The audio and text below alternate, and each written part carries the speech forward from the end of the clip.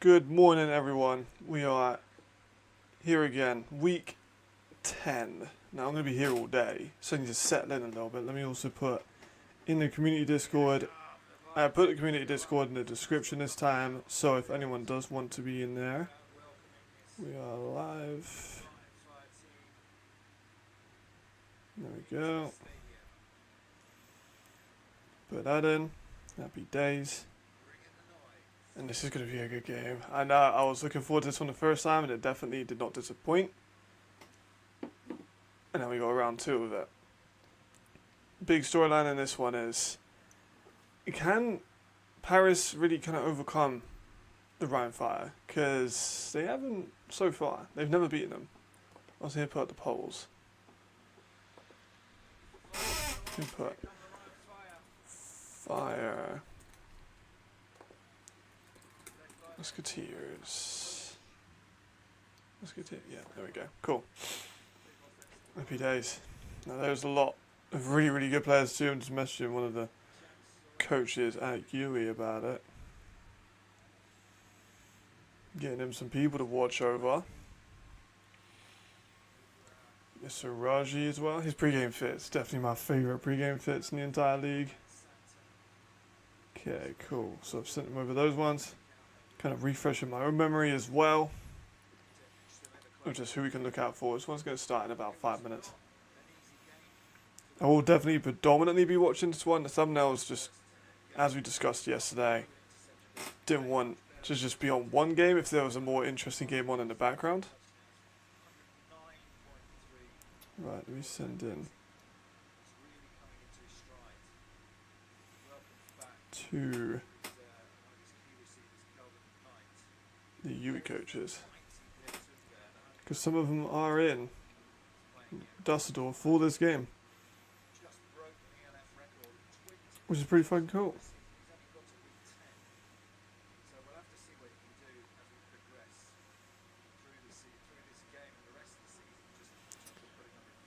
And let's see what we've got. 43, 44, 55. Like so many good players in this Paris defense. 98. That's Elo. And the linebackers, you've got Gomez. You've got Jordan. You've got Dawson. Such a vile good team. Got Kalani as well, DB. You got Maceo.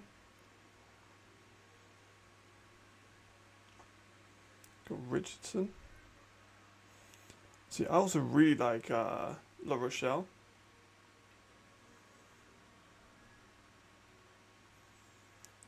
La Rochelle might be one of my favourite like rotationary players in the entire league. Severely underrated. Oh, I need to put on the stream my background actually, I forgot to do that.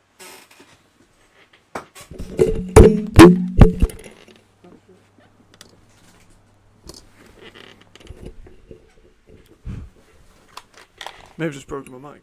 I think we're alright. Apologies for the spike of sound. I don't think anyone's here too early, so we should be fine, but there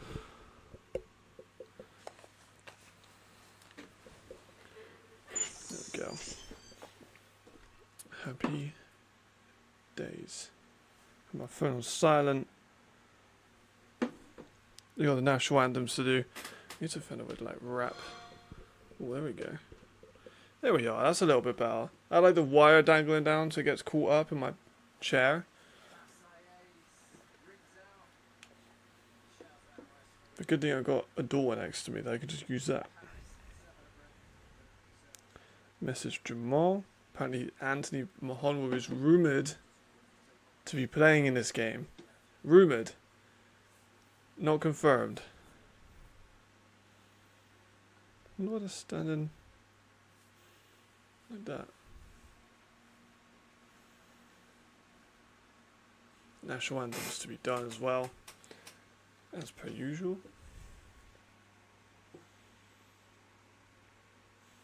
And then we can get right into this game.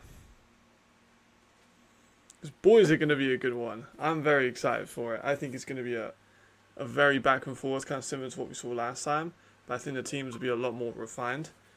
Because last time, Jadrian do a pick early, and then the receiver fumbled the ball, and then Edwards threw a pick. Yeah, I saw the Potsdam score, bro. Like, what, 96-18, 96-14, something like that. Absolutely ridiculous scoreline. And people say about the ELF having bad scores, and then the GFL do the same thing. Just give the, title to Potsdam already, I feel. It's also because you have, 30 fucking imports in the GFL per team, which is, way too many. It's basically just an American league at this point,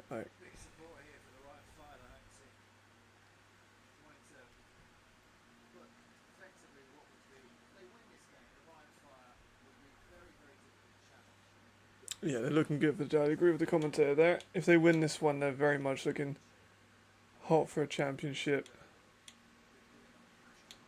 I tried to put the stream up today. It looks a little shit. But we got it. Yeah, kinda. But we don't even, obviously we don't pay our players. And Potsdam pay the players a lot. I know that for a fucking fact. Potsdam are pretty good when it comes to taking care of their guys.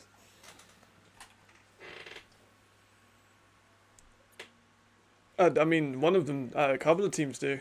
A couple of teams I know have 30 plus. I know of teams that have 3 or 4 deep in Americans.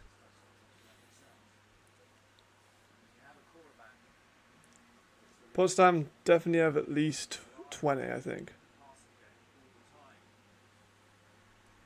There we go. Antimahu is dressed. He is dressed. Does that mean he's going to play? No, but sup, SH. Good to see you again as always. I think this one's going to be a good one. I'm very excited for it.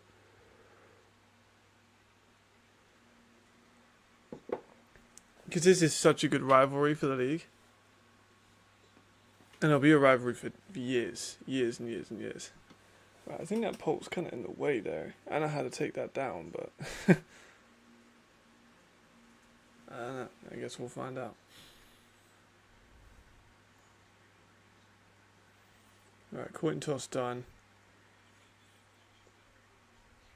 Crowd looks full too. A lot of people.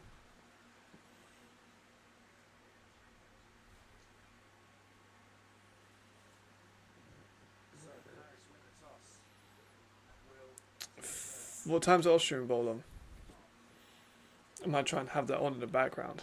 I might try and watch 5 games at once. Not the easiest thing to do. I have done it before. It ain't great. You just kind of leave knowing a little bit more about one game and not the others. But I appreciate. Yeah, that's what I'm talking about. I appreciate you. That's what we want. Because I'm going to be live for about 7 hours today. Depending on how fast the clocks go. Could be anywhere from 5 to 7. Most likely about 6, 6.5. Got go-kart getting the ball over. That's pretty cool. 5 o'clock kickoff. What time are the final ELF game kickoffs? And the ELF game's finishing about 3. I might catch the Austrian Bowl. Should I stream the Austrian Bowl? Just a little bit of it. What's it being shown on? Is it on YouTube? I know quite a lot of the Austrian games are on YouTube.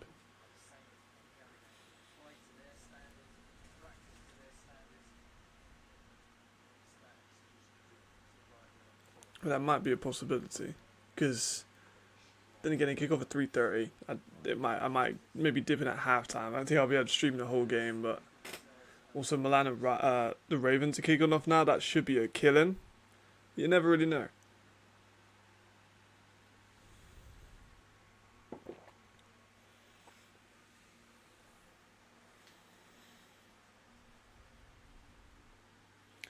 The Ladies Bowl this year's without the Vikings. I mean, down chips. Yeah, I know, right? They lost to the Raiders. I know that Ricardo was at that game. First loss in what, 20 years? Literally, like, first loss. Not even the first time they're not in a championship. First loss. The Vienna teams are just so good all the way through. Like, from youth level, from flag football to ladies football. They're just incredible. Like, that whole organisation is, like, definitely the model, like, organisation for European teams to follow. And it's early, so I got coffee. And I was watching the UFC all last night as well, so I'm a little bit tired.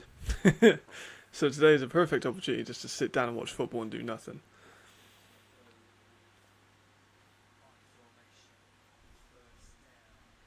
Right, here we are. How are we going to do this?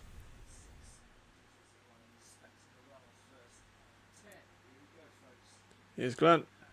What's the over-under on Glenn today? I'm going for 100 over-under. You mean Knipe said he was new to be expected? Yeah. True. But I think it's good though. I think it's good that we have a Ladies League. We have a Ladies League in the UK as well. Birmingham and London are definitely the dominant teams. But the UK women's team is really good. They came second in the world. They beat Canada. And they had a pretty damn close game with America too. Like the GB women's team is awesome. Here's Jay. He's slinging it. Ooh. A little bit too much air on it.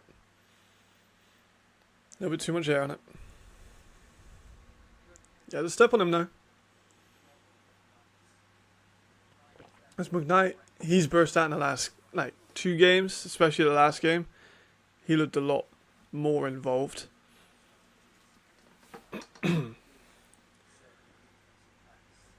There's so many good players.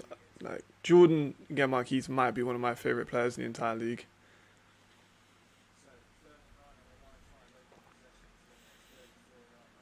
Here you go. Nice. Dot.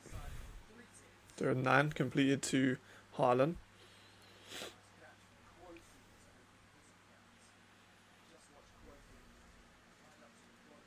Just nice and low. Kept him in.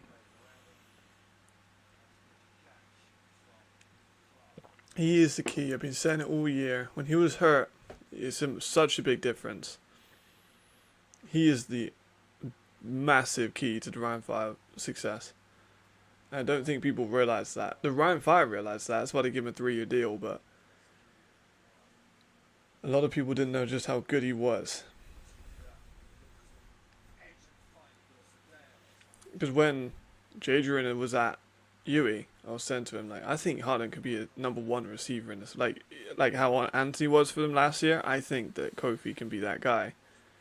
He's had injuries this year, so you haven't been able to see it as much, but I still believe that. I'll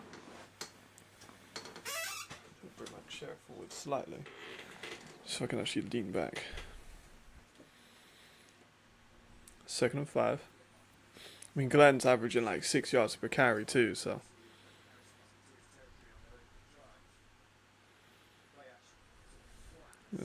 McKnight, staying in bounds.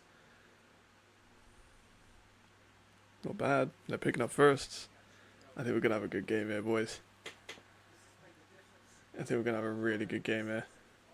There's such a heavy line too with Yes Sir Raji being an eligible player.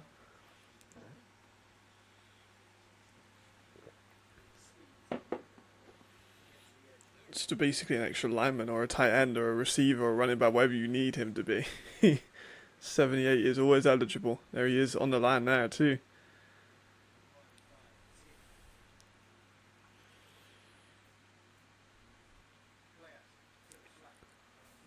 Yeah, there goes McKnight again.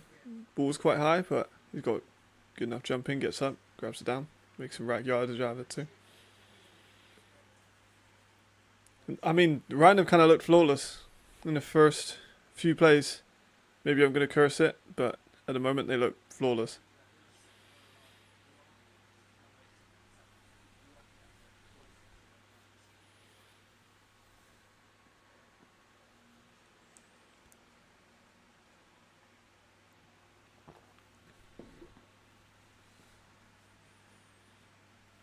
No, near the red zone now, the 30. A quick start for Ryan. Multiple passes, couple runs. There's a pitch out left to Glenn. He's got some space. He'll go for another 5 yards. Below average run for Glenn. How embarrassing.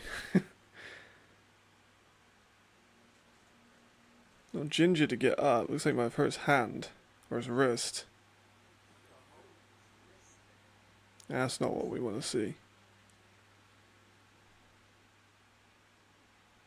Went down immediately.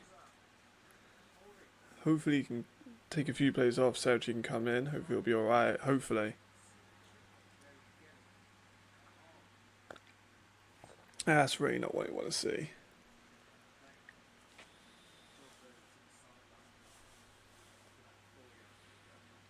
Get him iced. Maybe rest him for a few drives. Don't want to rush back, Glenn. Don't need to rush back, Glenn. He's a phenomenal. He's going to be the MVP, hopefully. Fingers crossed. But you can run with Sergi for a while.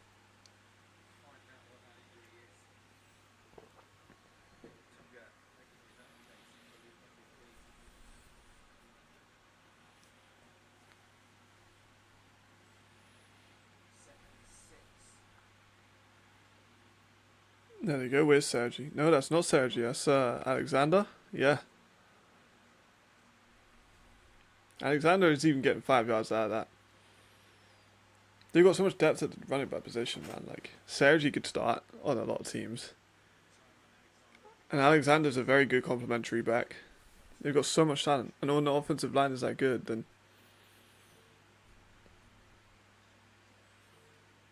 some light work for him. But no Sergi at the moment.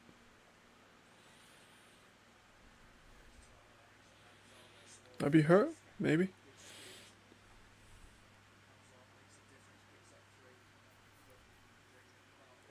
Here he goes again, Alexander. On 3rd and 1 is stopped at 3rd and 1. So we're going to have a 4th down. A capable kick. Or they could sneak it. They got Patrick Posch, great fullback.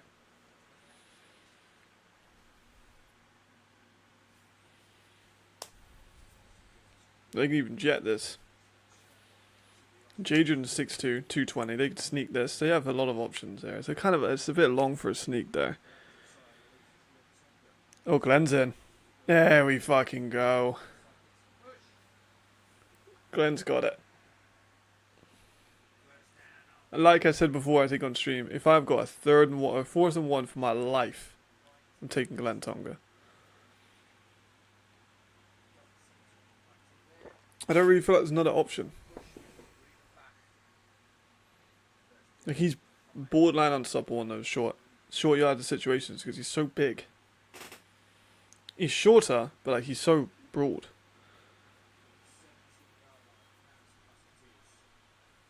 And his center of gravity is so low.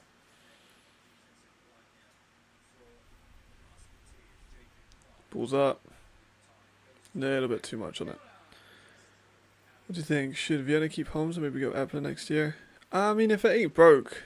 Like, Holmes did throw 7 touchdowns last game. I don't think that's worthy of an MVP because he's doing it on such a bad team. But I think that's the thing that's going to stop him getting MVP. Not that I hope that it does, but I hope that that is taken into consideration with some of the voters. As a voter myself, I'm not going to vote for Ben as MVP. Ebler did look good, but you have more sample size of Ben. The receivers going to have more chemistry. If you bring back Reese next year, which I think they should, you got Torre, who obviously you would expect to be back, and most of the offensive line you expect to be back too. That short screen goes for a couple yards of a loss, but I would keep Holmes. But if I'm a different team, I'm looking at Epler very much so. If I'm maybe Cologne, if I'm Hamburg, or Barcelona, or not Munich, who else? Milan. I'm looking at Epler, and I'm strongly looking at Epler. It'd be a good call. I like seeing him back. You look good. You look real good. That's Jay going for a shot in the middle. There we go. Touchdown. Great drive. Raiders, yep. Maybe. I mean, they got Nkosi, but I'm not sold on Nkosi. I mean, that's Harden. I told you for weeks. ELF community. He's one of the best receivers in the league, full stop. Look at that. Draped on him. Reaches out. Breaks the plane. Great route runner. Elite blocker. Great hands. That's why he's an 89 overall on CFB creative players. Touchdown Ryan. Here we go. What's my prediction? My prediction was a 26-22 win for Ryan. Alright. Also, Ryan haven't had any bye weeks. Oh, fuck no. Raiders have not... Let's see, I read that. Ryan have not had any bye weeks, and they're still this good. Which is incredible.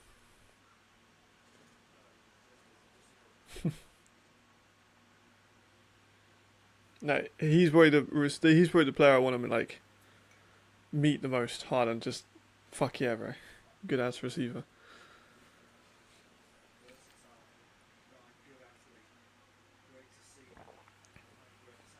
There we are, look at that. The Dutch German, I believe.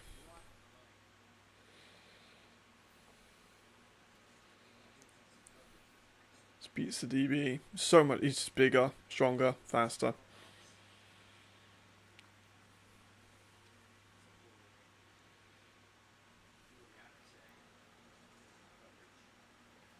Hard to stop him.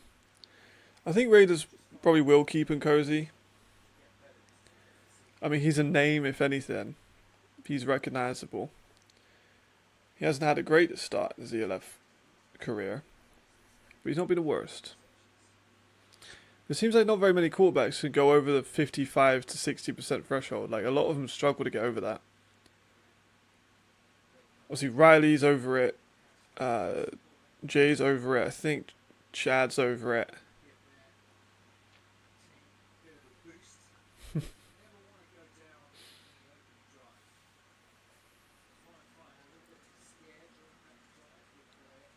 Let's see Paris. See if Anthony's playing. We haven't seen him at all this year, and he was my homegrown player to pick. That's a bad pick. He was my homegrown player of the year. In retrospect, it's a bad pick. Like, I wasn't to know he was going to get injured, so tough, but not great. Not great. I would have rather he didn't get injured, as I predicted him to be homegrown player of the year. Could have been a lot better. But no, here we are.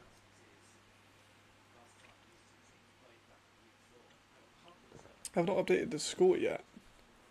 But it is 7-0. There we go, they've got rid of the score, so update it now.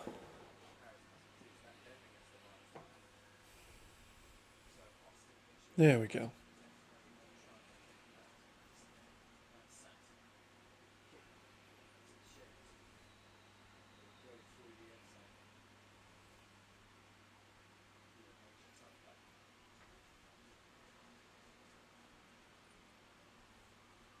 Alright, let's see what they got.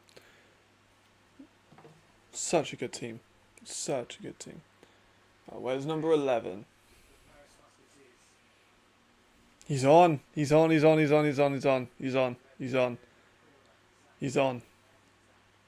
Anthony Mahonwu has stepped onto the field for the Paris Musketeers in 2024. This is what we've been waiting 10 weeks for. We finally got it.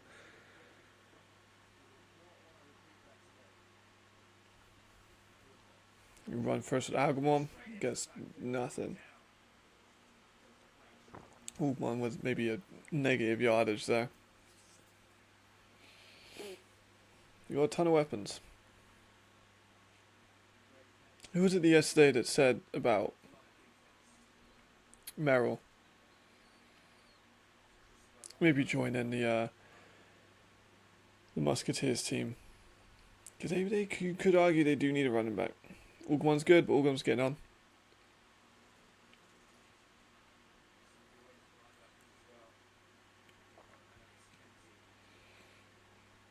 There's a motion by Austin. Edwards looks over the middle, completes the pass for about 4, maybe 5.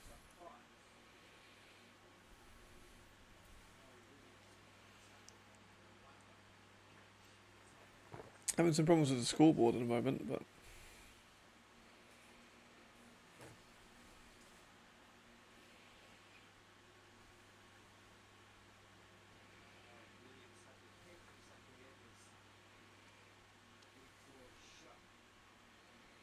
was it week 4 they played? That feels like such a long time ago. It also feels at the same time like it was last week.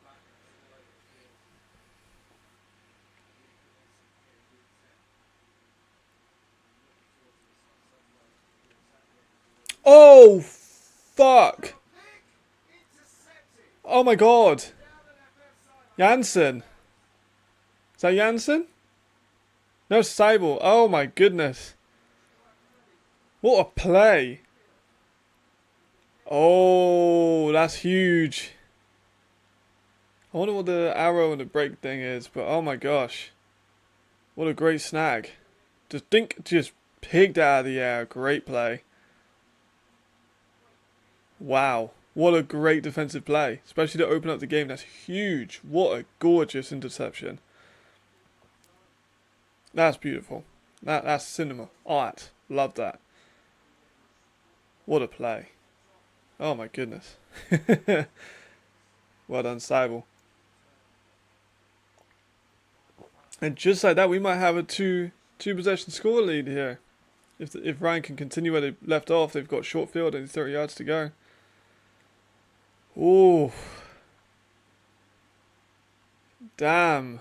I mean, there's definitely some questions about Edwards' clutch ability. There they go, short out tonight. Oh, cool. It was great, right? Such a nice interception. It must be a Musketeers thing, yeah. I mean, I've got like an arrow tattoo on my forearm, so I can do the. But also, they keep doing it up here, which is not good fundamental archery. You know what I mean? You gotta have it like that, and then feel it back with the fingers, and then bow. But yeah, that's why I got the arrow on my my forearm, so I can do that. Remember, I got that tattoo like during coaching season. I had like cling film wrapped around my arm. And the players like, I had like a jumper on, they'd like touch my arm, I'd be like, ooh! Couple yards on the ground. Good to see you though, of course, Jamal. You must be feeling good. Or horrible, depending on how you think the game's going to go.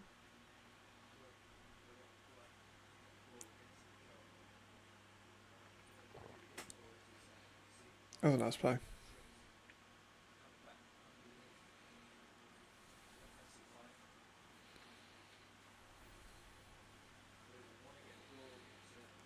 Alright, it's McKnight again. I'm every week I watch McKnight, he goes up my rankings. I was a little bit like when they first signed him, I was like, yeah, he looks pretty good. Then started fine, and then got injured, so he's kind of out of the mind for a while, and now he's come back and he looks pretty good.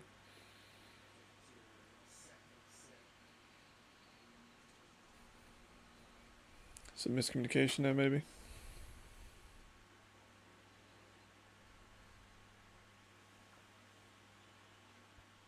Yeah, time about Musketeers. What's your expectation for today's result then, Jamal? In any of the games, obviously your ones are going to be the Mercs, but let's see who the Mercs. I know the Mercs got a really tough game. Raiders, yeah, that's tough. Munich also up already against Milan to Will for a 5-yard rushing touchdown. And the rest are at 3:25. So should be a very small break and overlap between these games.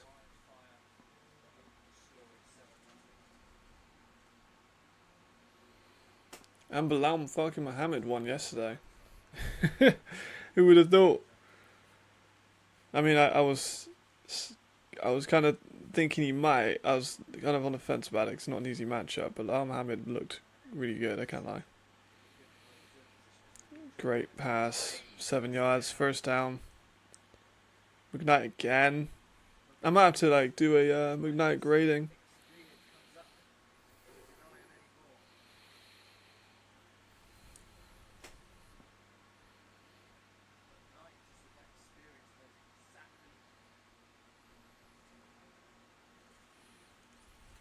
A little bit of buffering. Should be fine.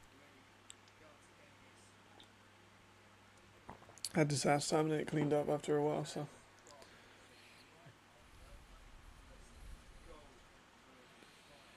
Alright, first and goal.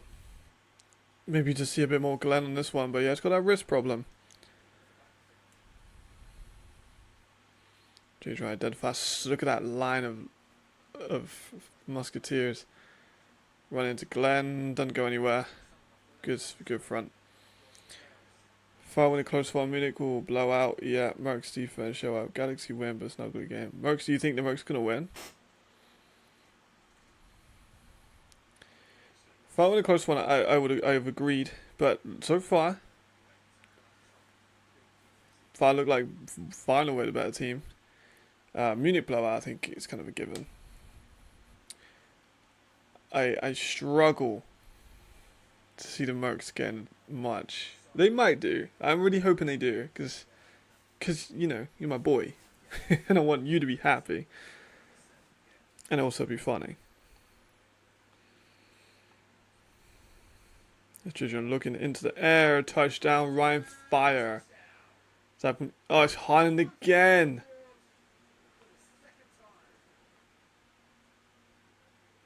Haaland again.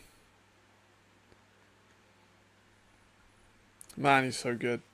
Haaland is so good. They keep doing that celebration, man. Come on, let's change it up a little. I'm a, you know, change it up a little bit. We've done it like 9 times. He did it twice on that touchdown. Did it after the other touchdown. Yes, me too. Robertson's going to be a baller. I love Teron Robertson. I was expecting to see him in the year, but I expected him to, like, when sizing day was getting closer, I was like, oh, we might not see him, but we did. Good call. Good call. Because I know you had some influence on that move. I agree. Like, from the tape that I was watching with him before he came when he was at Elon, he looks like a really capable pocket passer. Like, he can run. We've shown that he can run. But he looks like a really capable pocket passer. He's got great receivers.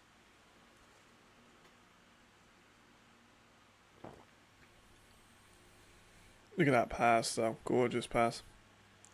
They are targeting 22 today. Let me write that down.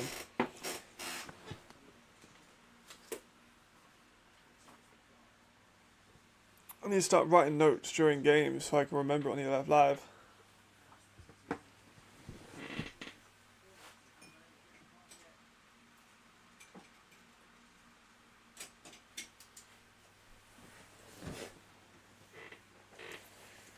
Alright, Haaland is back.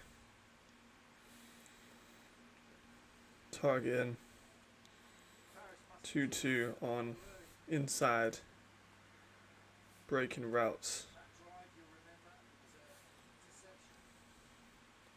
Wonder if they've seen something. Because that's not that starting corner.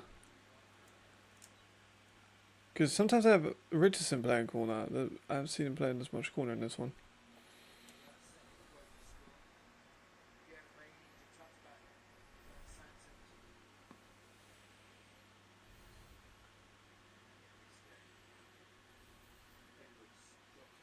Yeah, short pass out. Need to get some momentum going now.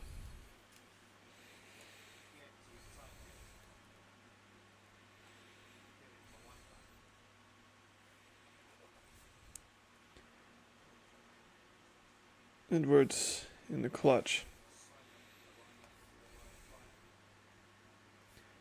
Has been disappointing.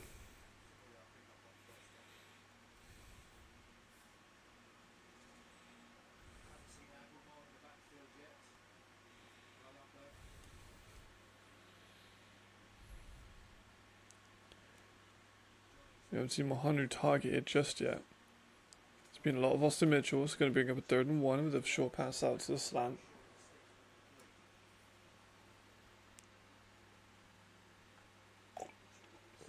Tony Anderson is so big. Like, for a corner or a safety, he plays both. He is so big. He's like 6'4", 210, 220 pounds. Bro is huge.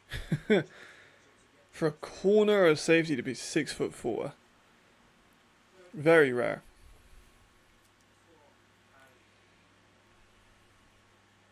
Cannot buy size.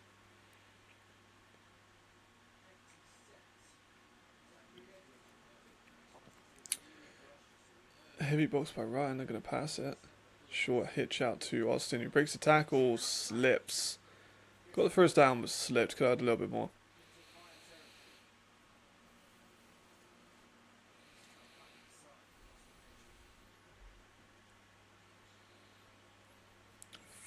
Penalty on offense. I didn't get a playoff in time. The commentary is fine, but the ref's mic isn't very loud. Yes. Yeah, you're right. So he's been targeted a lot. Because sometimes, yeah, so they'll have Kenny in as well. Sometimes Fleury. He's more of a safety, but if they play Kenny at safety, he can move Marcelo down the corner. I would be surprised if we don't see more Marcelo at corner.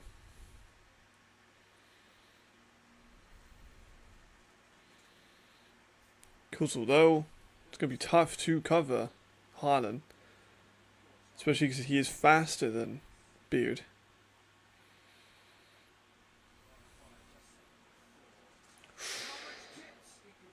Nearly picks, but incomplete. 4th down.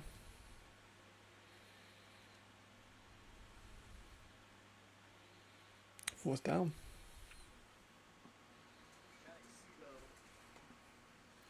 Protection was good. Tough pass. It's kind of blanketed, to be honest.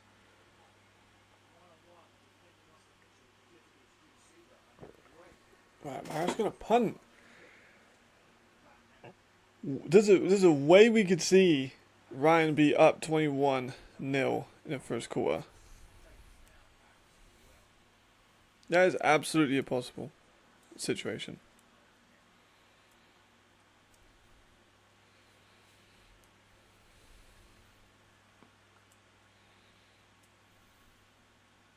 Plenty of green grass, and that's La Rochelle. Maybe a little bit, needs to be a little bit more pursuing.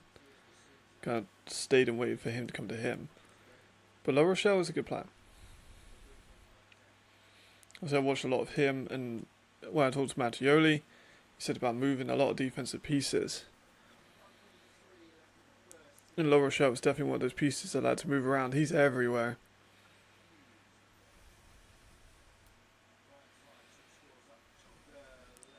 So, player Richardson was playing manned up on Kofi there. That's what I'm going to watch that. I'm going to see what they do with the corner situation. Because Jordy's getting beaten.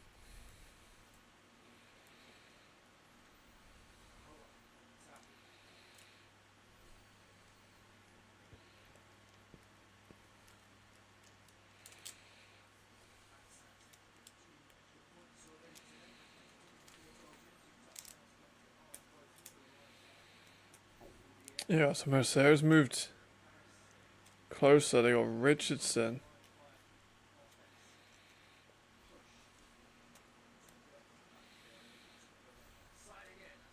But obviously it's a run. You see a pass, man. I want to see a pass. You see what they do with Haaland.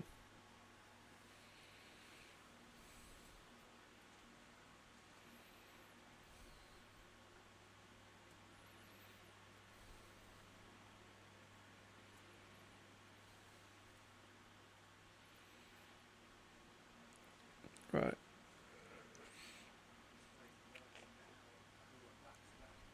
So you got Richardson at the bottom of the screen. You got Killarney moving into the slot. End of the quarter though, unfortunately. So we won't see. Yeah, see what happens with that one. Let's see what's going on in Munich real quick while they switch quarters. See, that's why I can do that now, because I don't have Oh, they've just scored again. They're 21 up in the first quarter. Jesus.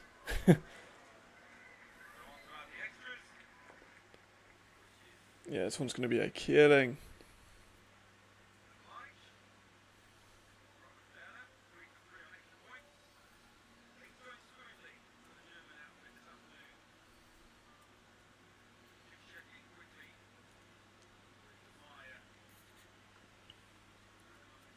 So look, just to pass into who else? Malik Stanley. He's fucking ginormous. I don't know who he ate this this whole season, but he looks huge. Right, let's go back to Ryan.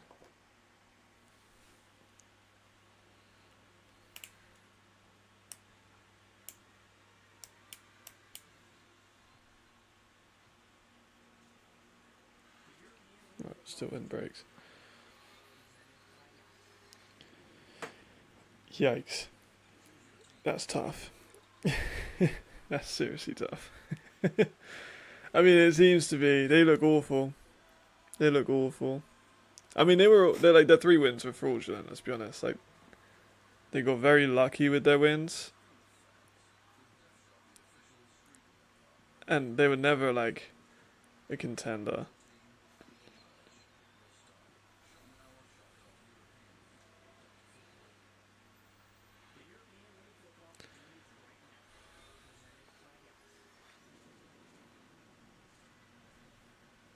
I'm not really sure what Milan do. I think they need a whole new change of staff. Because like, they have their own issues with attracting the actual talent. And that's been a problem for them, is attracting the Italian talent.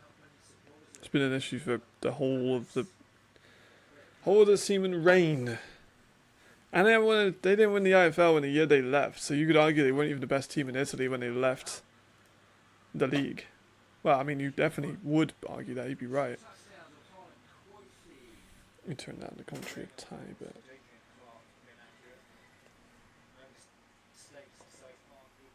There we are, right. So just a couple inches short of the 50.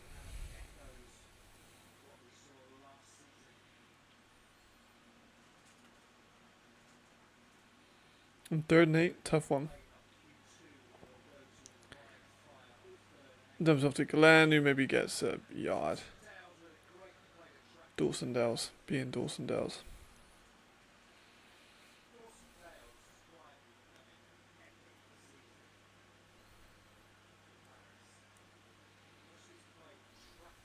Yeah, Dawson Dells is very clever. Very clever.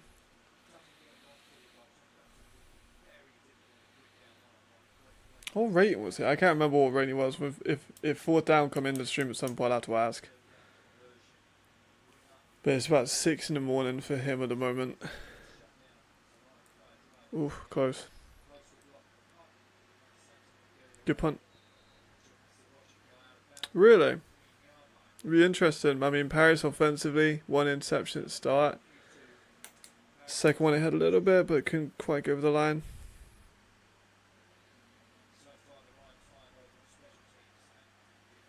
So I'll be interested to see if they can get that. It'd be good. I'd like to see it. I do still think the Rhino Fire are going to win, but of course we all want it to be competitive.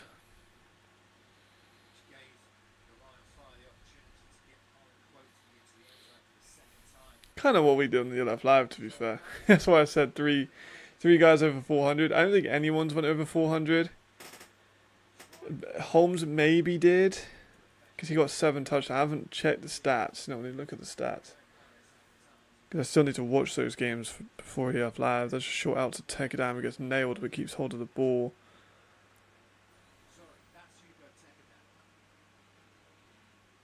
Right, let's have a look. See if anyone did get near 400 yards. The stats won't be 100% just yet, because sometimes it takes a day or two for them to be corrected.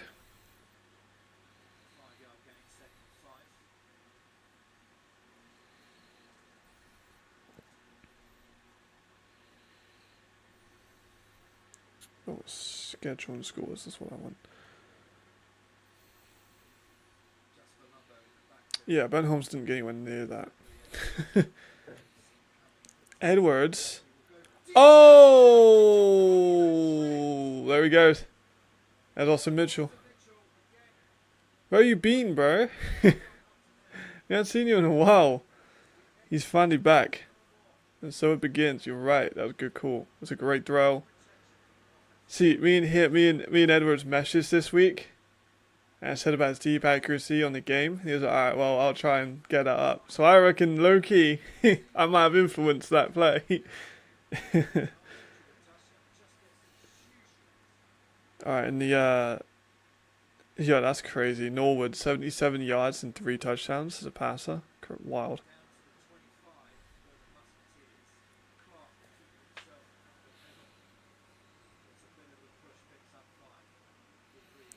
And then in the Surge game, nowhere near. Oh my god, Bud close through 5 picks. I haven't watched that game yet, so 5 picks. That was yikes. Who got the interceptions? Oh, Wilson got 2. Fetty got 1. Wenser got 1. Angle got 1. Wenser's an underrated DB, by the way. Let me just watch this play and then I'll read what he's saying. One for a couple. You close the game, Raiders up 20-6 against the Ducks, ladies. Who do we want to win that game? Do we want the Raiders to win that game? Ricardo's a friend of the channel. I feel like we kind of do. And then Clone Bravos, no one had a 400 yards rush. Oh, we threw 4 picks. I know it was a bad game for him. Oh shit, they just scored. Close. That is close. Dunkel's kind of medium.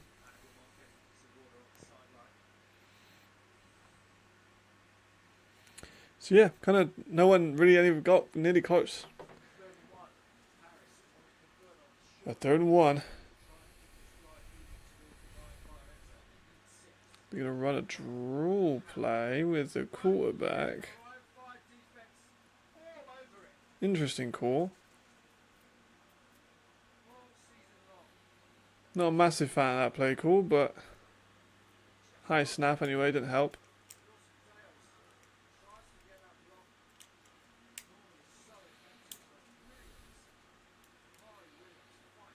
Yeah, there's Amari. Amari is so good too. Right, 4th and 3. Kick a field goal, take the points. Yeah, I'm not a fan of that one. And then you have Denmark Heath, you can put in Denmark Heath, you can put in Augman, or you could just pass it to take it down on like a short screen or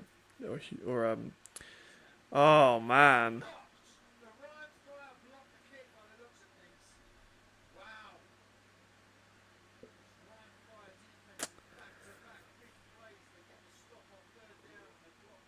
Maybe we got to retract that comeback. Let's have a look. Kick comes up. Just can't really see on that one, but yeah, that's tough. That ain't good.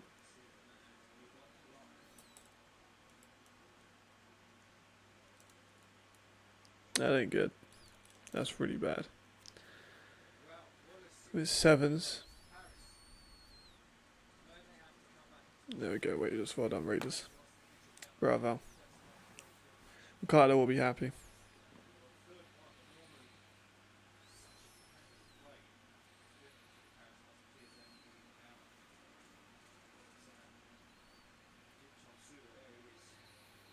There you are. There you go. Makes sense. You put my chair forward again. My chair's going to make a horrible noise, but...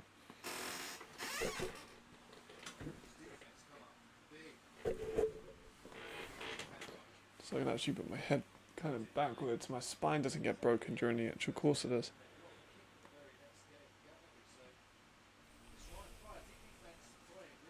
They played very well. They've kind of, minus that big play, they haven't really given up much. And a big play ended with no points, so.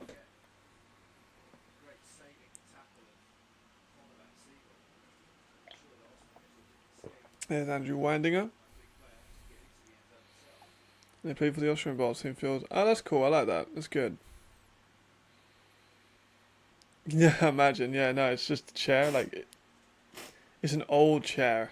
It's very, like, shit. It doesn't offer much support. It's better than nothing. It's better than standing.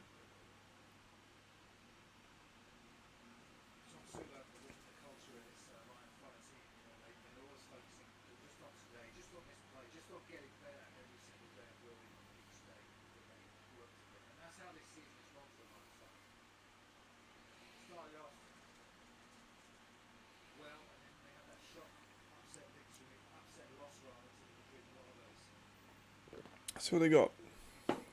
Plenty of time. 14 points in that crazy of a deficit. We've seen more.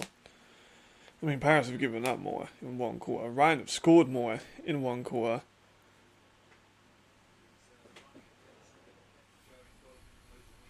Indeed. Indeed.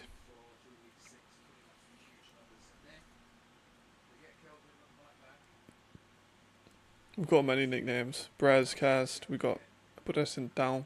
We got Bressington. Brezcast. Yeah, fuck it. We got a lot. We got a lot.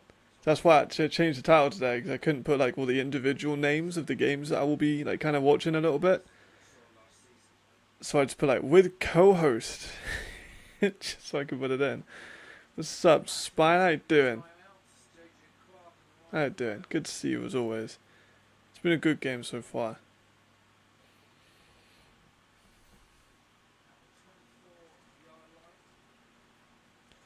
See what they got. They're gonna go deep, slinging it all the way up. Ooh, so close. We're trying to make sure they win any tiebreakers for a wildcard spot with all the points. Absolutely, they're gonna try and put up 100. Gonna watch long for a bit, but there are some pressing matters today. Fair enough. I can respect that. I can respect that.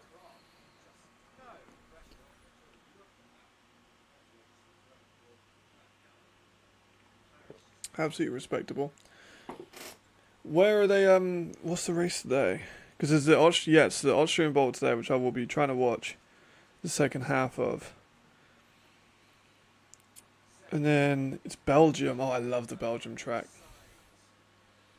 I love Spa. It's so good. Like the straight's dangerous as fuck, but I do love it. Appreciate it. Thank you very much. I think that might be my favorite track. I'm surprised you support Hamilton. I mean, I guess he's a legend, but like,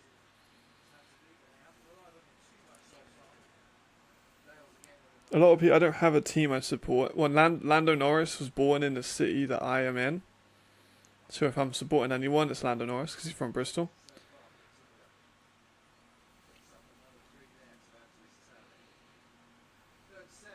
Third and 7. Gives you a bit of time. Going up. He's wide open.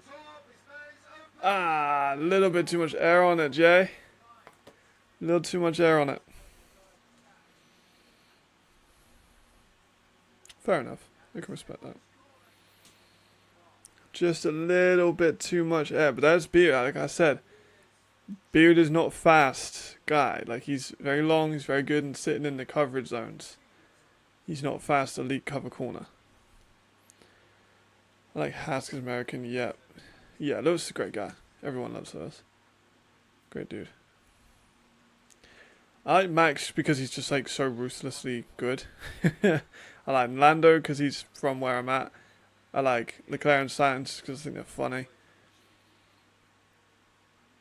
I like Hamilton because he's British, obviously. George Russell, British, so it works. I mean, he would be from Birmingham. I mean, Birmingham is not the best place to be. I mean, I've been there a lot. My ex-girlfriend went to university in Birmingham, so I had to spend quite a lot of time up there. Like, it's fine, but it's not great. Some areas are nice. It's just like any city, really, I guess. But the accent for Birmingham is weird. I think a lot of Americans would really struggle with the Birmingham accent and the Liverpudlian accent. And the Manchester accent and the Newcastle accent. There's the punt. So Beard goes down. Hopefully he will be back. So Spa starts an hour.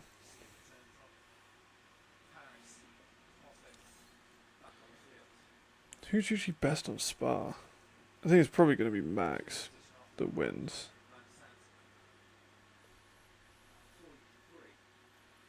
It's Edwards, evading pressure, stepping up in the pocket, looking at downfield, right over the middle, nice play. Really, really good play. Takedown's still going, nice play though. I feel like I've got a very neutral British accent.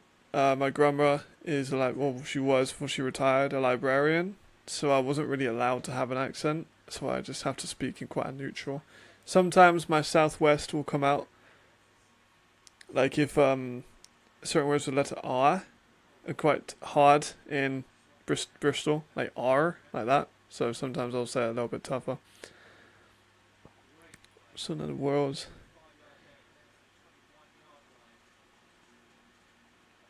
Yeah, no, you're right. Ronaldinho was good. Neymar's better, but Ronaldinho was very good. It's Edwards again, moving left. Got times, kind of slips. Sacked. There was flags before he even went down, I think probably for holding. Yeah, well, Anthony is on the field. He just hasn't been targeted yet. Who's winning the Constructors? Damn, the Constructors is closer than I thought it would be.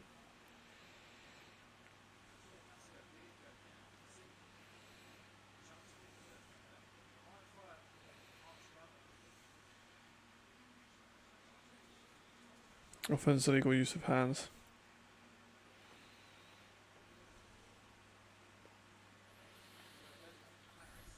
Yeah, we do love Ronaldinho. Do you remember in COVID we got arrested because he was trying to sneak across the border with a fake passport? Yes, I have a Royals jersey as well. Just because I tried to get into baseball a few years ago. I failed. Like, I can't watch baseball. American football is fine. It's a bit long, like 3 hours is a long game, but like baseball is ridiculous.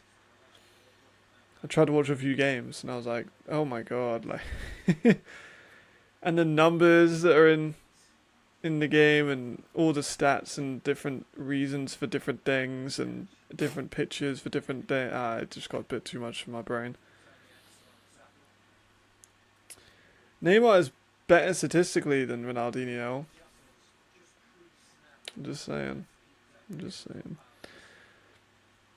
Yeah, I've never did. Obviously, UK, like there's an American football scene that's pretty niche in the UK, obviously, but there is like no baseball in the UK, like at all, as far as I'm aware.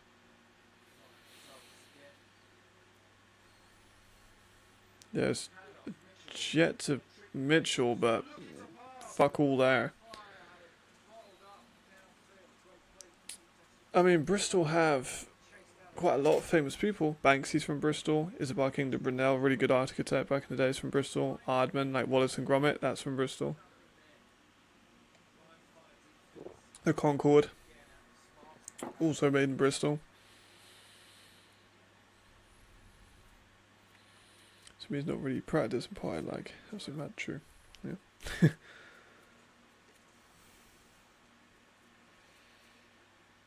You're throwing a flag already?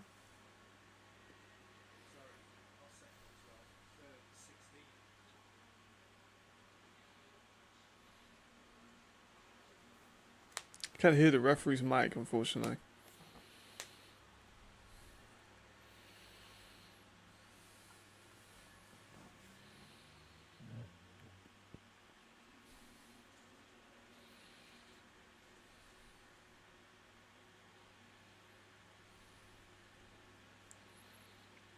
See, what's Vienna made then? Come on, hit me.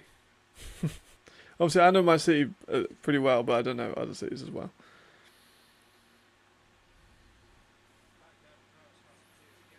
England made a lot. Like, Bristol was made a decent amount, but England made a lot.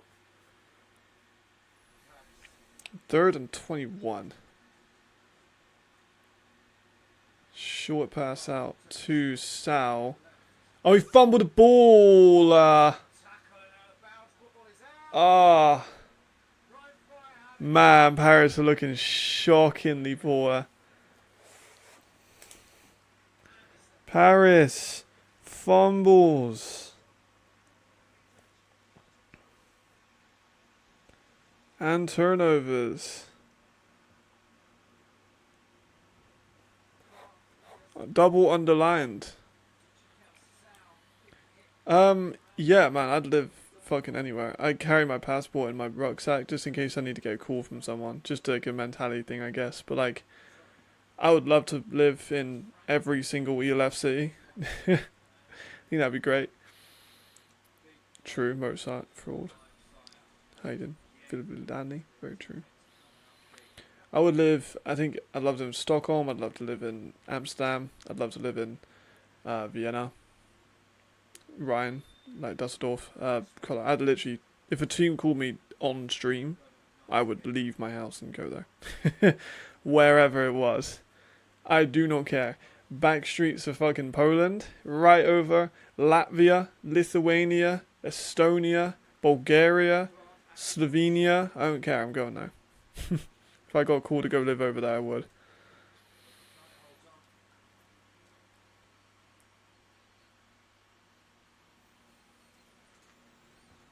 Alright. They're looking pretty dominant.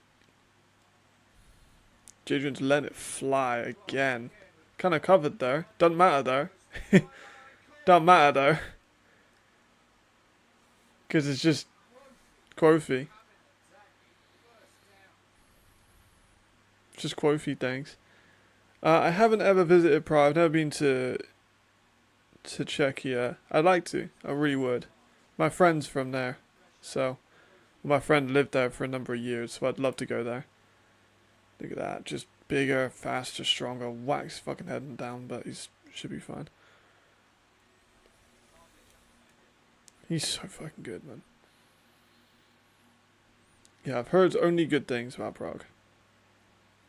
Shot in the middle for about 4. Yeah, still good football. I mean, the Black Panthers were in the championship game for a reason. They didn't start hot, though. They started, what, 4-4? Who were they playing? I've forgotten. Stephen Merchant is from Bristol. He went to my secondary school. He went to my secondary school. I went to the same secondary school as Stephen Merchant. It's like the only famous person to ever come out of my secondary school. I forgot about that.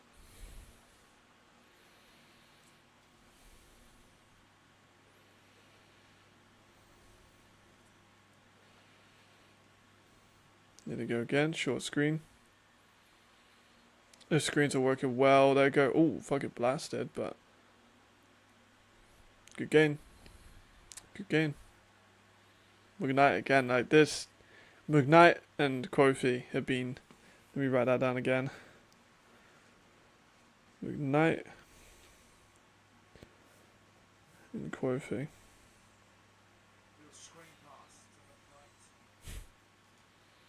That's pretty cool.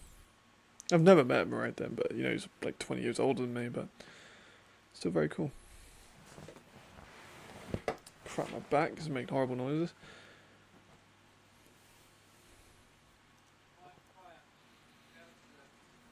Short dish out.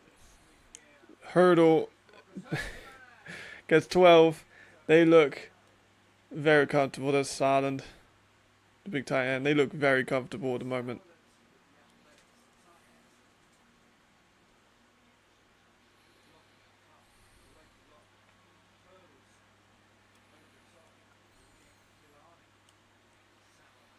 Look at that, just up and over. Up and over. I mean, this has been quite a surprise. We saw Paris look bad in the second half against Berlin. We can see them look good in the second half against Rhine.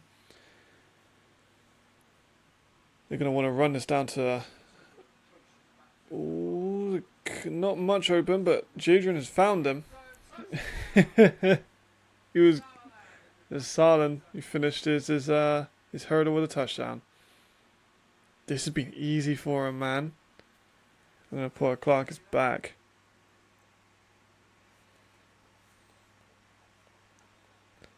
You all doubted him. Like, so many people doubted him.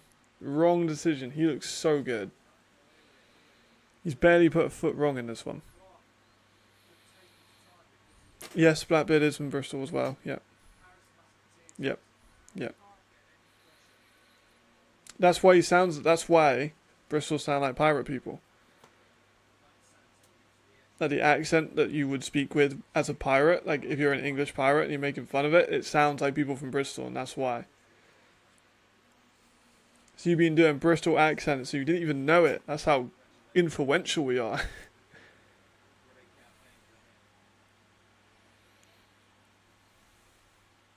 That's a great play by him though. Just lofted the ball, perfect, easy to like, soft touch. And it goes. Huh? Look at that, just bink. Easy to like. Not a worry in the world for him. Scottish is way up north. I've never been to Scotland. Scotland is a far away.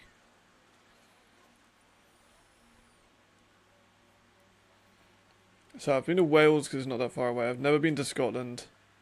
Never been to Ireland. Never been to Northern Ireland.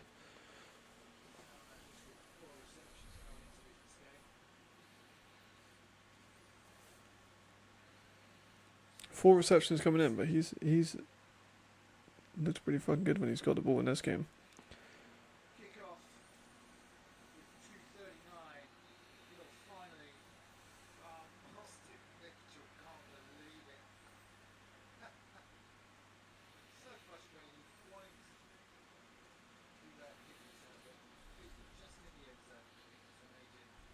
He is. Yeah, you're right. You're right. I got everyone researching Bristol now. I got everyone researching Bristol. It's a good city. A lot of art. A lot of street art.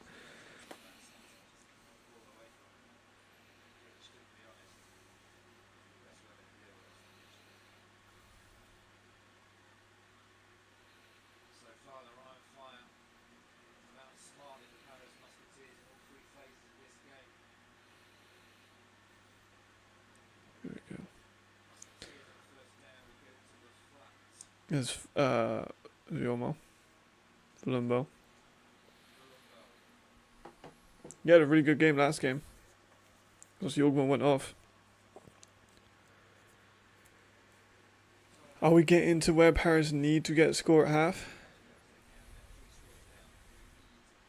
Potentially. I mean, they're 3 down. They've got 2.5 minutes. They're going to maybe get a snap off before the 2-minute warning. Yes, they are. Yes, they are. There we go. So they got a 2-minute warning off.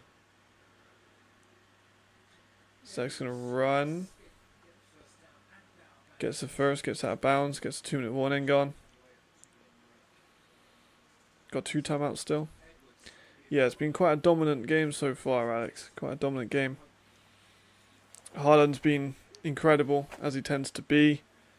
Edwards, Kovac has been disappointing. He threw a pick on the first drive. Paris then fumbled the ball a couple drives afterwards.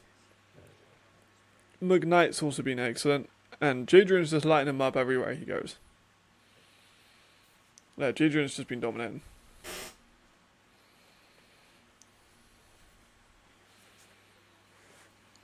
Paris as well. I haven't really stopped much defensive. They're targeting 22, who is a third choice French DB. And Haaland is way too big, way too fast, way too strong. So he's just getting like so much open space. It's just easy for him. And he's an elite level receiver, so. Also, I got my ring. I wanted to show it. I got my championship ring from Yui. If you follow my Instagram, you would have seen it already, but I'll show you it now.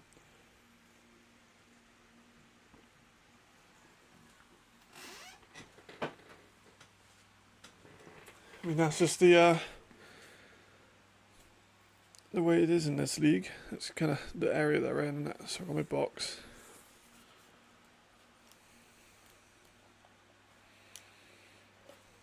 There we go. So on my ring.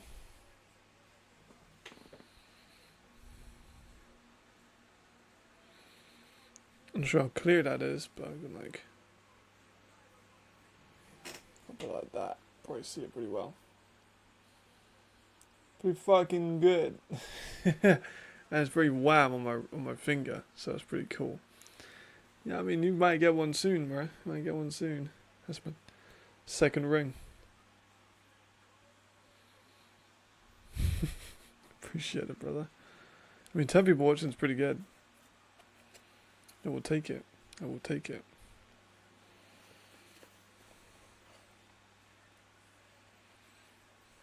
There we are. Yeah, it's pretty big, right?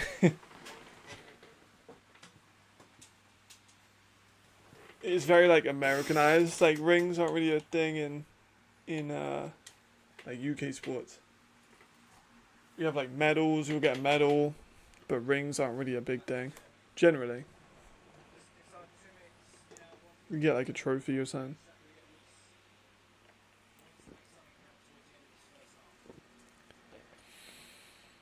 Yep.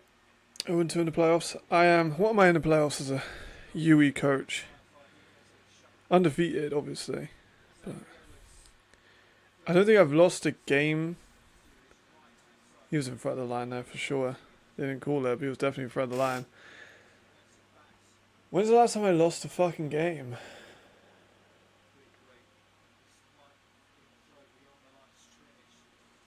Whether that I've been involved with a coaching staff or a scouting or playing, I think has been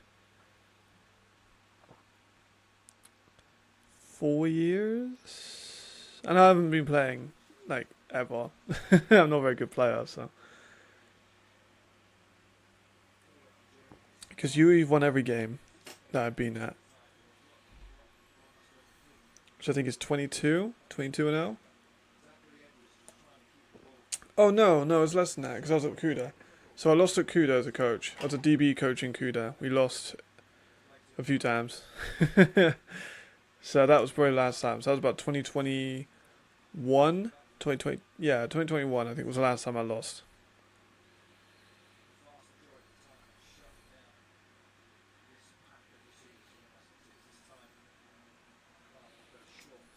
Yeah, I mean UE is just really good. But it's kind of a blessing and a curse because I haven't lost in a while, but also like I have become a little bit desensitized to like winning 50-0. Like when Durham were at the goal line in the final, we were up 53-0, and they were on the goal line at the end of the game. I was literally disappointed. I was like, if we concede here, the season's like a failure, which is mad. And I was like quite like annoyed after the game. I wasn't really celebrating much. I was like, damn, we should have played better. But like, we fucking won in the final 53-0. This Edwards gone down again. Donkor was sacked. Donkor's gone a lot better in the second half of the year. It's been really poor, right? It's not been great. Again, it's not all Edwards, but that's a nasty spin move there by Donkor. Nasty spin move by Donkor. Nicely done, Marcus. Good to see you again as always. Donkor's second half is so reminiscent. I'm going to write that down. So Donkor and his second half is so similar to Alessandro from last year.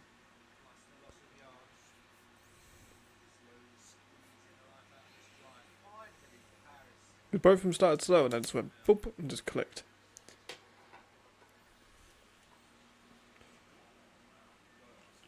Because Donker's one of the players I was considering as like a defensive player of the year nominee before the season. I think at the moment it's got to be AJ, and if it's not AJ, it's Kyle. And if it's not AJ or Kyle, it's maybe maybe who would it be if it wasn't AJ? Who's my top 3? Maybe someone like I mean, Mitch Fetting has got a claim to that, I feel. Fetting's been awesome. Yeah, agreed.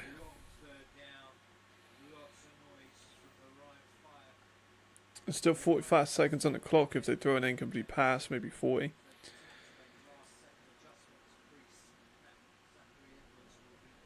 Stepped up for it. Oh. Anti-fucking Mahonwu, bro. He's so good. He's so back. Like, that's what he can do when he's healthy, guys. We missed him. He is covered. I mean, you still might. You still might. Paris are under 33. They actually did get it. Mahonwu is a machine. Mahonwu is the best homegrown receiver. Best European receiver. He's been out, so Geyer took that for a while. And Harden was out. But those two can go back and forth. But when Mahonwu was playing, Mahonwu was the best. People forget he was a D1 player. People forget he was a good D1 player too.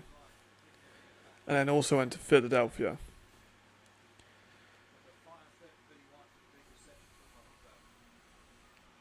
Shot over the middle, incomplete. 17 seconds left. The clock's still running, but it will probably get restarted. 17.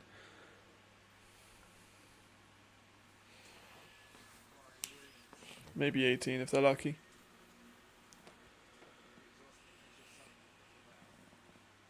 They still got a timeout, so maybe they throw one more, try and get an easier field goal out of it.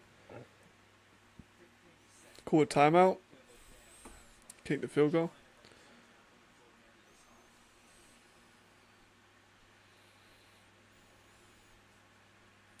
I think they can definitely get something out of this. I think they go for an intermediate pass here, or maybe something rack, get out of bounds.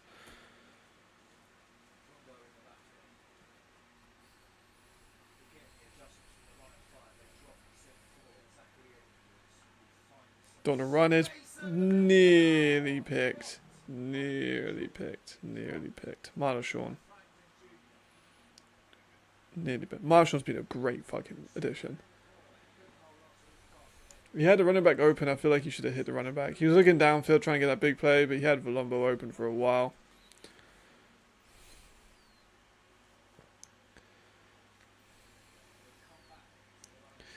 Yeah, he did have that swing pass out open to Volumbo. He did. I think he was just trying to look for that big play. Try and make it easier, but I think he probably should have taken that check down. We got a shot here, maybe. They could still go for an intermediate and try and get open. Oh, it's 4th and 10 actually, don't I? Immediate pressure. Gets it off. That's in the middle of nowhere. And that will probably be a kneel then. So half time, Ryan Fire at 21-0. Very, very interesting. So we'll watch the kneel just to make sure nothing crazy happens.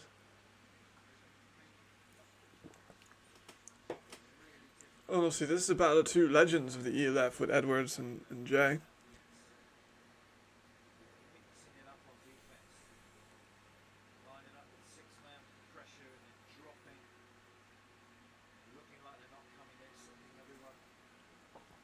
Let's see if they get it. Yeah, no points again. I mean, they could have 3 if they didn't miss the field goal. Here's the kneel. Yep. Alright, so he kneels out, so we'll skip over to Milano versus Ravens.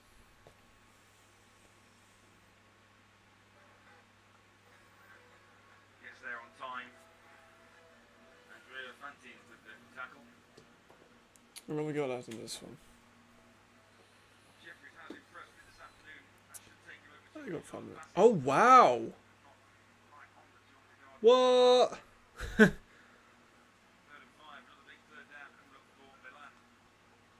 Now that is a surprise. Let's tell me what shattering ankles as he does. But that is a very surprising scoreline. I did not see this coming.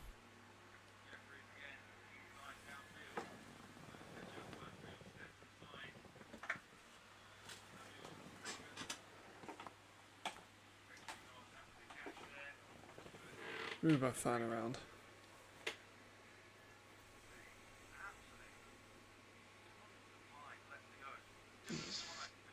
Player's got injured. No, he's alright.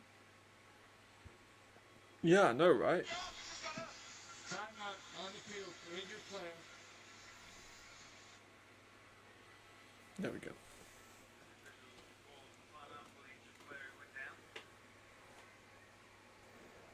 Alright. Well, this is weird. I didn't see this coming. It was 21-0 like when I last checked in. Let me have a look at the actual things that happened on the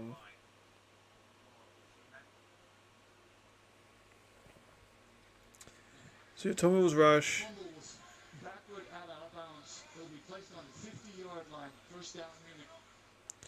We had the Stanley touchdown. We had another Stanley touchdown. I told him to go from Malik Stanley on the fantasy. If anyone listened to my fantasy picks, I told you to go for Malik Stanley. Salem rush and a lateral backward pass to Crawford for 22 yards. He rushes for 48-yard touchdown. Dragon gets a 70-yarder. Salem pass complete for Jock. Fumbles forced by Nazari. Recovered by Milan for a touchdown. Passed a Lou for 1 yard touchdown. So they passed the D. Munich passed their own D tackle for a touchdown. And Salem completed pass. It doesn't say who to for 18 yards and a touchdown. So Salem's looking all right, from based off of these, you know, these descriptions of the touchdowns. Timeout on the field to fix the chain.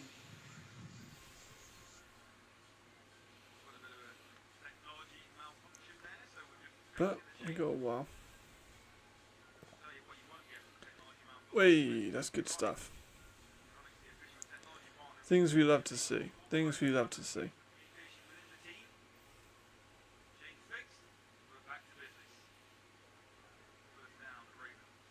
Oh, here we go. Big hole there from Rodney. See, I think, but like Munich should be fine, but Munich's defense, I expect it to be a little bit better than this. They've been improving.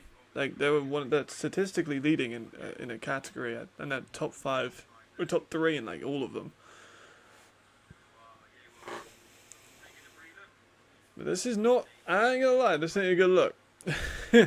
Milan have not had a good offense all year. No, they've made a quarterback change, but like, we'll see. They need to, like we said, they need to get as many points as possible to avoid any kind of conflict with the Raiders.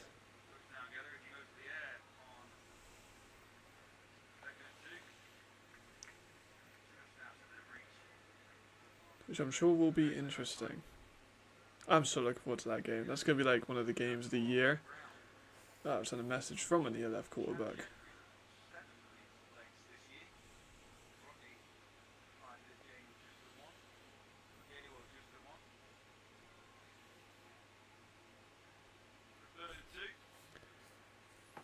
True. True.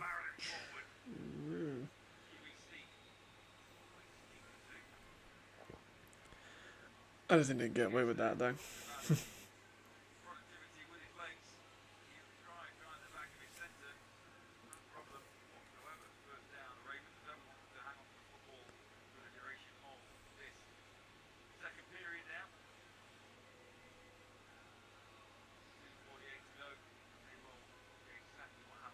If Stanley gets a hat trick, and you didn't put him in your fantasy team, then wait, I'm pretty sure Jamal did, right?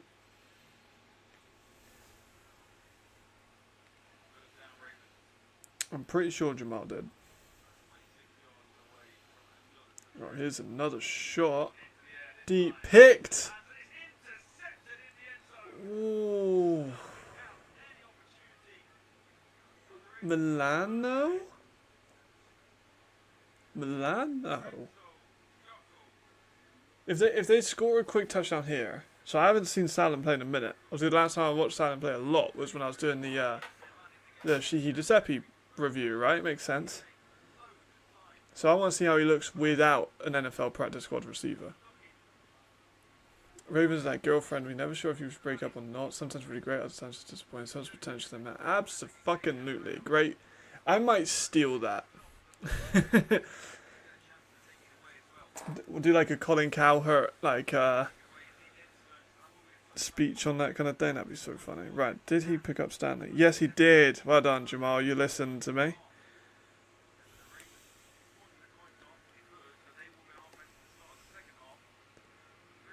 Right, here's Salmon. Gets a bit of space.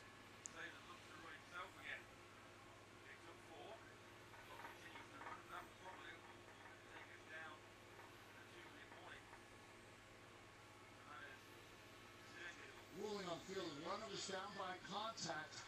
It's second down. There we go.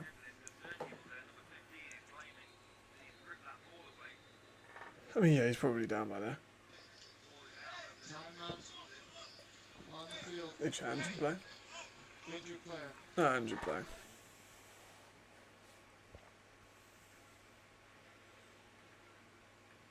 But if Milan can get a score here, this shit is competitive.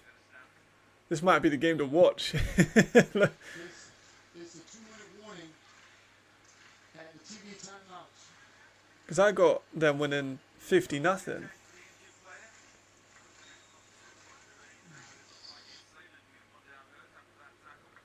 Oh, it's their QB's hurt? Well, they're fucked then, aren't they? If their QB's hurt, they're fucked.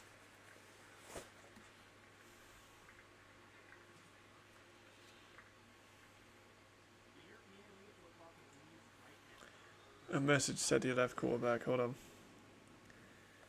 Yeah, the GFL's ridiculous. They have like a crazy amount of import rules because the import rules are so different to the ELF. The import rules in the GFL are, if you played high school football in America, you are an American, unless you have a European passport. And a lot of Americans have European passports, so they count as Europeans, and you can pretty much have however many you want. So some teams, I know for a fact, have over 20, over 30. Some positions are 4 or 5 deep of Americans. And then that doesn't include the actual Americans they have anyway. You know, the actual allocated A's. So, yeah, fuck the GFL. Did that not send? I'm just going to type it out. Oh, no. It's the first time I tried to send this, it didn't send. I'm not currently on stream, and the first time it didn't send. Fuck the GFL. Like, if you the import rules are so different. If you put Potsdam in the ELF, they would probably win most games because they have like 20 imports. Because if you played high school football, you're an American, unless you have a European passport, which is quite common for Americans to have, and then you can be an E, and you're allowed as many as you want. And of course, when you've got shock. Crawford, there we go. So yeah, it's a crazy one. There we go. Yeah, just click on the last and just send him that. So watch this link. There we go, send it over to him. Right, so they've ran the ball on a 2-minute. They've only got no timeouts, but I'm surprised they're going to try and get something out of it. Right, Sam's back on. He took a play off. First charge, timeout. Munich. For the rate? What the fuck are they doing? Are they trying to get another score in? Munich, man. I ain't gonna lie. Conceding 21 to Milan when they just had a quarterback change is not a good look. It's not a good look at all.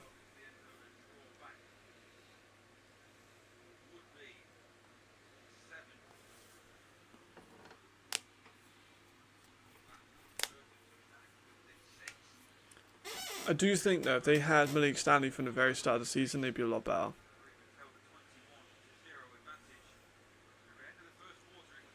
Their defense is good. Don't let this game sway you too much.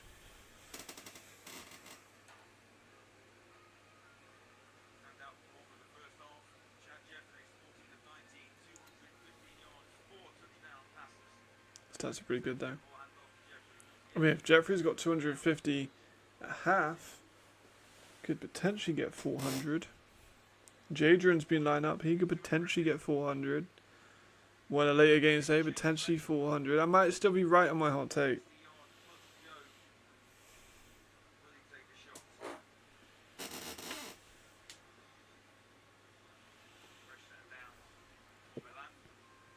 Evans Europa. Evans Europa does not get the credit he deserves. But he's so good. Flores, get the ball to Flores counter on more, please. I've only just tuned in, but he's got one catch, which is good. Watching him and Nitsander. That's a fucking matchup against, hopefully, see for many years in the year 11. He's such an unorthodox quarterback, but he takes a lot of damage. He's big though. Like he can. He's a big dude. Yeah, spike the ball. Spike the ball.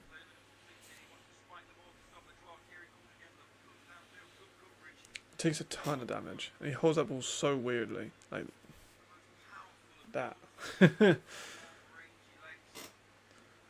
Right, so at the 49 of Munich, Salem does have the arm for this.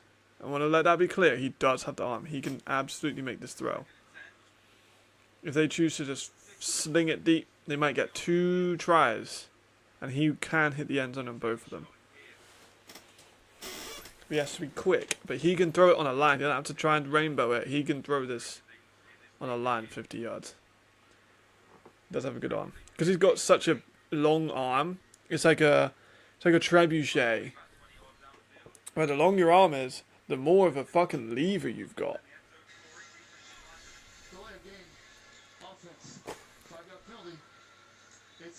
Fucking hell, really? A delay game? You really did that? That's...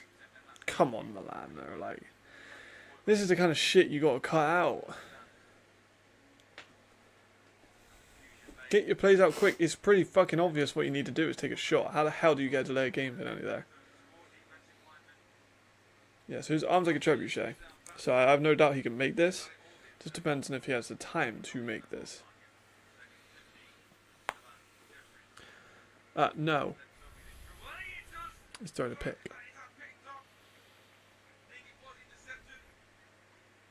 No, he does not have the time. I'm going to clip that. I'm going to clip that.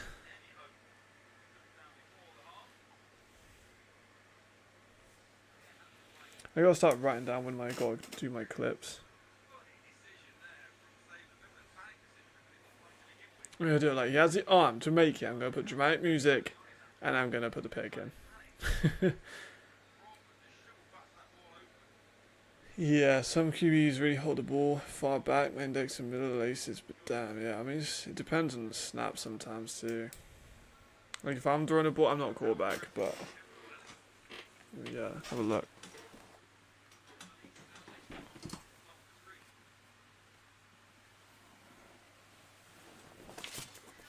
Like, I'm not a quarterback. The way that I've always seen them is like 2 hands on the laces, but again, I'm not a quarterback, so you can ask a real quarterback. The way that I've always seen it is like that. 2 fingers there, finger here for support. But I'm not a quarterback because you can. It's firm. It's not going to come out. You still got the full throw motion. You still got the thumb engaged. But again, this ball's flat and old. But shout out Europe's elite.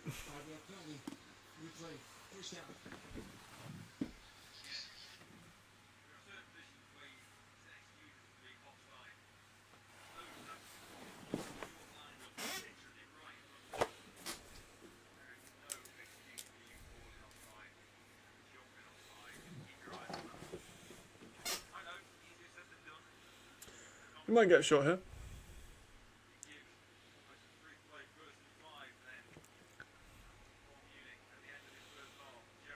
He's going to hit the middle of the field. Picked off again! Jeffrey's kind of playing shit, I can't lie. The stuff that I've seen. 2 picks. Wow. Wow. It's the end of the first half and a TV timeout. Damn, bro.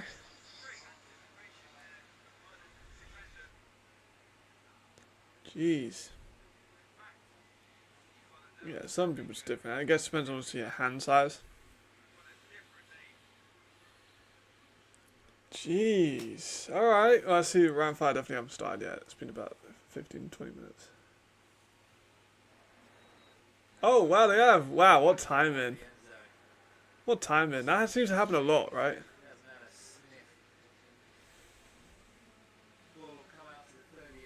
That was such good timing. That seems to happen every stream. We get quite lucky with that. Right, so 21-0.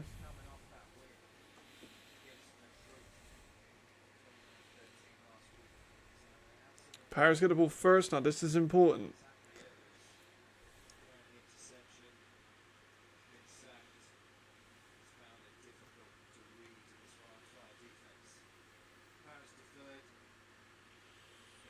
In a different world, they make that field goal, get a touchdown that last drive, get the ball at half, and could be on the way for a comeback.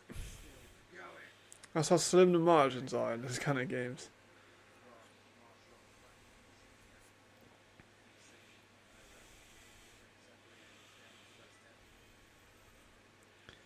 I think if Bijan wasn't doing so well, someone like Raheem Wilson or Franklin might be in line for like the mid-season Player of the Year award.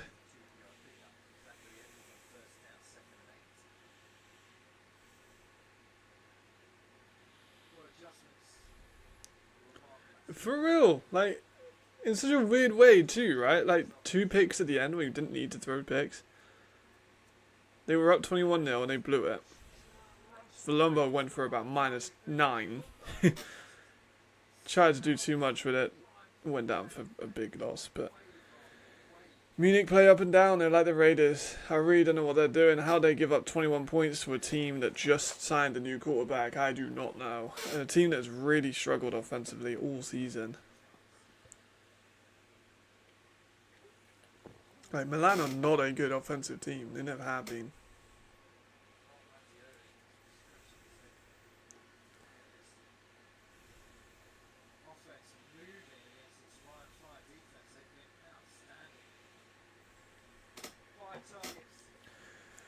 Third and 15.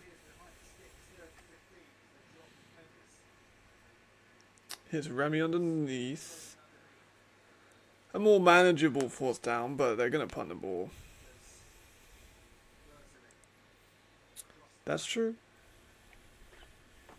That's true. That's true. I do still feel like the Mercs have a better offense than Milan now. I'm just saying. Like, I like the Mercs offense when it has a good offensive coordinator. Like, it's had a good offensive coordinator after the last couple of games. It's just the offensive line is awful. And the running game hasn't got started at all.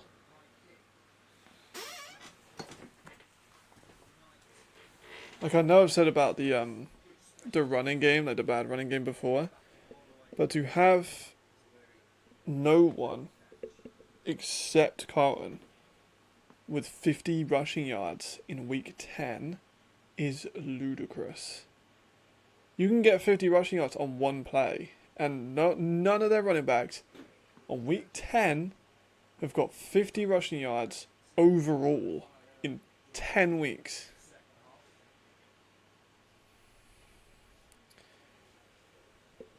Yeah, like, but Milan are just bad. Like, I don't know what the fuck they're doing.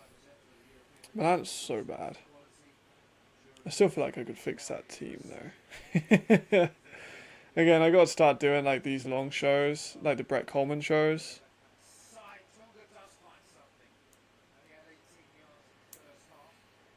But I really just don't know how to format it. Maybe like this, or have me on the side and the run it like the positions here could work.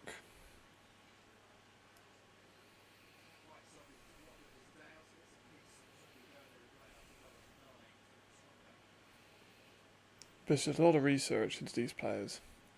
I don't want to talk about all of them, because like it'll be really boring just to hear me say, oh, he's pretty good, he's fast, he's got good deep threat potential, he's got nice hands, stretches the field. Yeah, next guy.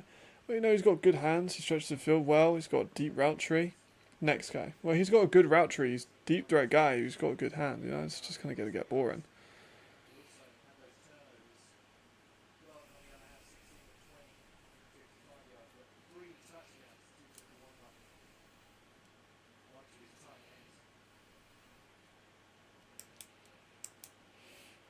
Oh no. Raji. No. No. Everyone hates that. No one wants to see Raji come off hurt. Thoughts on the lower teams embracing wing T triple options? It's I mean, it's a passing league, isn't it? Like, football has been a passing league for a while. Like, it could work with the right scheme, the right playbook, the right players. Like, it definitely could work. You'd have to just really commit to it. If it didn't work, it really wouldn't work. You have to get good blockers as well. Ooh.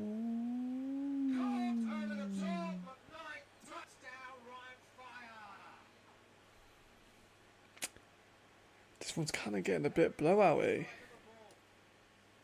Kind of getting a bit blowout-y, you know. I really thought this would be closer. I'm not sad. I'm a little bit sad. A little bit sad. I like Zach a lot. I like a lot of the Paris team. I'm a little bit sad. I love JJ. JJ won't watch this, but like, did a fucking bang up job. He looks incredible. But I'm a little bit sad. I thought it'd be a bit more competitive. Yeah, Kenny Ferret. So, I've watched tape with Jadrian on Kenny Ferret. So I'm not surprised he's gone after him. I shall not reveal the stuff we talked about in our film study together, but it is no surprise to me that he's gone deep on Kenny Ferret.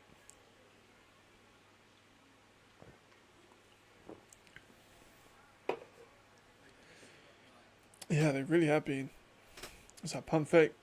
See, that's why he's got 99 and like 97, 98 accuracy on College Football 25. If you want to check out College Football 25 and look at the custom teams for the ELF 4 down fiascos, you fucking dude. Yeah, it's just a good point. It's just college football's so much more broad. There's like hundreds of college football teams. There's only 17 of us, you know. And you also have to play to win your division. Like, you cannot, you know, that's ultimately how you win your division, is you have to play for it. Nah, rugby style wouldn't work, bro. If you start lateral and shit, that would fucking go terrible. Plus, not a lot of countries play rugby in Europe. Like, in Europe, you've got France, England, Scotland, like, GB in general would play a lot of rugby, obviously. France, Italy aren't very good at it. Germany don't play rugby. Austria don't play rugby. Sweden don't play rugby. Spain don't play rugby, you know. I don't think that would work very well.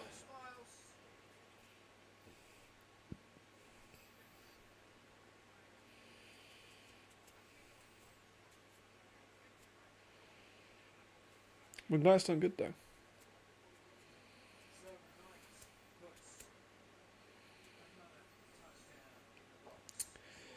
Such a shame though that Paris are playing so poorly, man. Yeah, Austria has a rugby league, but it's not the same as UK. I know a lot of teams play rugby, but like, you look at the world champions, it's England, it's Wales, it's Ireland, it's Scotland, it's New Zealand, it's South Africa.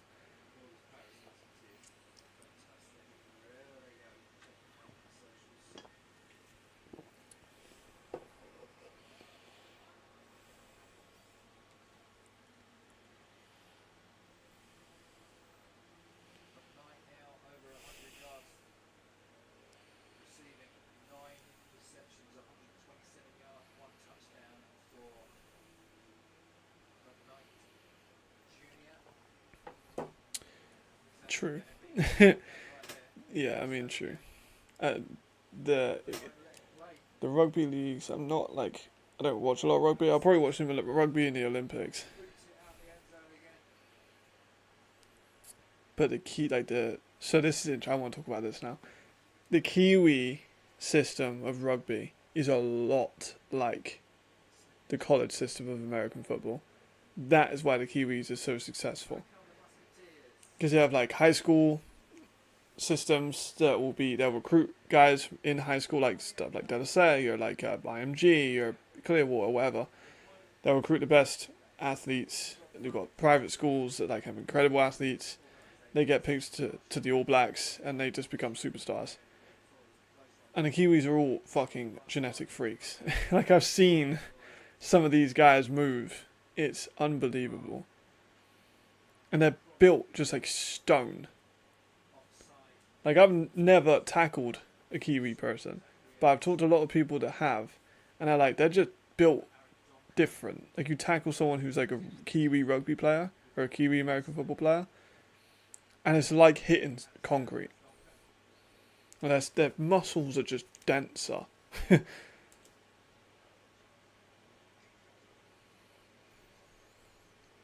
mean, Army run a lot of that, right? Army run like triple options and just run down your throat. I mean, it could work, but maybe you have to invest on 2 really good running backs. Maybe the Raiders have done a, not like they have done that, but I think that's probably the closest we have is the Raiders.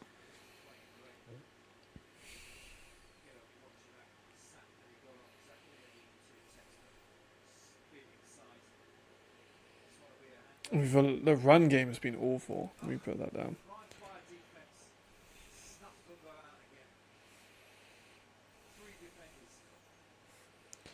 Run game has been poor.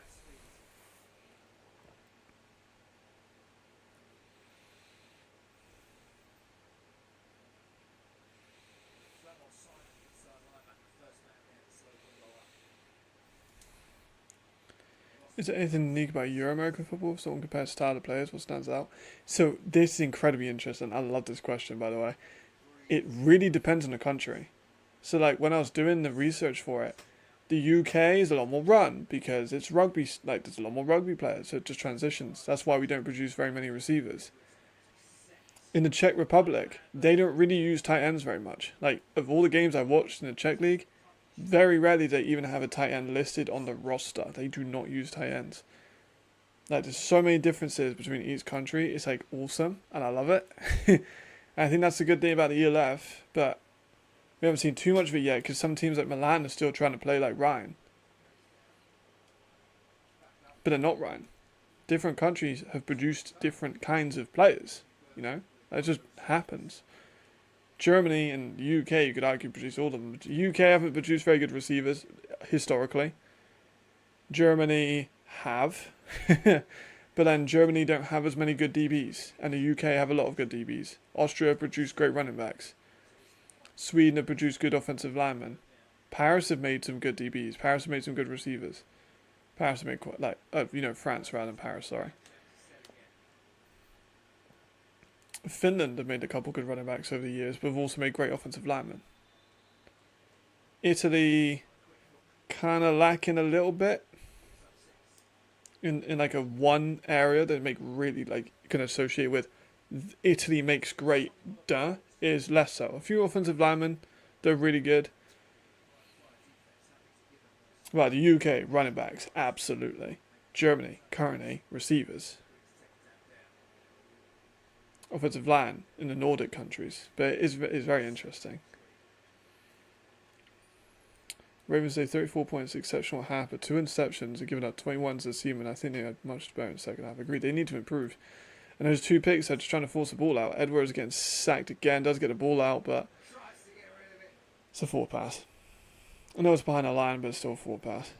Exactly, the Army. I just watched a clip of that yesterday. Must have influenced my thought this morning, potentially, yeah. I mean, I don't watch much college football because it's on it. I watched a little bit more this season, like the season just gone. I watched a little bit more of it.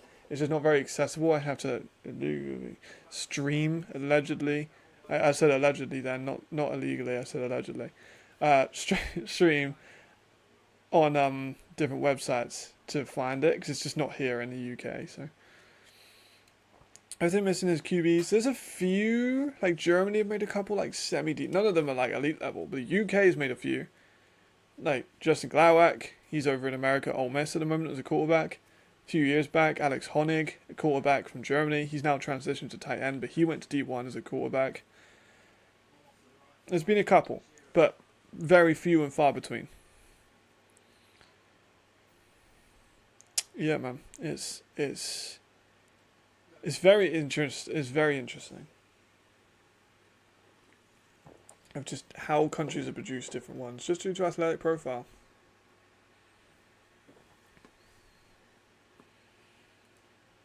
Like Germany have made pretty much good everything because their league is better. They have more fanfare. They have actual like 9 divisions of the GFL. So there's just a lot more talent in the country. And also, the UK has a second sport, which is rugby.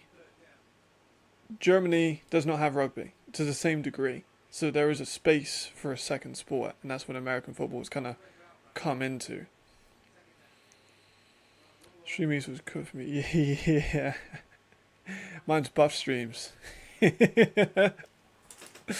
Crack stream as well. There's a few that some people use. Some, not me, but some people use. I watched what I could, but... Hey, what's up, Ricardo? Talk about the ladies' game just a minute ago. The Raiders getting a current win. There's Edwards for a good gain on a run. Still going. Probably got about 8 or 9 out of it. Chat is on the screen. I don't know how it looks. It might look awful, but chat is on the screen. I don't know if that's like covering it, unless you vote on it. I don't know if it looks bad. If it looks bad, I can take it off. Yeah, bonk. I'm not sure what it is, but it's a sponsor. Yes, Czech has made a lot of good receivers. Yeah, I've made some good receivers. Couple running backs. Yeah, that's right. Receivers is probably the best one I have. Redeem, Lucas Cadlets, Josef Shinotta. I don't know. I mean, like, I could just end the poll. We'll just end the poll. Let's see if that comes up. Does that come up? Here's a start. Oh, there we go. That should just be better, right? There we are. There you go. That works. I thought it would go away if you voted on it, but I don't know. But if this looks fine anyway, right? It looks fine.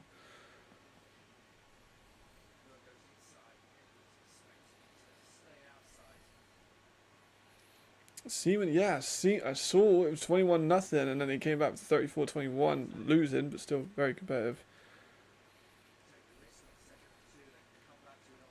Yeah, I'm not playing with a lot of space. That's the only thing. Because I got all the games on the on one side of it.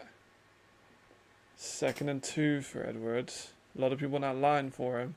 They're going to run with Lumbo. He got stuffed again. The running game has been non-existent.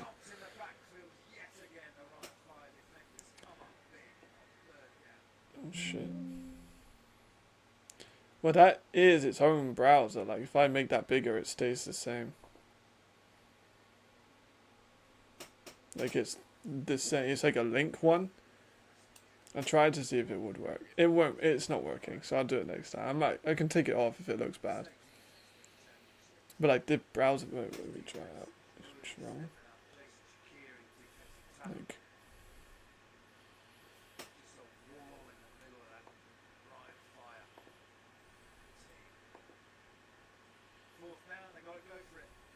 Why is it doing that?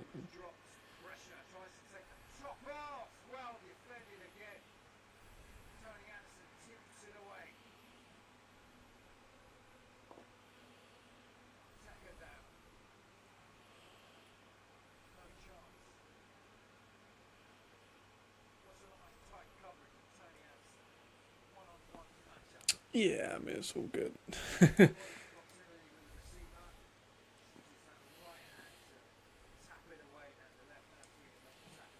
I can always adjust it at some point.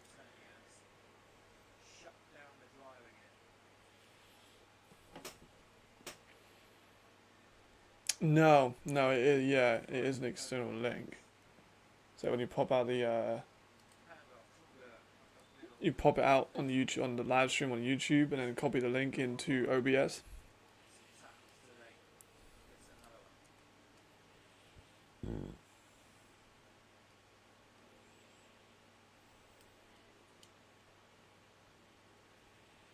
But I got nothing on that one.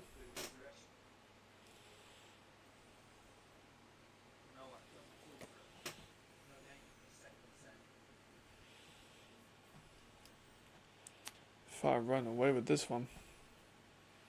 I don't think they're done either. I mean, third and probably 10, third and 11. There's nothing on there for them there.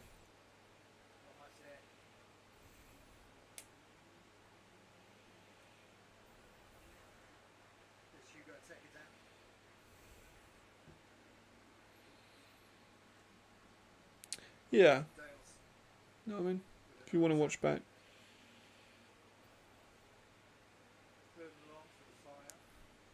We're developing every time. Now, I've got rid of the 2-game ones or the 1-game one, and we've added all of them just so I go back and forth.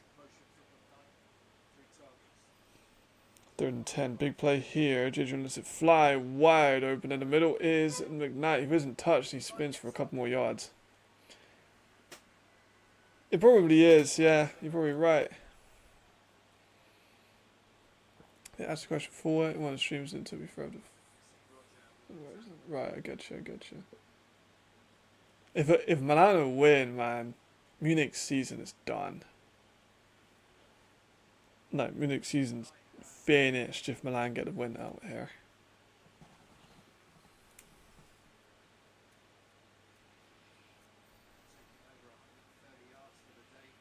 But also kind of just want to see how good Jadrian does. I got Jadrian at 4. Like, Jadrian could go 400 yards. And Haaland and McKnight have been awesome. There goes Glenn. Glenn hasn't scored today, right? Yeah, maybe I should use Streamlabs. I'll experiment with it tomorrow. Maybe.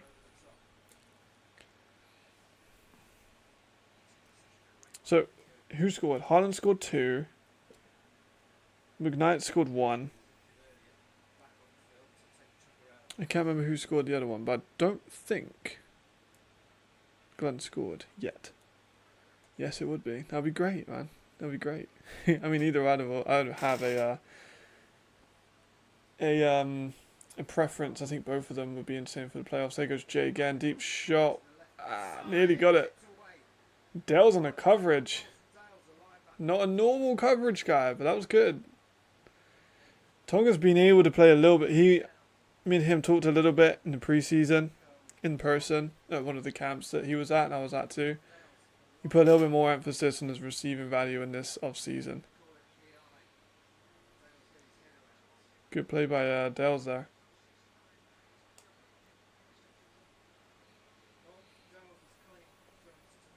Yeah, Dales was definitely clean there. Just the receiver from the far, Justin. Schleininger? Yeah, I don't know. I'm not sure if he's injured. We don't have like an IR report. I wish we had an IR report in the ELF. I think that would be fun. Or, not fun, but you get what I mean. Intriguing to the league to have that. He hasn't played, so I'm assuming so.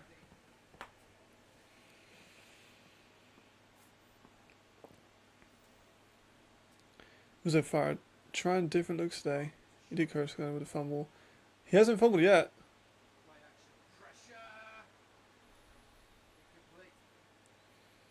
He hurt his hand, but he hasn't fumbled yet. But Paris have. And I said they have fumbled quite a lot of times. They fumbled a few times in Frankfurt. That was the big ones. But Fire have been a lot more passing today. Yeah, exactly.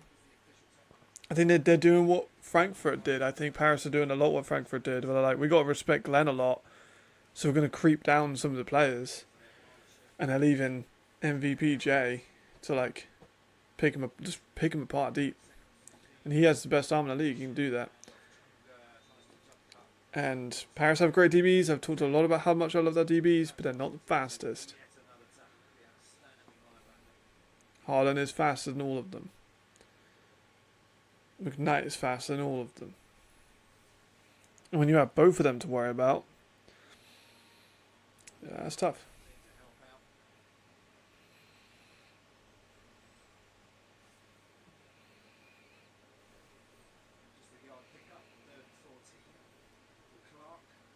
Third and 14. Clock continues to tick. That's what the Lion Fire most care about right now. Is running time off. So out. Ah, not the best passes. 19 complete. Not the best, I won't lie. Motion. 4th and 14 are in field goal range. Makes watching tape and taking notes much more difficult. Are we playing a fire this week or last week? Yeah, exactly. Like, having that much of an unpredictable offense where you potentially, arguably, have 2 MVPs in the backfield that can both hurt you is wild. It's a dynamic we've never seen from an offense in the ELF before. Obviously, Madre didn't stay for a whole year. Shelton retired immediately after winning.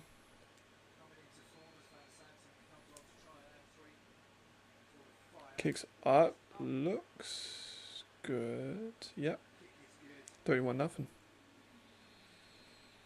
31-0. And you know people are going to be in the comment section of this one chatting, man, I need to make the league more competitive. But, like, this is a 6-1 Paris team. I'm interested in what they saw on tape. Like, this first game was really close.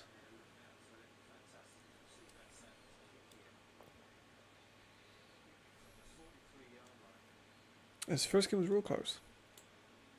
And they have a kicker. Van Statten's a good kicker. 55 yards.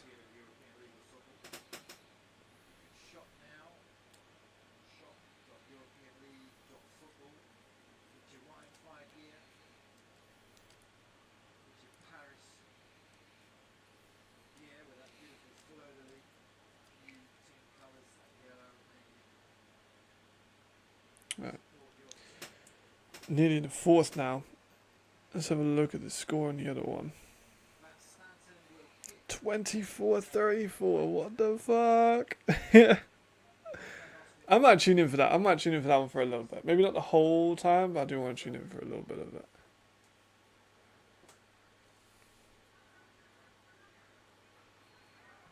it. So Milan get the ball back now with a chance to make it 31-34. It's going to be a long drive though.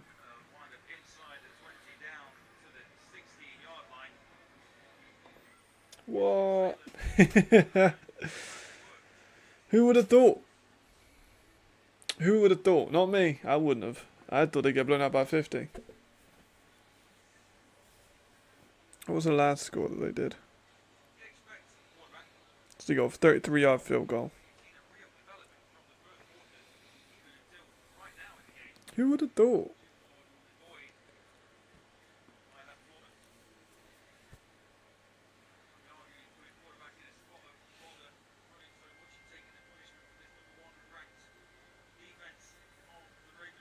Yeah, I mean, they're saying about the punishment he's been taken.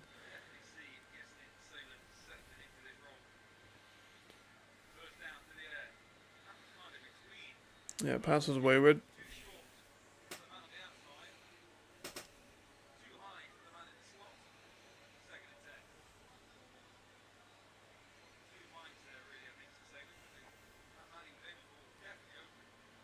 I mean, his Flores Calderon's open quite a lot.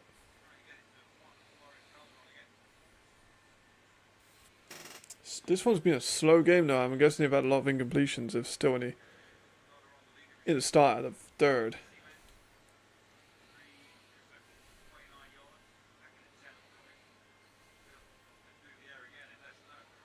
There goes sad. Let me get sad. Maybe I've cursed them again. I don't think they're going to be able to do much out of this. It was just immediately on, like 5 different Ravens players. I mean, Milano still do not have a very good offensive line.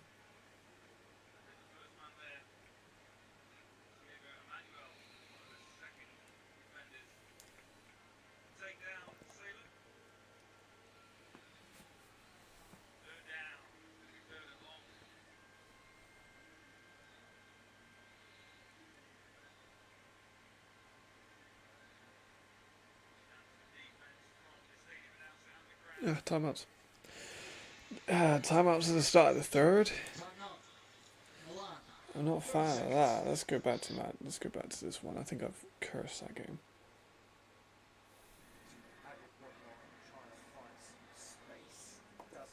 That game seems slow, very slow.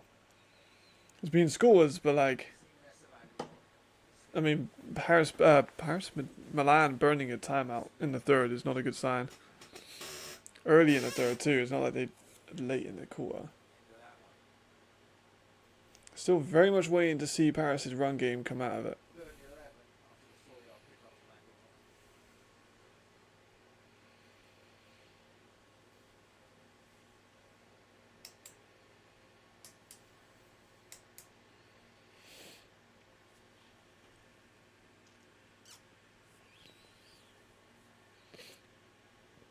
Third and 11.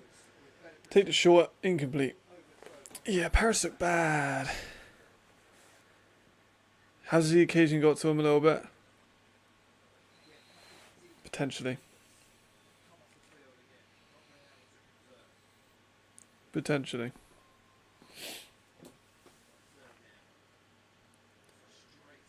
Because it has been, it's been all Ryan. Like, Paris, I don't think have really had much of a chance.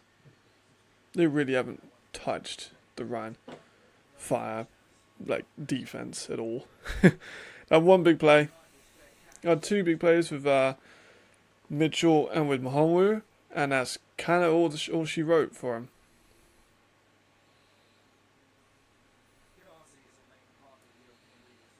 That's as far as they've gotten.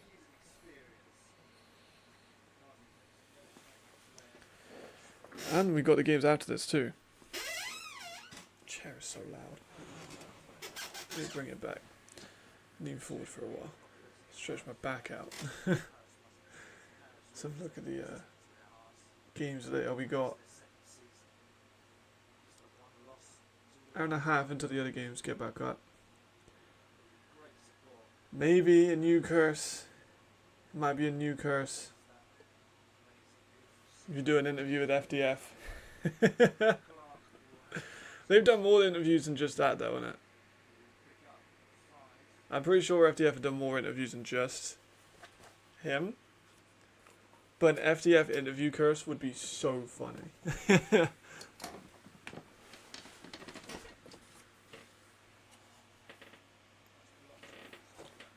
They're going to try and drown this one out. They've already got more than enough points.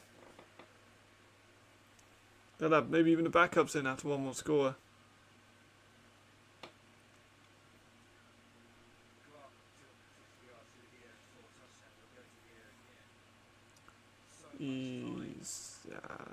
Did you catch that?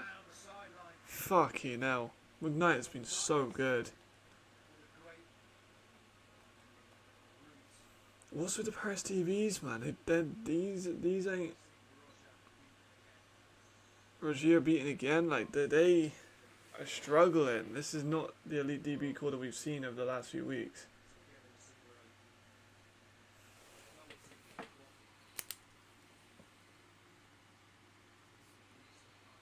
Not the elite DB core.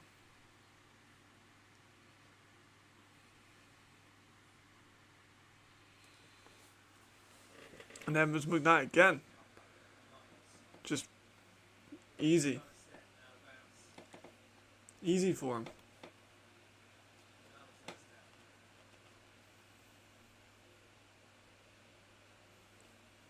I don't know why Marcelo isn't closing that distance. He needs to close that distance. He's too good for that. Like, look, he's just letting him get yards.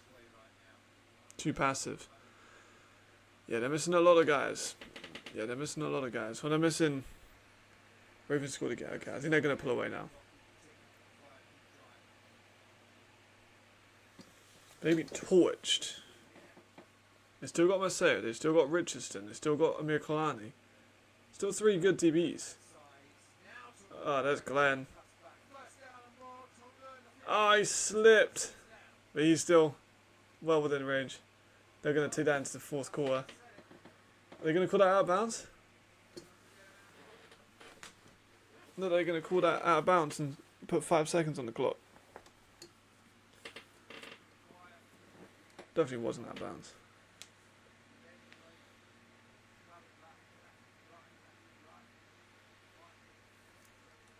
Yeah, I mean, shit. Yeah, one more player out of the quarter. We'll switch over to the Milan game. Oh no, they've done it already. Cool. Let's have a look.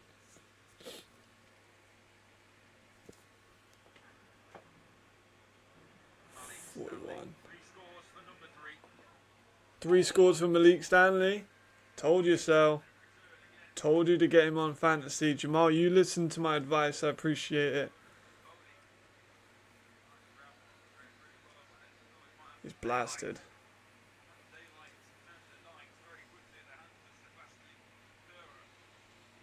It was a good pickup. You got Malik Stanley. Very good pickup, I dare say. And I said get Ben Holmes, and that was a good pick too. Kind of all my fantasy advice is banging. I didn't even play fantasy football, but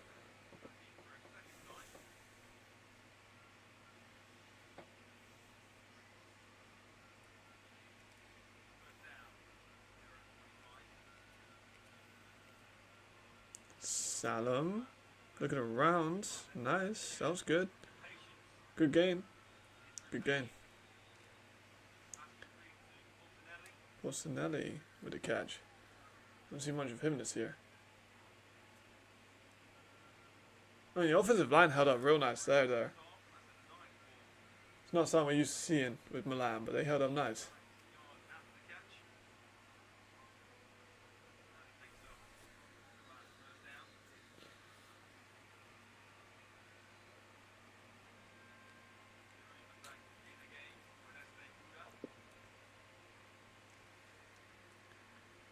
Seems like a okay. Kind of a dime.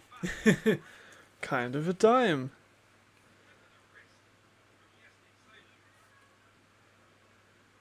That was more accurate than I thought.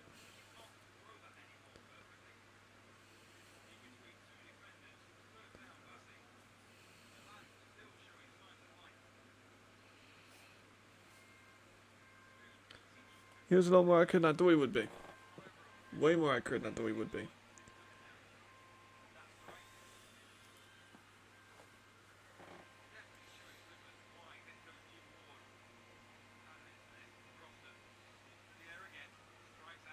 Alright, let me very quickly check back with Ryan. Because they were like on the goal line.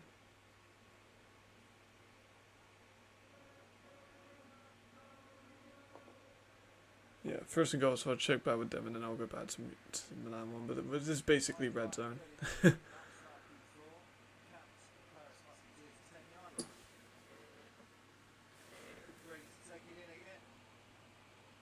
Glenn going for a nice one. Ah, he's so close. So close. They really do. I mean, they're only at, they're up nearly 20 plus. They might get a big play in the defense and get up there that much. I feel like they are going to pull away. I feel like it's kind of only a matter of time, but maybe I'm sleeping on Milan.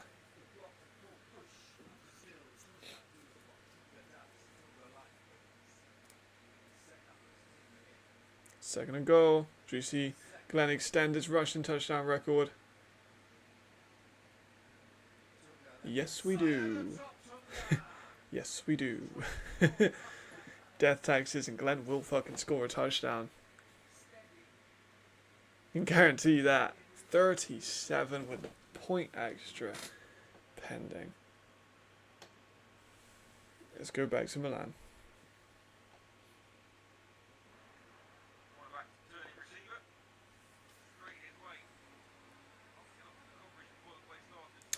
They got Westfall playing a receiver now. Yeah, man, they're killers. They are killers.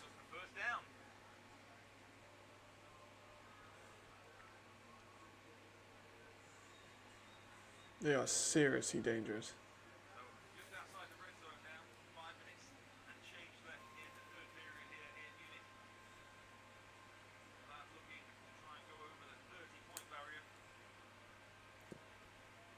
There you go, again, QB draw. Yeah, they got nothing. Hey, Ryan are a seriously talented team. They got depth everywhere. They've got Haaland back, who is just the key to their offense. Jadrian looks back to MVP form. McKnight looks awesome. Glenn's Glenn. Offensive line looks more like intact. They're just picking Paris apart.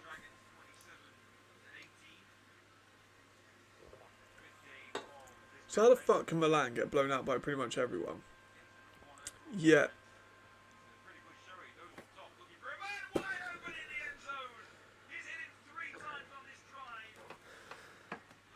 You confuse me, Milan. You confuse me. You're not really meant to be in this game.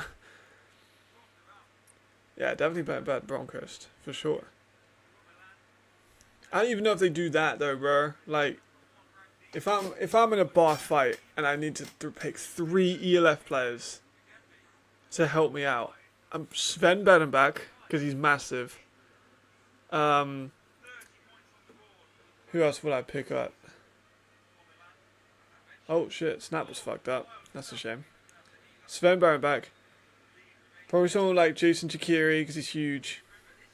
I don't know if he's overly aggressive and I don't know him that much, but like brother is big and gets after the fucking ball. So I want him on my fight team. And then I need like a quicker, faster. So I maybe pick someone like McKnight or Kofi. Or even Glenn. Yeah, oh yeah, Kitchens might be that guy too, but Sven's got to be on that roster. Like, have you seen the size of that man? Or Milanovic over in Vienna also could be someone. Raji could be a guy. I think Sven, Alexander. Tough one. Maybe Raji. I feel like I got to pick someone in a different team. AJ. Alright, yeah. And Kitchens maybe too, yeah. So Sven, Kitchens, Alexander, Glenn, AJ. There's a lot of guys. Yeah, I think it will immediate. Like the Battered Bastards, the Irish graphic designer, he's fucking awesome.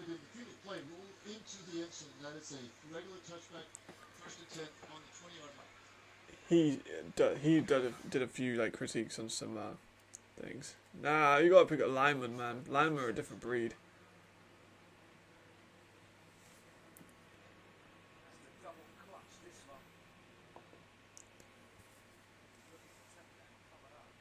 It's a great job by LaRose.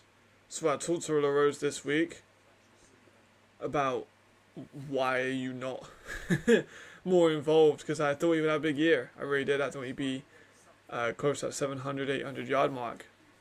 And he got injured, which is a shame. So he's been dealing with a lot of injuries this year. There's one now.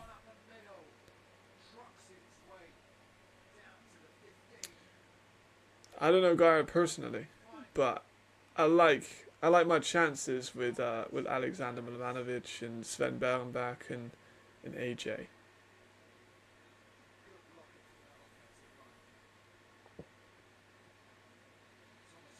Maybe Reese is a savage. Yeah, Reese Horn's a savage. Gotta pick someone like Florida Man in there too. I'm not sure how many players are in that league are from Florida.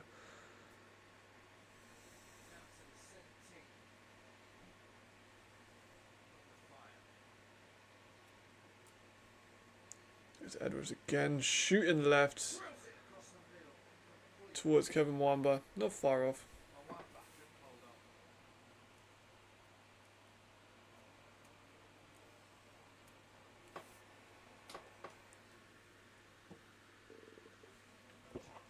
I think Raji would be a good pick, but Raji's maybe too big. Oh yeah, Glenn. I mean, you've seen him play ball. And Glenn's from London. I don't want to be stereotypical and say about London people, but Glenn's from London. I met a lot of London people that are ready to drop the gloves as soon as needs be. London people don't fuck about. Good catch, but dragged down. Third down. You left fight league. European League fighting, you know what I mean? European League of fighting.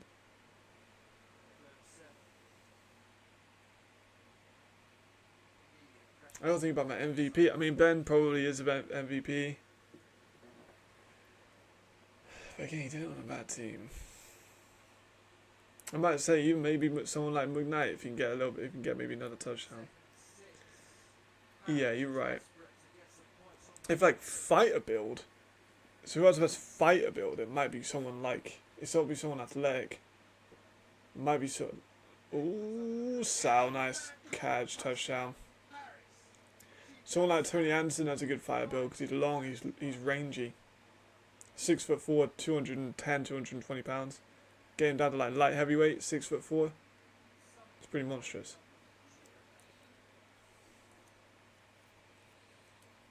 So that's why I love like athletics, and I would love MMA. I watch so much MMA because the body types are just so different between sports. Like rugby players, they're about the same weight as American football players, but they're just so differently built.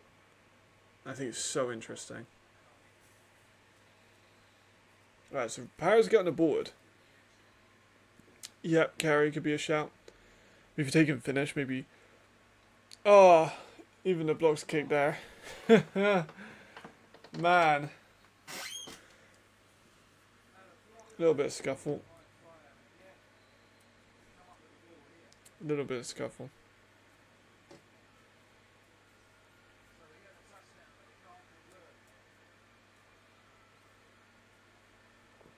Who's your guys' MVP of the week so far? I mean, we got a couple games to go, but Ben Holmes is probably up there. Matt Cole, you could argue, he had a good. Then again, didn't get many yards. Let me have a look at some of these stats, just in case I'm forgetting someone. But he had thrown his Panthers game. Adams, maybe. Yeah, 124 and 2 is pretty good.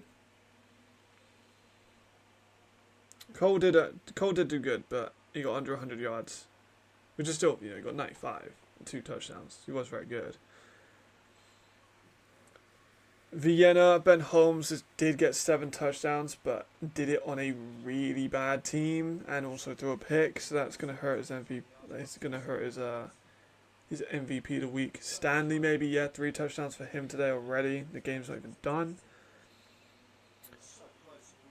Someone like Raheem Wilson in Stuttgart, he got 2 interceptions. Again, Dragons, so gotta take it with a grain of salt. The Cologne game, I don't think anyone really stuck out to me as an MVP.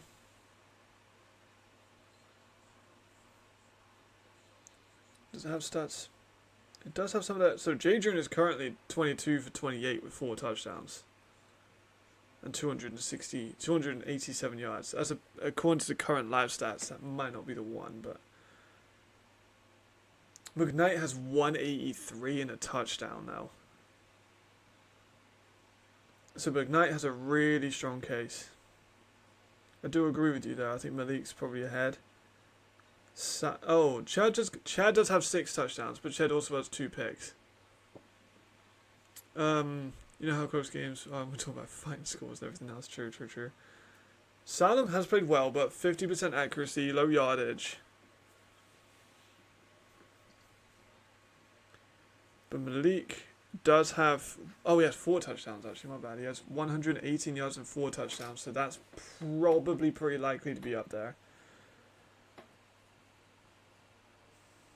And then obviously the games later, but currently I think probably Malik Stanley, Ben Holmes, and McKnight are my top 3. Yeah, true. Yeah, exactly. That's why I'm hesitant to put Holmes in. I know he got 7 touchdowns, incredibly impressive, but Prague are terrible defensively.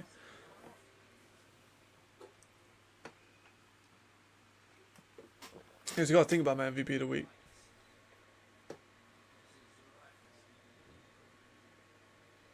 Because someone in the league was like, I think you should start, maybe not reading off stats as much and give a bit more insight. I was like, yeah, I mean, it's tough though. Because I would love to go on like 20-minute tirades about my favourite players. But when we are doing ELF Live, we have a certain amount of time, like an hour or so. And each game, we got sum it up in about 6-7 minutes, and obviously both of us have to give our thoughts. So I get about 3 minutes to talk about the game, so I kind of keep it cliff notes. The stats are kind of one of the easier ways to put across how dominant the team was. Yeah, so Jadrian's out. Jadrian's not going to play the fourth quarter or last 11 minutes. Backups in as well is wild.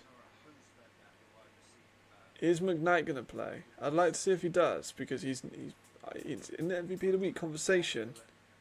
It's going to be hard to go. Oh my god.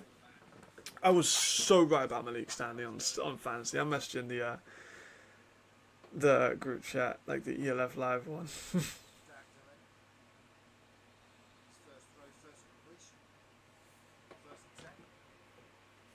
Nice run by Alexander up the middle.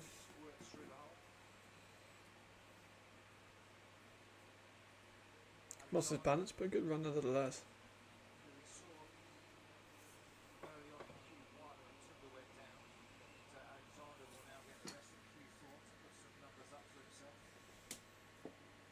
Yeah, but it's going to be a light fourth. I think we'll see a lot of running now. We switch over to our boys in Munich. And my mum's a Munich Ravens fan. In case some of the people that are new to the channel don't know about the lore, my mum is a Munich Ravens fan. She's a mega casual. She has no idea what's going on in any of the games. But she liked the Ravens. She liked the uniforms.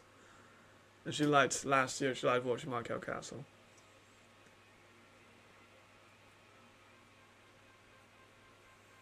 Is Salem going deep again, and it's picked again. There he goes.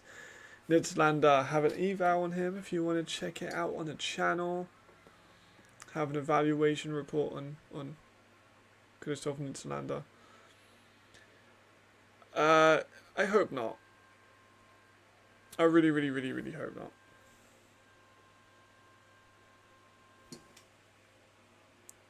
So Jamal just messaged me about the his fantasy team. I really hope they don't. You know, Barcelona are in a very difficult situation. It'd be great if we get to keep him. You know, if we don't, then hopefully we get someone else to bring in as a replacement. I know people have been talking a lot about London. I don't think that's going to happen. People have talked a lot about Amsterdam. People have talked a lot about Copenhagen. People have talked a lot about Stockholm. Like, people talk a lot about third Austrian team. Like, there is absolutely room for development and expansion. I just think they need to do it slower. In my opinion, some of the expansion was quite quick. But I mean, it's worked alright. Like, some of the expansion team, Munich have been a really good expansion team. Madrid have been a really good expansion team. So you never know. And we got what, 1 hour? Yeah, until the other game.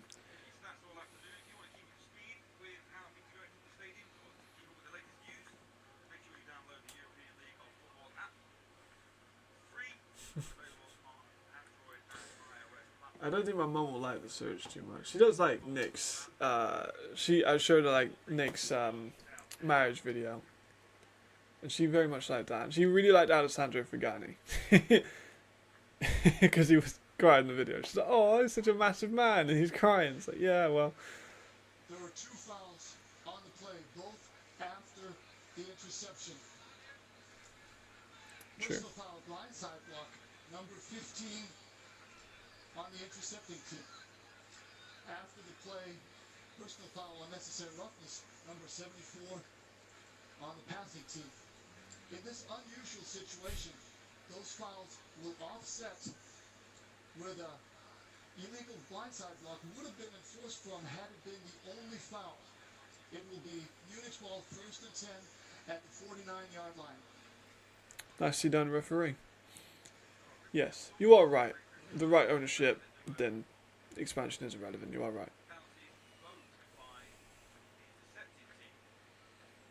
I'm messaging it Sandra after this game. I'll be like, good job.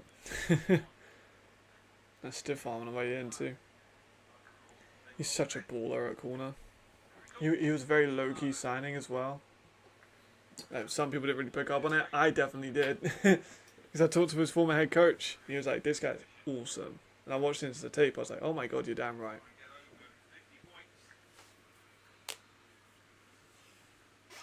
Also going to get some biscuits just over there off screen. But I'm going to go get them because I'm kind of hungry. Getting spammed by fucking Europe's elite chats. Dude, leave me alone.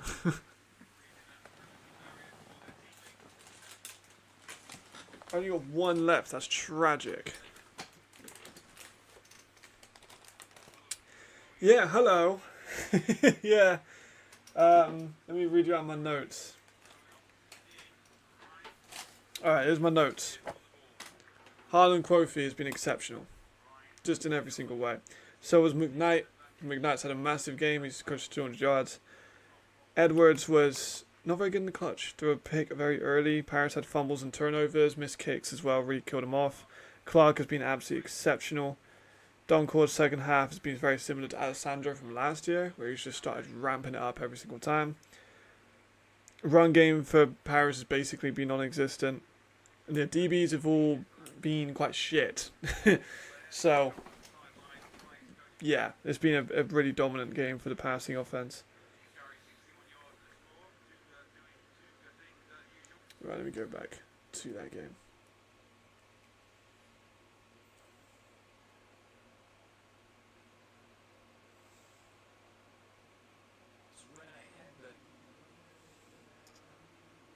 I mean, it's a bit much, isn't it? Like,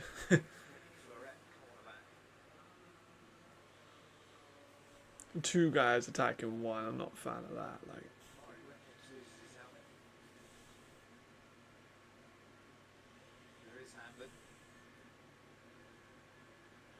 it's not Hanben though, is it? It's Hassan.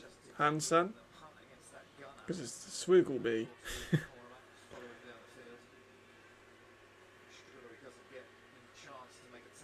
Yeah, I mean, that's fine, but you can't just fucking attack people like 2v1. Like.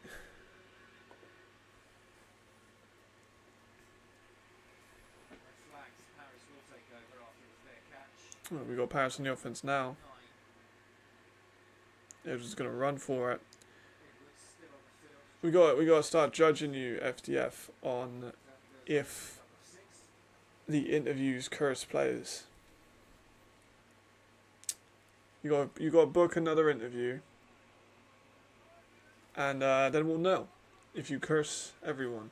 An FDF curse might be nasty work. It'd be sad, but.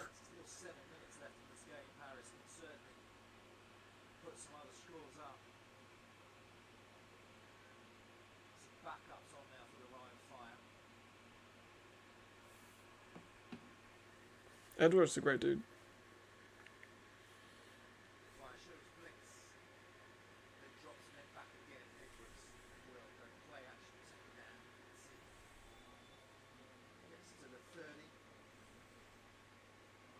It's progress. Progress.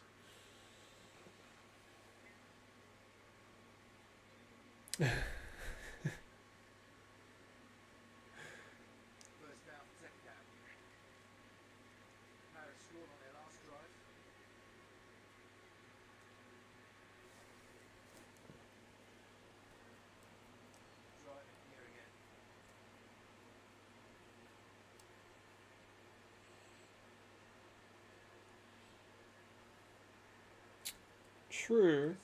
But no, Aiken got hurt though. Aiken is now on IR. I'm just saying. Aiken is now on IR. More scuffles.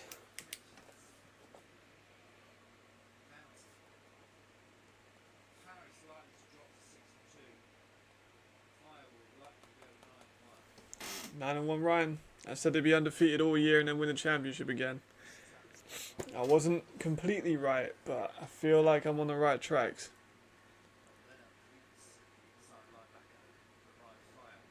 Paris again, a lot very scuffly, and yeah, it's kind of hard to defend it when you're getting fucked 38-6.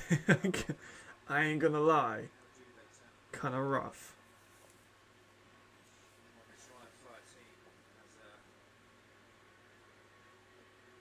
Flags. Ooh. They got the game. Let's move back to the other one.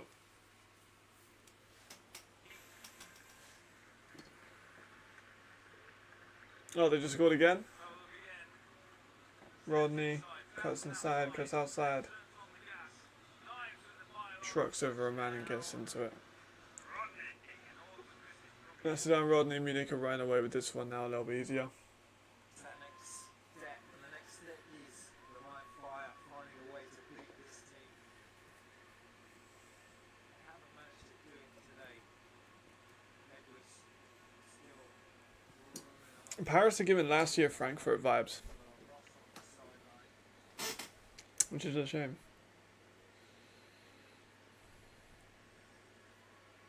Yeah, exactly. Exactly. You have to feel like the right fire Of the hands of the rose. to this game. Game plan for right fire. Spot on. Hughes exactly Edwards with the right shifts from the defence. Third and 14, 5 minutes, 22 seconds left of the game. This Augmon gets a decent gain out of it, makes it more manageable fourth. I'm thinking they're probably going to punt this away.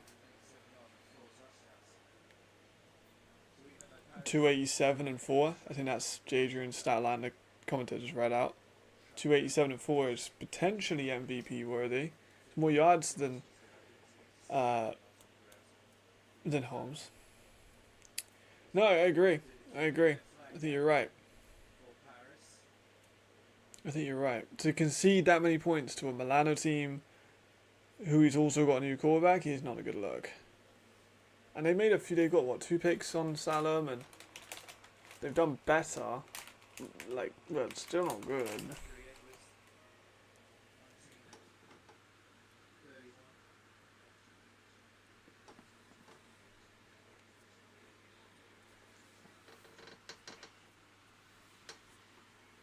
He's got his own sportsmanlike conduct, made it a 4th and 4 to like a 4th and 15. It's on Prague, bro. And he threw a pick. His yards were bad too. They didn't have as many yards for 7 touchdowns. It kind of sounds like I'm a Ben Holmes hater. But his stats are massively padded. I'm going to be real. He's playing in Throners and Prague. Twice each. Yeah. People can't hold the temper, they got to take out.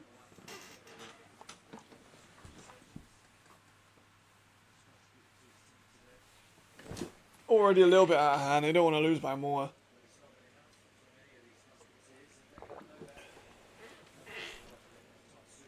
Yeah, 7 touchdowns is great. But it is on Prague.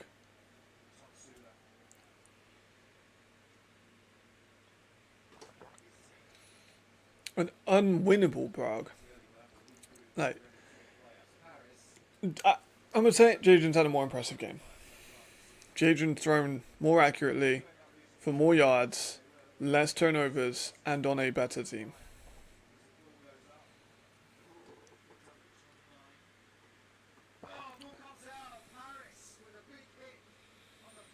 That was good though.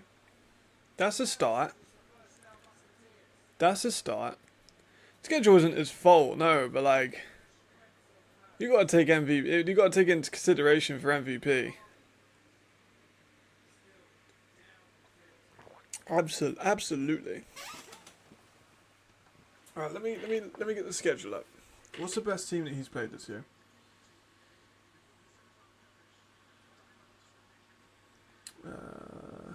Yeah, no, while they do the injury timeout, we'll go over to this game.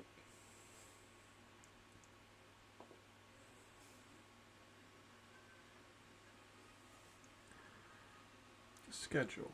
Right, so they beat Internals, yes. They beat the Raiders. The Raiders is probably the best game so far in terms of quality of opponent.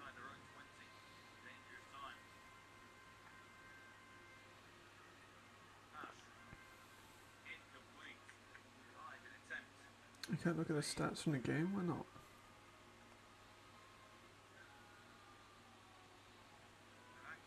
Holmes is a touch over 60%. But I want to look at the actual stats of... I've watched every game of the league so far. That's my job, man. I work at ELF Live and I watch every single game. Berlin are worse than the Raiders, in my opinion. Exactly. I'm just saying, like... I'm just saying. Against a team that isn't considered elite. So against the against the Raiders, he went... That's another pick. Here comes Munich now, taking control. So against the Raiders, he was 14 for 31 for 157 yards, 1 touchdown, no picks, and 24 rushing yards. Not good.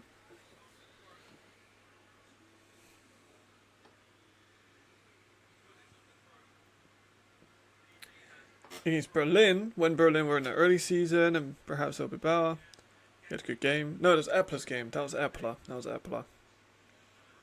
So we can't take credit for that one.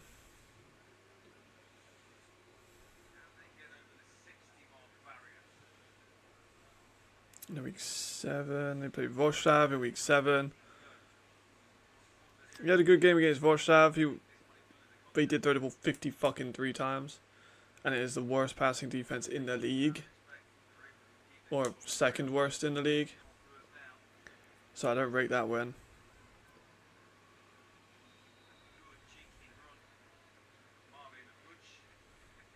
And he just hasn't done it. Like, he just hasn't done it.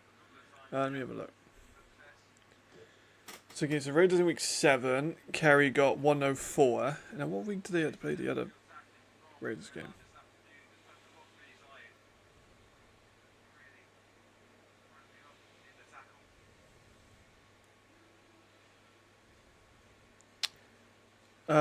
Kerry did not play well in the first one. So Holmes did good in the first game against the Raiders, but only threw for 179 yards. Got 3 touchdowns, but only 100 and so yards. Yeah, Stanley again. Stanley's the MVP. Like, I'm not saying Ben Holmes is bad. I don't want to get it twisted. Ben Holmes made some really good throws. I've been watching a lot of Torre tape. So I've seen throws that he can make. I have also seen throws that he can make. And makes them poorly. Like sometimes Torres reaching for the fucking ball when he's wide open. And he shouldn't be reaching for it. He throws a pick. Every time, before he gets started, he throws a pick. Happened in the last like 3 or 4 games. Fucking lineman pass. Go, get it, jump. Oh, yes. Big man touchdown. Got it, Brandt with a big man touchdown. Fuck yes. Everyone loves big man touchdowns. That's awesome. We love to see that.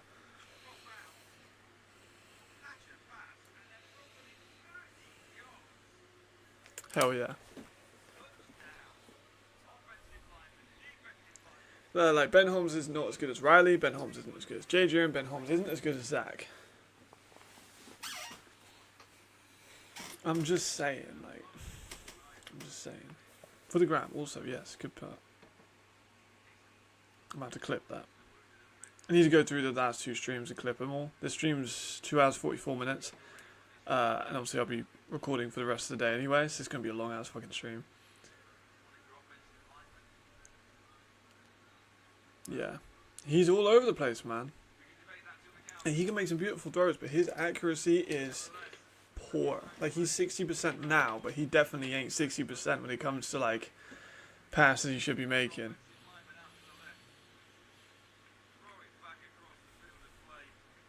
He's not stepped up to these big games. We'll see how he does in these big games when he hits the playoffs. And I have a sneaky suspicion he ain't going to do great. I think so. If not, the Discord is in the link in the description. But I think everyone here is on the Discord, pretty sure. That's why I changed the title. So I put ELF co-host in it, because it's true. And it might get a few more people in.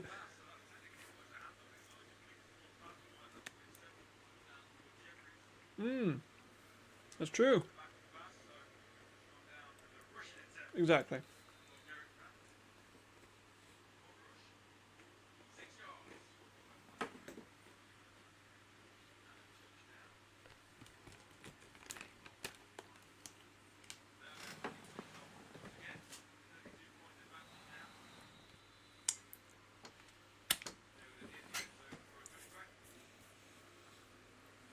You need to see him step up.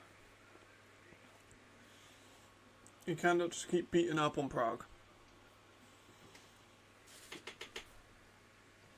Like when they played Prague the first time, they played him early.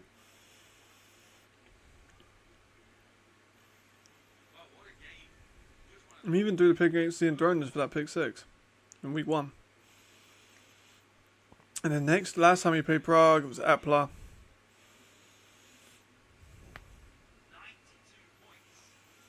I don't know, not for me, man, not for me. Who's he got next week? And he got Helvetic next week.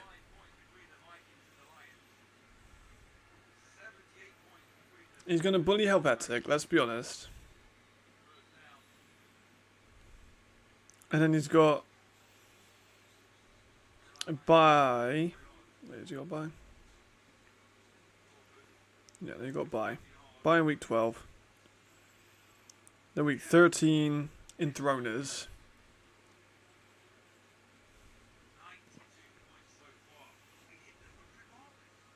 Yeah, so he has the Enthroners and the Mercs left. Like, come on. He'll have some of the best numbers. He'll have some of the best stats. Being the best quarterback.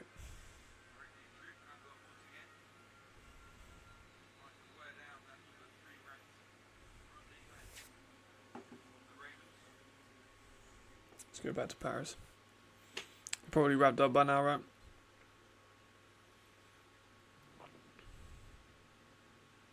Paris will come out of this game as the celebration's gone on the other side. I don't have to be able to face Berlin's Thunder this game.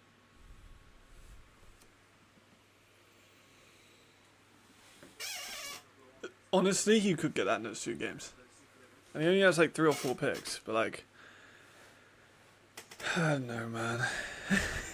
It's a classic tale of like stats don't tell the whole story.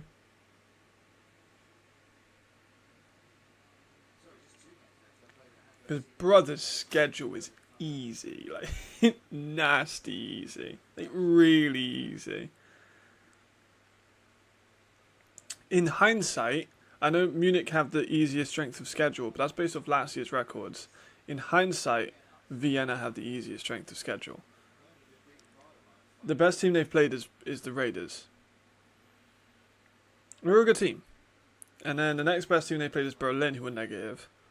They played one positive team this year. One positive team. That's kind of mad, right?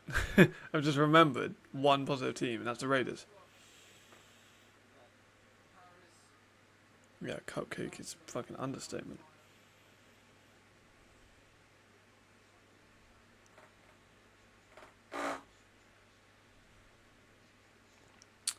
Looks like this one's getting to a slow ending because of penalties.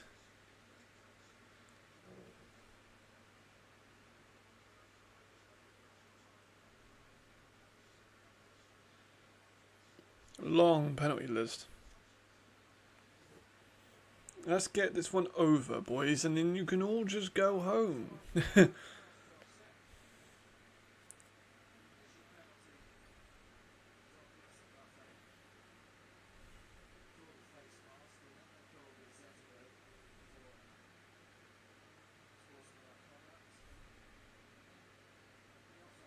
Shall do. We had history last year. They didn't like each other last year.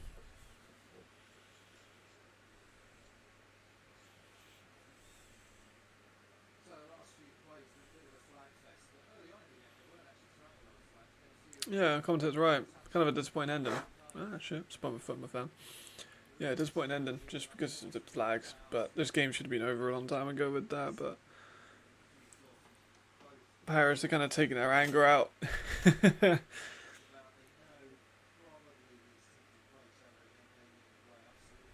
Yeah, probably will see this in the playoffs. But Paris have got a lot of tape on Ryan. They can make the like Ryan have clearly made a lot of adjustments.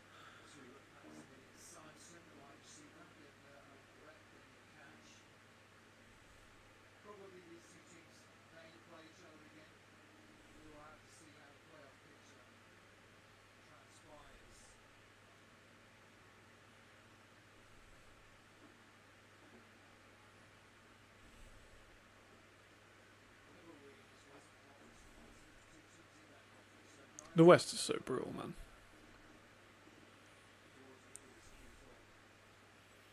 People gonna moan, no. People gonna moan. Dynasties happen in all sports, man. Is it ready to call it a dynasty? Probably, but it probably is going to be a dynasty.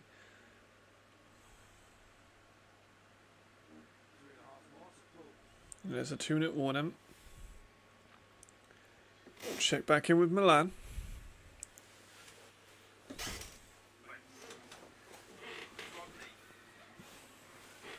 We might do a player rating, maybe in the meantime. 16 yards of offense. But who could I do a player rating? McKnight, maybe. Did Haaland. I could do McKnight. Probably. I think I could do McKnight. He'll be higher rated. Very few areas of Or maybe I do, I've done Glenn, I've done Jadrian. True. I think they're on their way to a dynasty. Probably it's a bit too early to call them out now, but Number 98, defense. 5-yard penalty. Second down. I mean last year Paris were meant to be really good and Ryan beat the shit out of them both times. And Paris were like disappointing last year. They put it a lot together this year.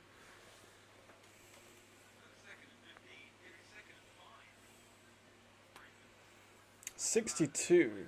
Yeah, 92 points is wild, but you would expect Munich to be a little bit more stable than this. Malik's been a baller. I could do Malik actually. But we got the Ravens. We got the Ravens. Don't we have FDF? We got the Ravens. Malik's, spoiler alert, Malik's going to be 90 plus rated. Malik's going to be one of the highest rated receivers in the game.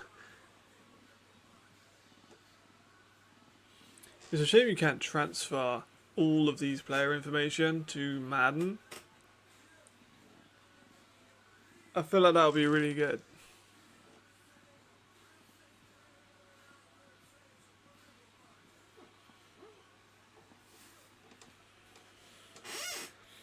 I agree. I think they should too, hypothetically. On paper they should. They were beating him up last game, it's just Luke threw 2 picks and 2 fumbles, had 2 fumbles.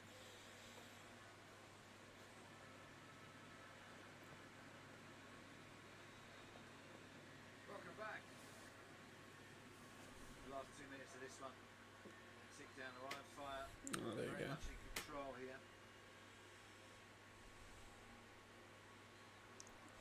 Dick Delan will take a shot. Good shot deep, but nothing on it, nothing on it. Trying to get the Holt cut. Skim back. Oh yeah, good point. the offense in general. I'm sure we'll get too thrilled with the defense. I mean, you probably could just put like blue sleeves. I know it'd be a bit like but or maybe put a PNG like a sponsorship and just make it the Baravian checkers.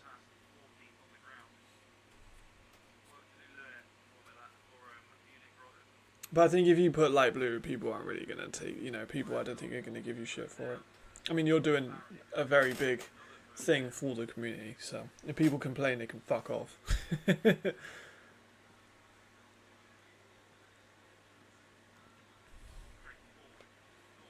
Who can I do instead?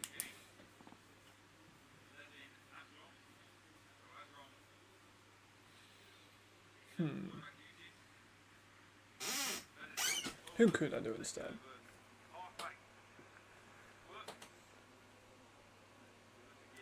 Maybe Patterson or Madrid and Obi. Ah, light work. Yeah, it is a little bit Maryland. It's the Baravian flag.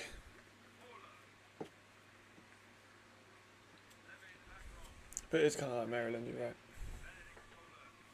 Same style. It's probably Maryland's probably influenced by it, to be honest. Let's pull her. Another backup running backs, even he's getting involved. They're gonna score 6. Nice. Nice. Not 100 points there. Could do Torre. I think I have though. No, I haven't done. No, I don't think I have. I could do Torre.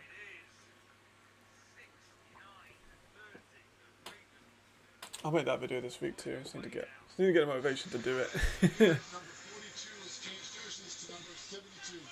The try is good.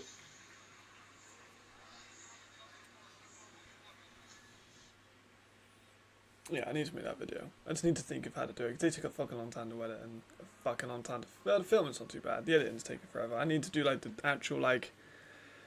the Photoshop edit part of it. I'll probably do that Wednesday and make all the actual assets on Wednesday and try and film it on maybe Thursday and Friday. That's the plan, hopefully. No easy games now. Berlin Thunder and Cologne.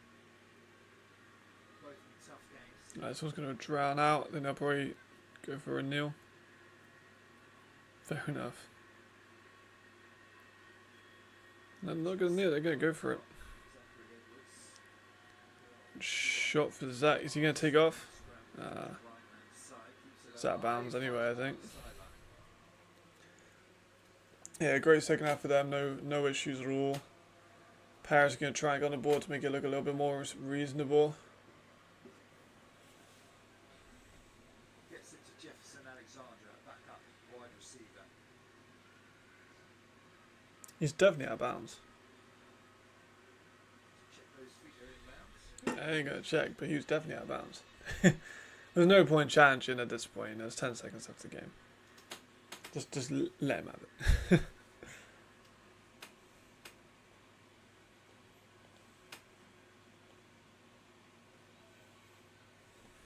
Throw it deep. To be fair, it's very predictable. Throw it deep, throw it medium, try and get some yards in for your boys, I guess.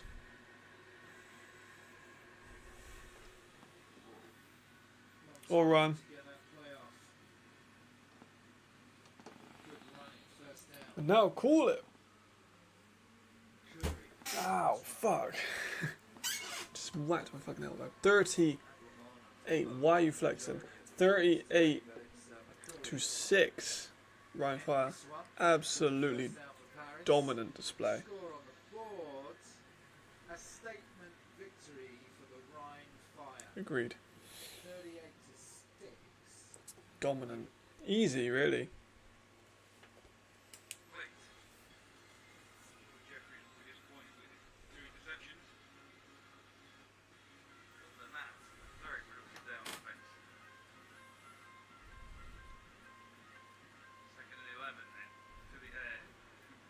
It's a good play. Milan have had some stuff, like, they've scored, which is not something I thought they'd do.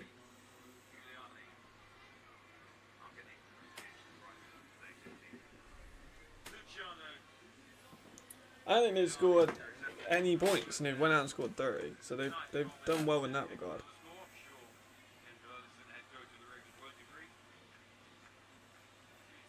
But you are right, it's kind of a win for Munich, but like, could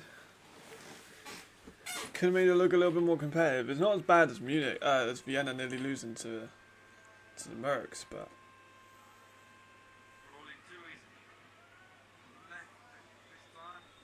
Too high.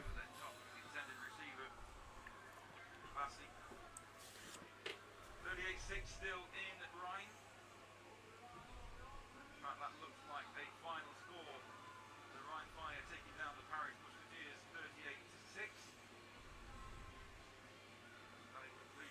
Alright, well, you confirm the times.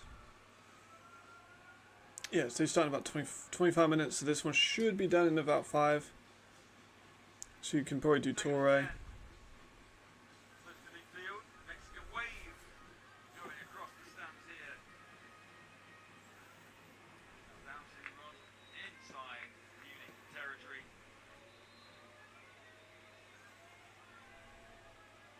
Shot Crawford still running hard at the end of this game. Left, then back to the right. This is the 2-minute warning with a TV timeout. 2-minute one in. Loud as fuck. Oh my god, there we go. You turn that down, Jesus. That's painful. If I try and load up the Tea Maker, it will break my laptop.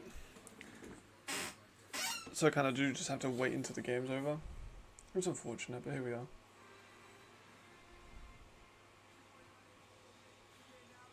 What games are on the Olympics today?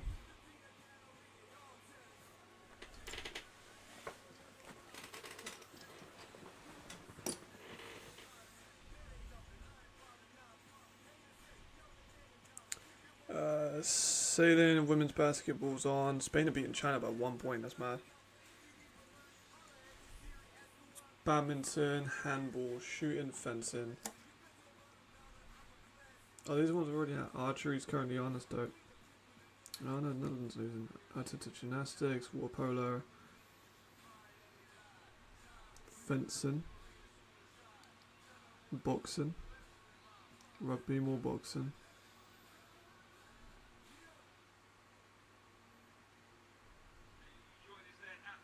It's a medal arch, women's bronze medal match. Archery's on. Women's football. There's a lot of fucking events on today. Jeez. And basketball. America plays Serbia. That's such a good game. Number 4. 15. I haven't been able to watch nearly as much of the Olympics as I would have liked to.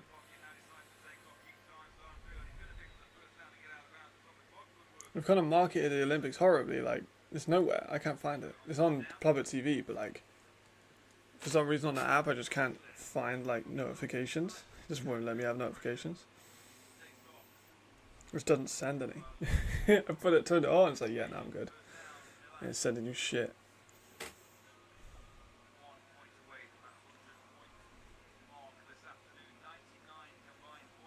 The UK have already got a couple of medals, so cannot complain.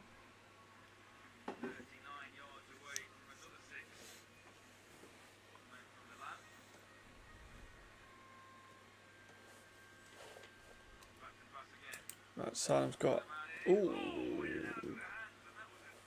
big landing. Kind of a wince as he landed on that one. That was rough.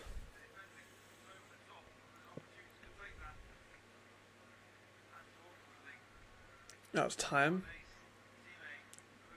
Teammate rather. Brutal. That was a fucking heavy landing.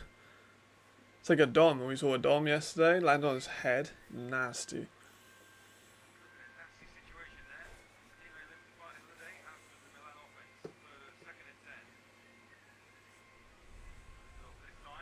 There goes Jock. Nice game. I mean, they're still running the ball well. And they're still kind of making something out of it. Can't deny that.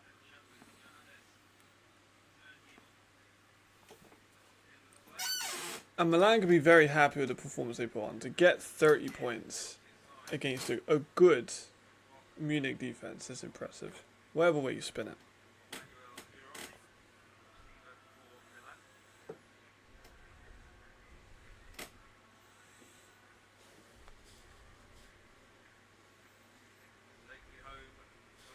I'm so sick of Country Roads. So, oh my god, can we stop playing Country Roads? Like, are we not over this yet?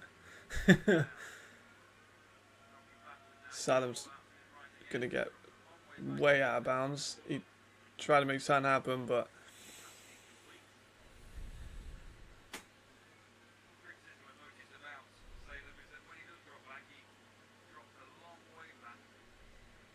He does drop a long way back. The commentator's right.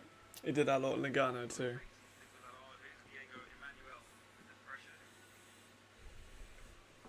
So when I was doing those videos, so many people were like, "You're saying Lugano wrong. It's Lugano," and I was like, "Yeah, I'm saying that right. Come on, come on now. Let's not be pay." 53 seconds after this one.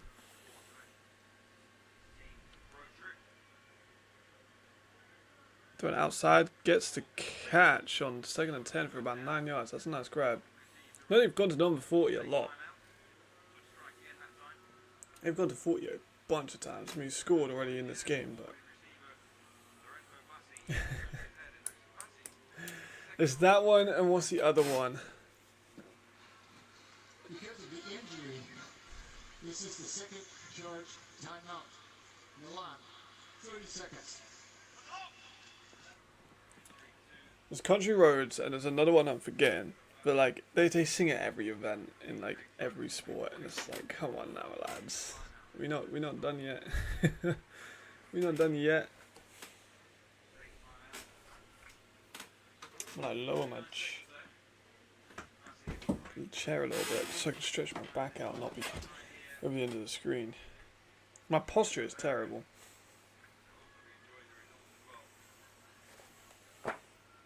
39 seconds. I think I want a Ravens hats. Hook me up here, left. I need a hat.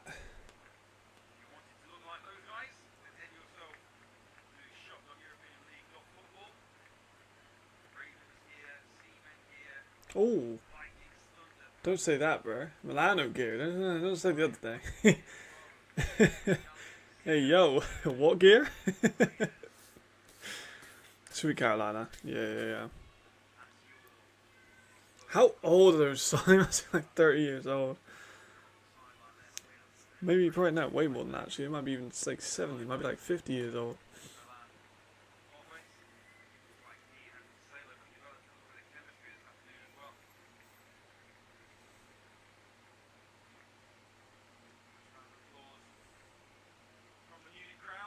Alright. Let's finish off. 3rd and 1. I mean, the clock is running. Westfall with a carry. Don't call a timeout. Just let it go. Let it go. Come on.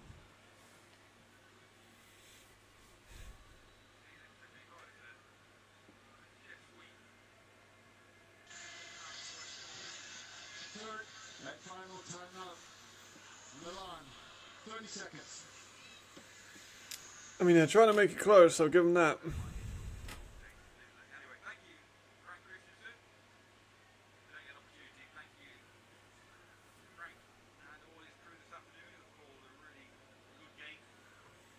I mean, nearly 100 points. Have we scored 100 points before in a game? And yeah, we have. Munich did it against Raiders, I think last year, week 1 actually. Yeah, it's just like, oh man, these songs are like, they were good for a bit, they're fun for a bit, but can we just find something new?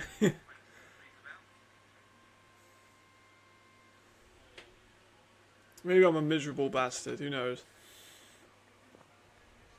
Right, 21 seconds, we might get 2 plays out of this.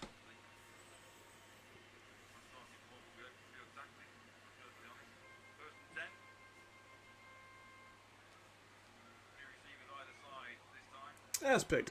And they're done.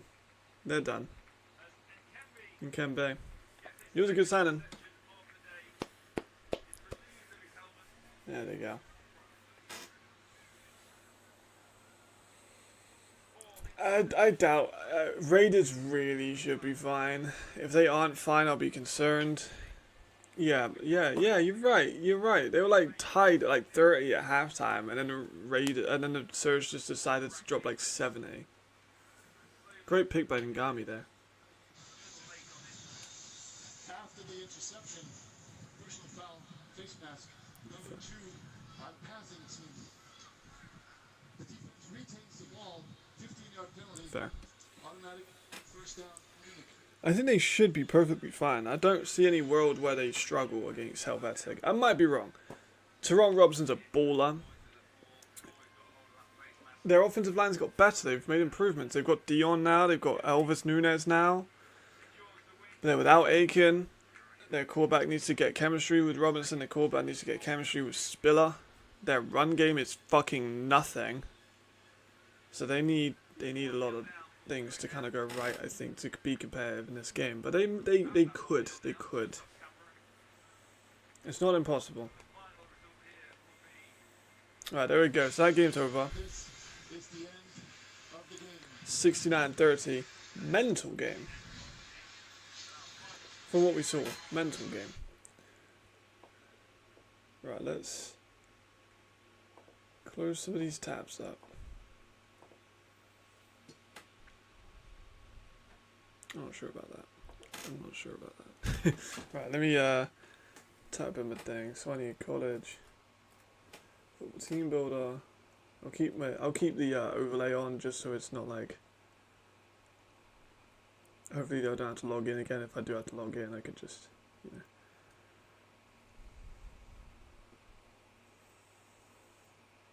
Hopefully it doesn't lag too much. Don't want to break my laptop.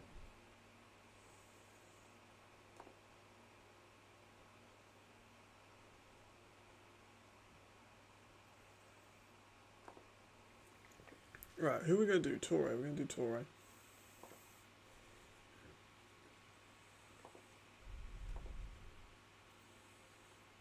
Oh, we get rid of that.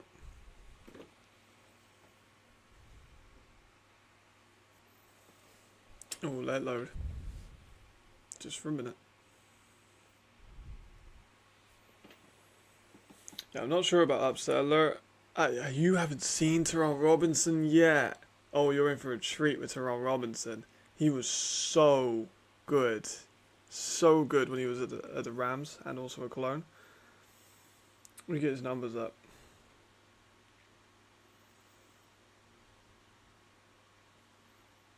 I need the stats, player stats, career stats, that'll work.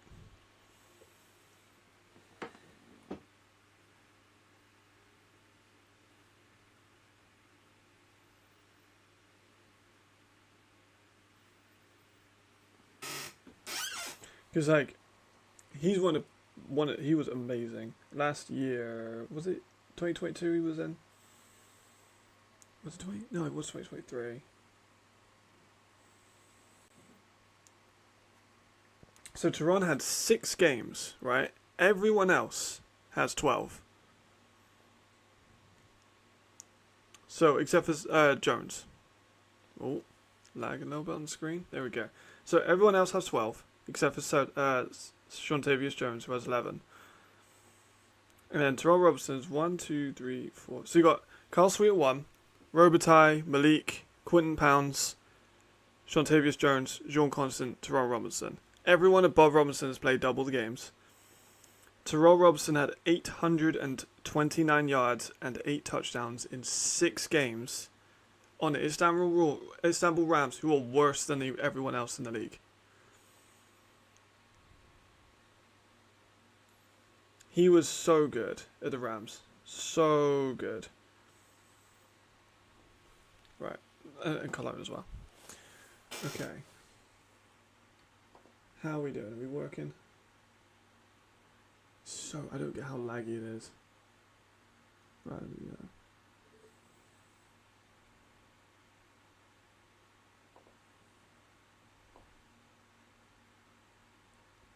Put myself like smaller. Right, receiver. Let's have a look. We're doing Torres though. We're doing Torre. I need to put my chat up there. Cool. Yeah, but he was incredible. Okay, so receiver. Do we have an 18 already?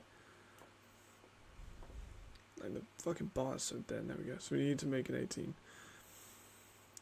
We'll go for. I haven't done anyone on the Vikings team, so we're gonna just do Oren Dumas. I don't think he's been done. Number 19. That's not anyone. Yeah, cool. Right. Change that to 18. Freshman. Cool. Let's get his sports metrics up. Look at his height and weight.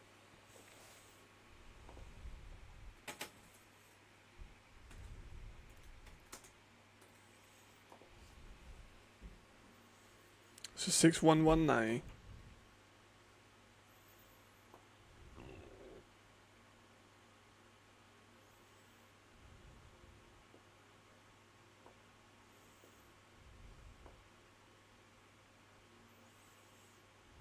Can I get it? Yeah, there we go. 6119. Yeah, no one on the Vikings yet. Right, speed.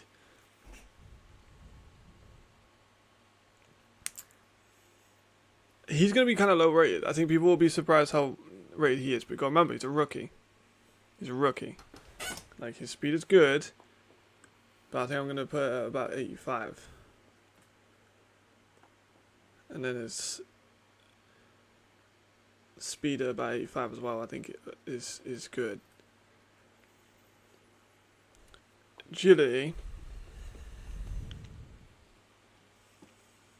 I mean, yeah, I think he has some nice agility. I think I'm gonna probably put that about 87. Again, he ain't gonna be Haaland. He ain't gonna be 99 rated. You know. Change of direction. Depends on the route, actually. But I'm gonna give like an 82. Toughness. Again, I've given all of these 99 unless I've got a reason to not. You know what, stamina I might leave as 93 because I don't play every snap. Awareness, he's good at getting his head around. He's good when it comes to... He's decent with the ball in his hands. Doesn't get the ball in his hands a ton. But he can definitely do it. I'm gonna probably put out like 80... I'm going to leave it at 87. You also zoom in just slightly.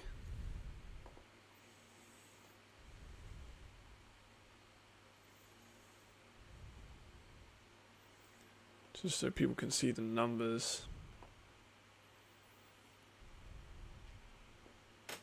I'm like way too much like off screen there. That's the thing.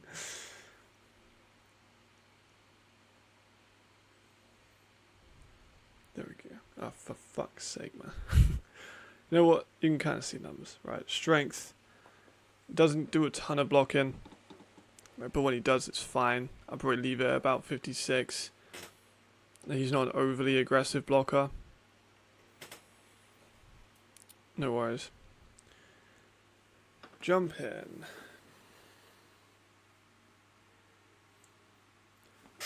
Pretty high. This is a high point and stuff. So I think I'm gonna have that pretty high. I might have that about 88 rather than 89. Still in margins, but he can definitely do it. Carry, I don't think he's fumbled the ball.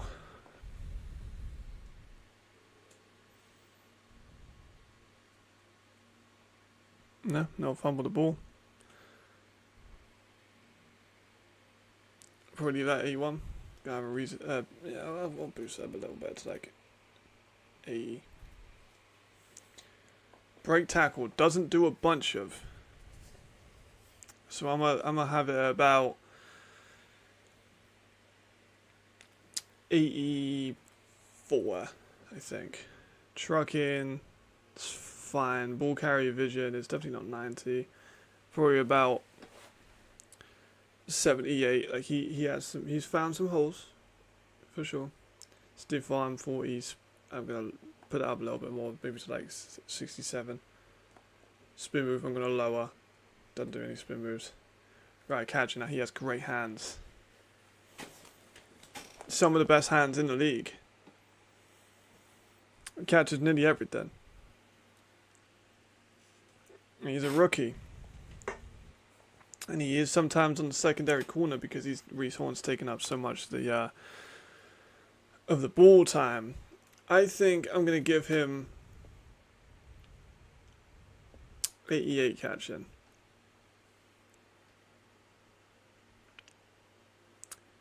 89 catching. Catching traffic. He's got good catching traffic. I probably 88 seems a bit high. I'm gonna put it like 86. Spec catch. I'm gonna leave 87. Actually, I might put that to like 85 because he doesn't do a ton of one-handed ones. He has made some good catches, but nothing crazy. Release, I'm going to leave at 76. His release is not spectacular.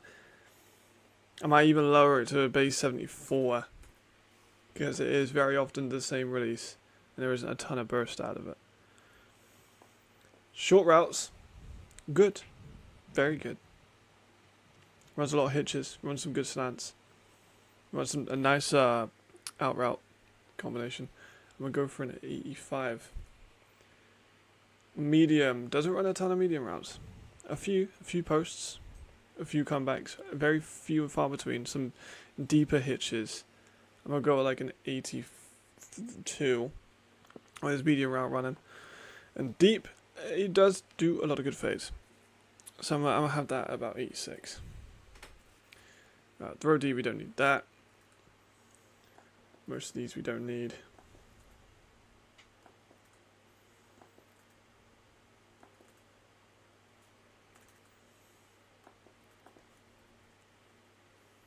Let's just put them out. Juke move. I'm going to lower that to 80 because he can hit the jukes, but it's not necessarily a speciality.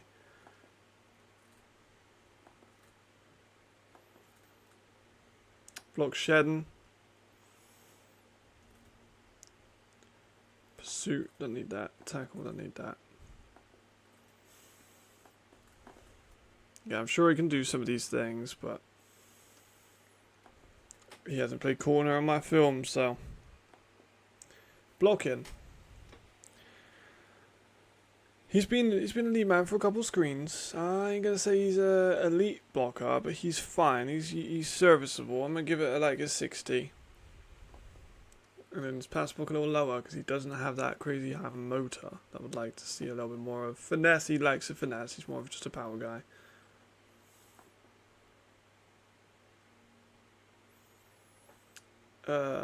Run block power and leave it that. Run block finesse, I'm gonna leave it that. Lead block, I'm gonna have it like 37. Input block instead of 42. Kick power, I'm just bump up 1. This was fair. Same with kick accuracy. And return, he doesn't return kicks. I don't think he's ever returned a kick. No, he's not. I'm sure he could. I'll put him as like a 72.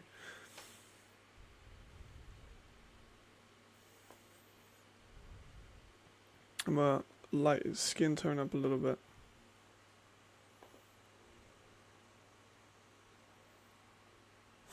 None of them look like him. We'll go for that one. Again, none of them look like him. But we gotta go with what we got. Right, so Oren Dumas is no Torre. I think it was good. So we're going to build real quick, just before we go into the next game. So decent speed, but not crazy. Good agility, decent change of direction. Good catching. Like, that's where he's at. He's a not speed guy, but he's a guy that can get open. In a fairly decent clip. Good jump ball. Good spec catch. Can catch good balls. Good catch in traffic, but not necessarily a speed release. Like, he's a rookie. He's done well, but he's still a rookie. You know what, I can do Alexander Milanovic. I think I can do Milanovic. I remember enough about him from my last eval. He's very good. He's going to be high rated.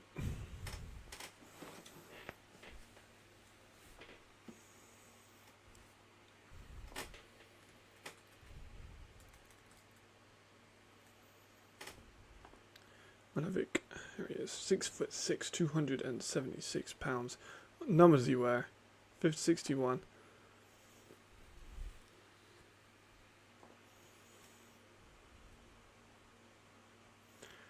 I mean, is there a white dude? There we go. Just so it's, you know, a little bit more similar. Oh no, you can change. What am I talking about? I can just change it. Oh well, it doesn't matter now. Right, freshman 6'6", 278 he was, right? I think he's probably a little bit bigger than that. But we'll leave it at that. If he wants me to change it, I can change it. Alright. Lucas Early. So, this terrifying thing about Milanovic is that he actually can move pretty well. Like, he's a little bit lighter for offensive lineman. I think that has played into his success because he is quick. Again, he's not a receiver, so he's not going to have like 99 speed. I'm going to burst his speed up to about 72. Agility, I'm going to have it about a 70 as well. Change of direction, I bumped out to about 64. Toughness, 99. Injury, I don't think he's missed. He missed a few games. He did. He did. He's a fucking baller. He really is.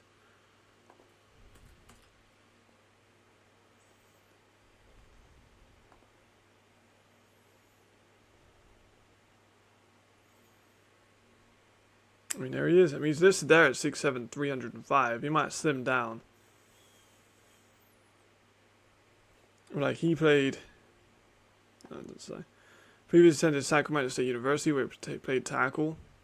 33 career starts, Sacramento State. Every game in 2014. Third team all conference. Started 10 of 11 games 2013. Started 10 with seeing Baller.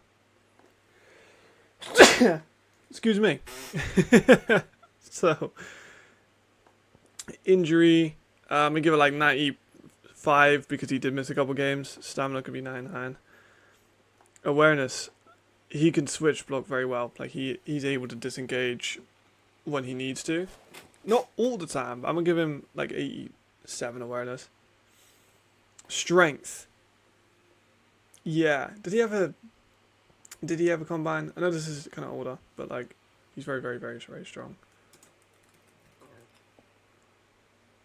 He did have a draft scout. Right, so here we go. So this is from a while ago. So I don't think he has 13 reps at bench press. I think he's probably a lot higher. I think it's probably more like 20 now. I'm going to give him 91 strength. At jumping, I'm going to lower. Like 65 jumping is quite high for an offensive lineman. Oh, shit, bad. And his vertical jump's 23, so he doesn't have a crazy vert. I'm going to lower that to like 50. Okay, he's an offensive lineman, he doesn't need to jump. Carrot, like, he doesn't have the ball.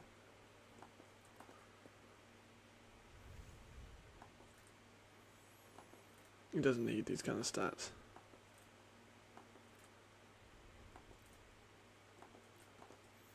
Has he caught a ball? I don't think he has. You never know.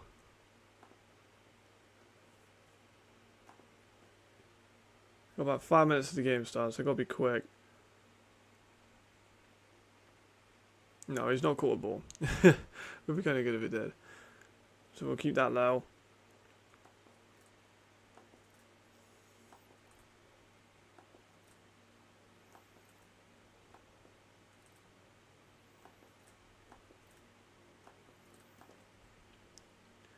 I think a lot of people are going to get like this, they're not going to be crazy high rated because they do have 12 on like quite a lot of things.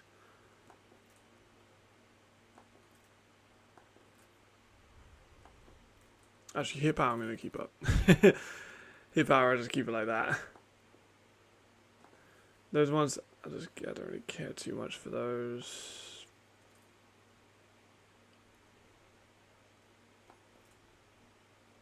Like, again, I'm sure he could tackle people if he needed to, so we give him like 40 just because I'm pretty sure he fucking could. Like, I don't need him to have man coverage, you know. I don't need him to have zone coverage or press, but I'm going to keep it 12 just so it's based.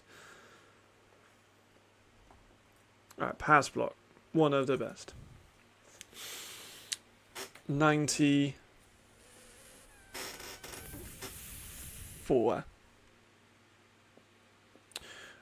Passport power, 92. Passport finesse. He is more of a power guy. His finesse, I'm still gonna give it 89, but he is more of a power guy.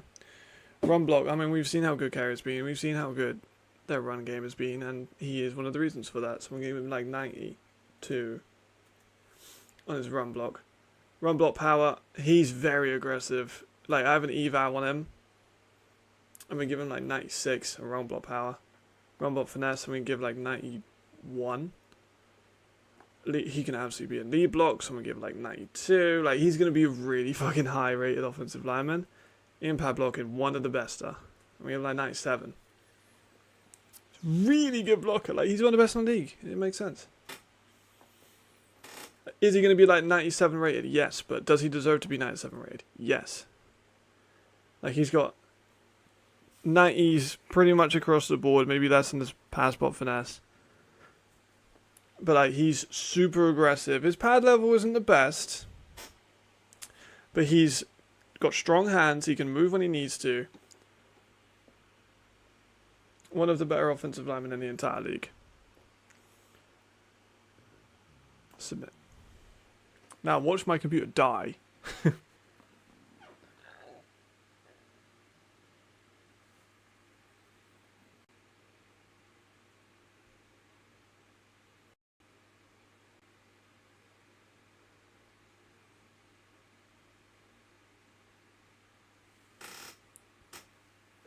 Let's see if it's able to get it done in time.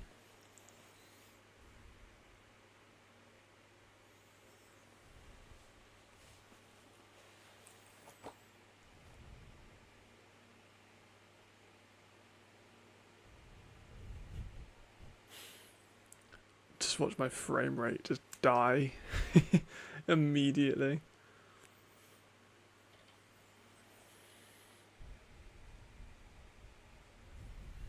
Four frames per second is crazy.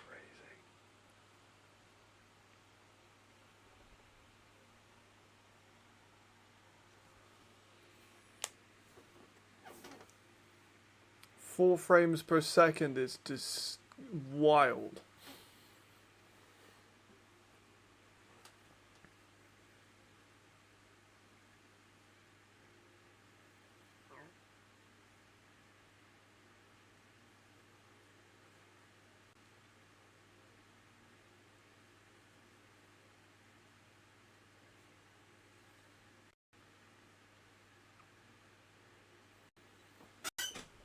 Is it gonna work?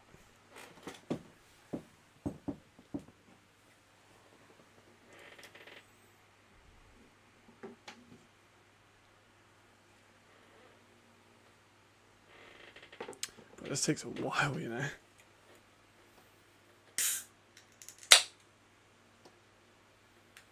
I'm surprised how long this does take.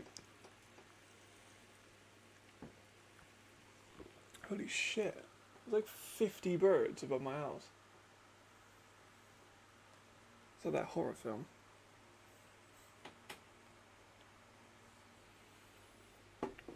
Alright, let's see if we can do it without dying. But this is rather ridiculously slow. It's not even a laptop at this point, it's just a computer. Hello, we did Alexander Milanovic as well. But of course the laptop is having a struggle.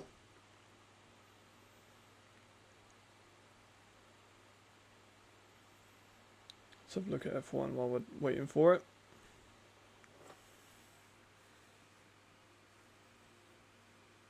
Damn, Russell leading, Hamilton at 2, Piastri at 3. Jeez.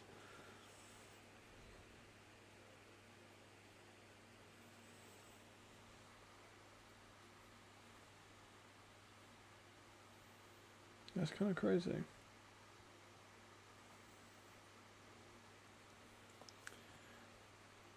Team violates policies, apparently.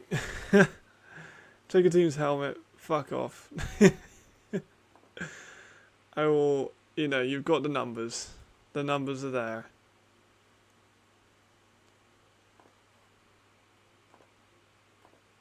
Numbers have been, you know, they're on stream.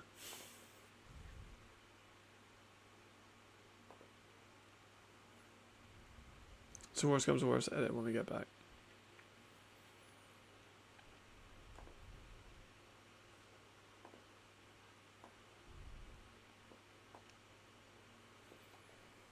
There we go. Excellent. Right, let's tune into the Galaxy game. I think that one's going to be the most competitive from the start. We'll go back and forth, obviously. Oh, see, I wasn't even late. Like, it's fine.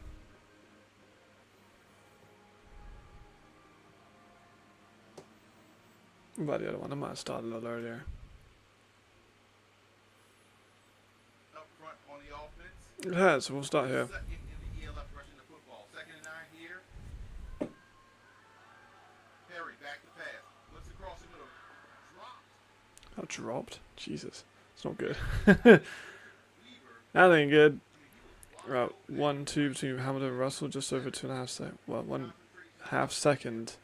Jesus. Sounds like a good finish. Nice decisive throw. You have to make that grab. It'll be 3rd and 9 now. Right, here we go. At the 32-yard line. We're hoping for Jamal on this one. This is Jamal's time. And Ricardo's, obviously. But Ricardo's seen his team get 5 wins. Ricardo's probably at the game. Ooh, that was a snag. That Sweeten? Yes, it was. Told you I saw something in him.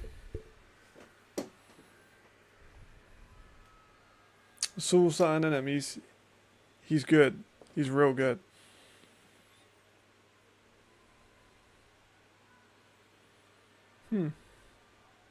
True. I have it on stream, obviously, so I can just kind of go. I'll go back and wait. They score. What the fuck? Did see that happen? That was absurd.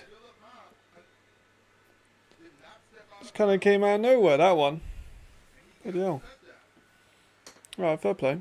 Fair play. Raiders are starting well then. Raiders are starting quite well. Perry just to harm, just maybe that block was a little bit suspect, but well, damn. Let's see if the other one started up. Yeah, well, we got first scoring drive already. Oh, they ain't started yet. They can get out of here, man.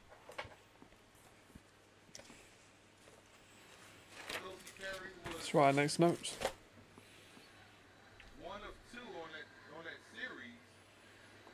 Or 2 of 3, I'm sorry. For a touchdown, he had to drop Weaver, the tight end. Otherwise, he was perfect. And this is an opportunity for him to work on their act game. Something has to give here in this matchup because the Raiders zero off Alright, so I need to write down passing. And Helvetic defense is 14th. Raiders starting strong. Raiders zero has a bit of an advantage there. And he took advantage right away. It's an excellent throw. You see right there. That's the same thing with Sweden. It's Sweeten. Nah, I think he's going to be the one, honestly. I think he's a dude. That was a tough play. They got him inside mercenary territory. I think that's a really good find. Sweeten is... I have a lot of faith in him. Like I said the other level, I think he might have all-star potential. Bubble screen to Philip Hine for the touchdown. Not the start Helvetic wanted. We'll get to see their offense shortly out on the field.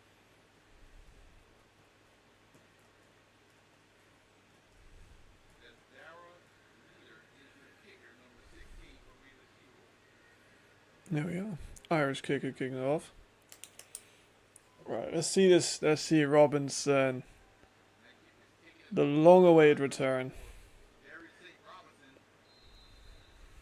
Let's see the comment section of this fucking thing then. Yeah, what an exciting league. Fuck off, man. Like a team just beat him 6-1 team. Like, And it's just a quick screen to Philip Hine. Good blocking on him. Maybe a hold. He saw the tackle. well, it's definitely old. Blocking nonetheless on the Yeah, people were just complaining again. Like, sideline for the score. DeAndre Clayton takes the field here. His first start in the ELF. right, here's Clayton. Spread formation. He's in the shotgun. The starting There's Robinson at the bottom. Pollard. Going straight to him. Quickly. Going straight to him. That's number 2. Robinson's going to get over. I mean, I've already said Sweeten or Robinson. Go for one of them. Did I say that? Pretty sure I said that. I think I said that. the same skill set that Carlton Egan has. So you don't lose much offensively.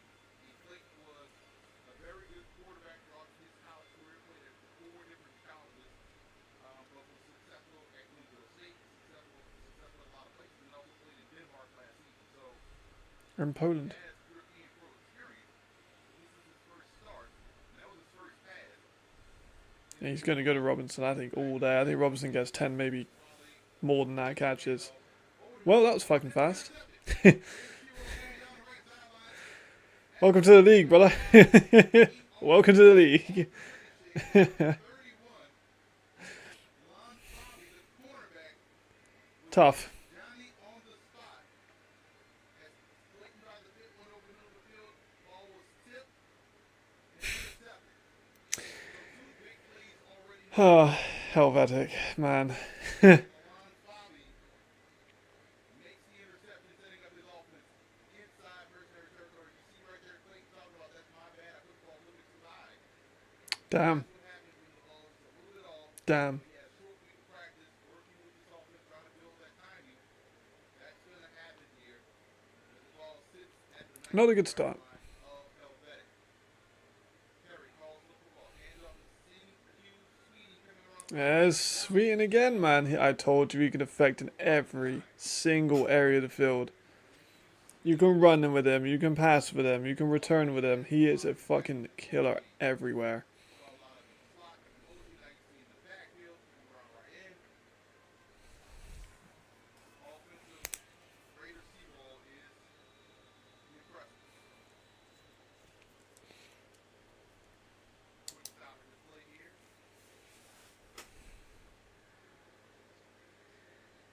Time on Mokes already. The timeout didn't like the look.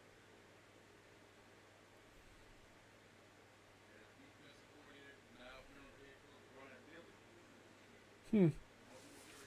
Guys, that's everything in order.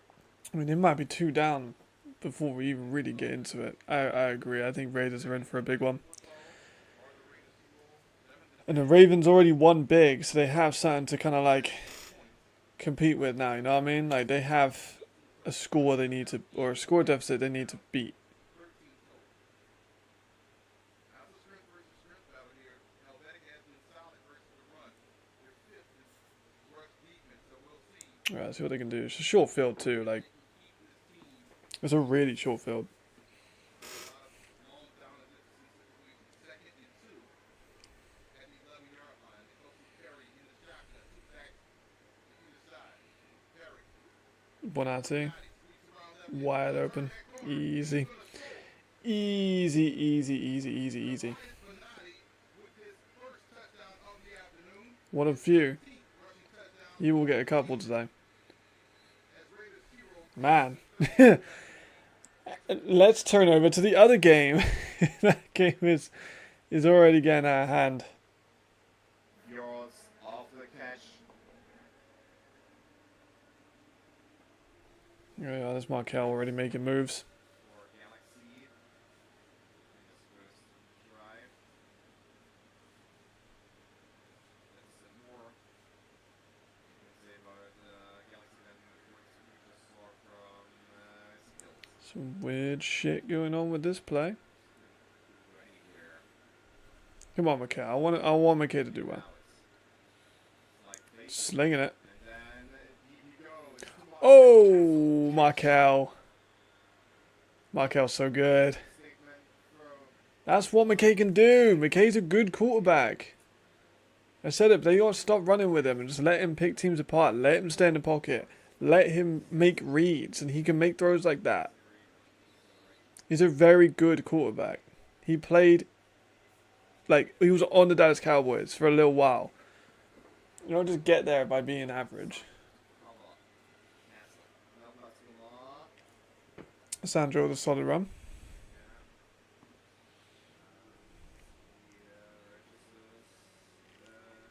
Still feels weird seeing him in a different uniform.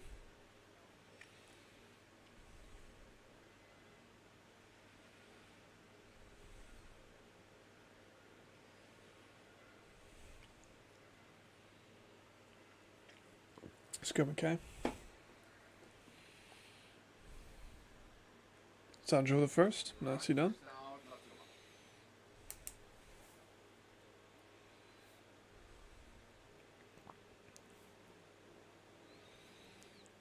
But the weird thing is that like Frankfurt have been awful at play calling all year. Like truly terrible. Yeah, I really hope they do. Now, free Platzkommer, let McKay stay in the pocket, and I think they'll be fine. I don't want to see these quarterback drills. Like it's not what his skill set is. Like he can do it to a decent level, but it's not what his skill set is. Not from what I've seen. Yeah, just short, 5 yards to Malik, easy. Let him just go through his reads. He had good protection. The defensive line for the Sea Devils, I don't think it's anything crazy. Like it's fine, but it's not unbelievable.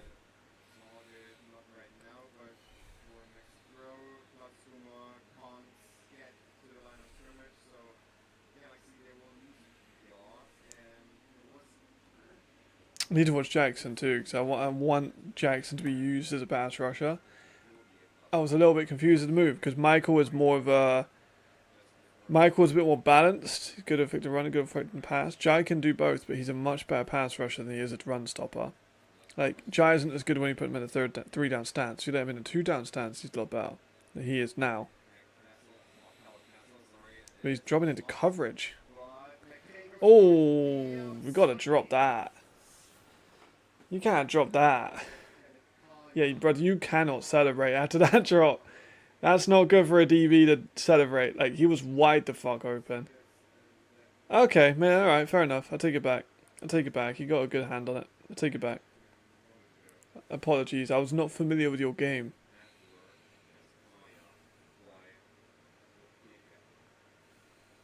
Field goal here for Galaxy to open up the scoring. Rimler's been pretty good in the second half of the year, so I was expecting him to score this. Looks fine. Yeah. Nicely done. Right, let's check back in the other game, see if they're getting any better.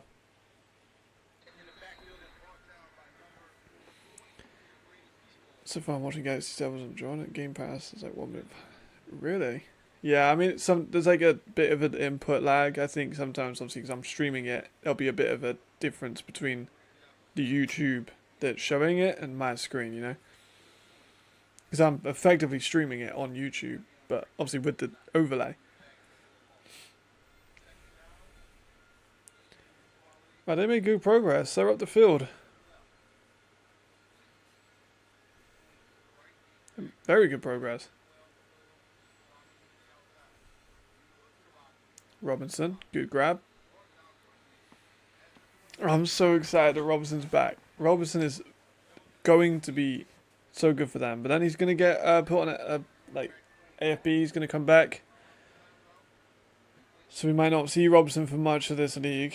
So let's just appreciate him while he's here.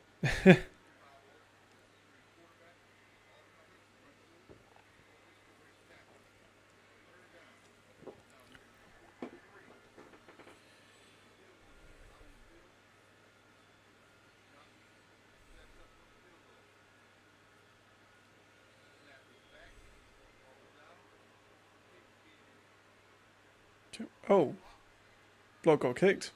Block got kicked. Kick got blocked. I mean, that's not good.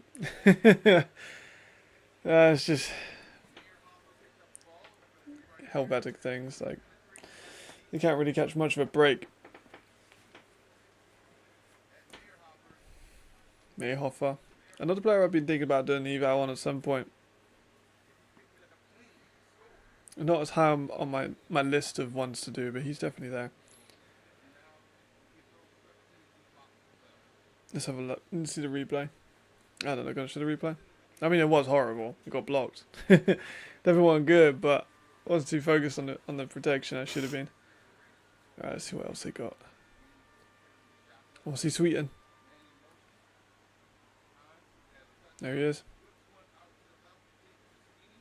Sweeten is going to give Darius some problems. Sweeten is so fast, And Darius is coming off an Achilles injury. So I think it's going to cause issues. I'll keep on this one for a minute.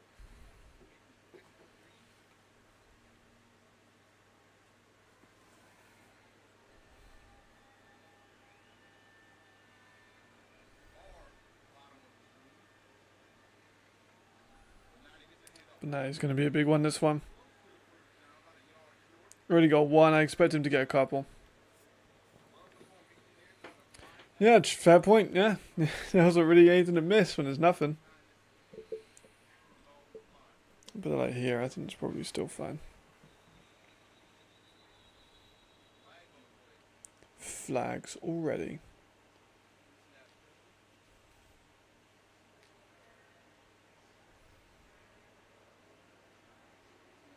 Second down.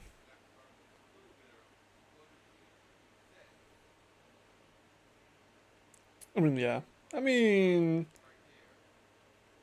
I don't know. I feel like you should be allowed to move your upper body. Maybe that's just me.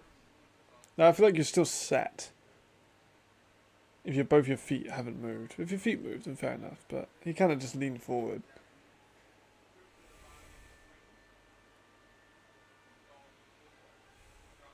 Oh! Oh my god. Oh my god. Oh my god. Oh my god. Oh my god. Oh my god. Oh my god. Oh my god. Oh my god. Is that Folk? Oh my goodness. Somewhere Jamal was screaming. Ah, and Cozy with more mistakes. That's not open. That is not open. Gets stiff armed, slips. I'm not sold on Cozy. I'm not sold on Cozy.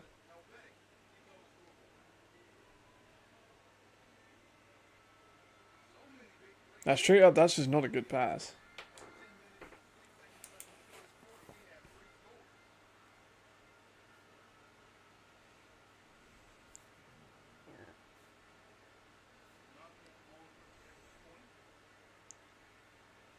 And Cozy, yeah, I'm not convinced on. It's in the notes. Kick looks good. Yes, it is. There was something I could have done myself. Nothing. Yeah, like, I don't know why he threw that ball. Ball was not open. Literally a linebacker just in front of the receiver. Alright, switch back.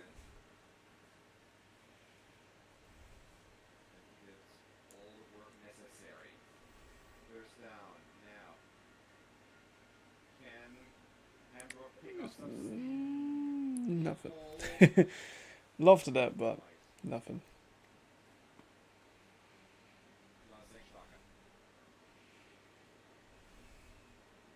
See, I think sometimes it's really good to have German commentators commentating in English because they can say all the German names perfectly.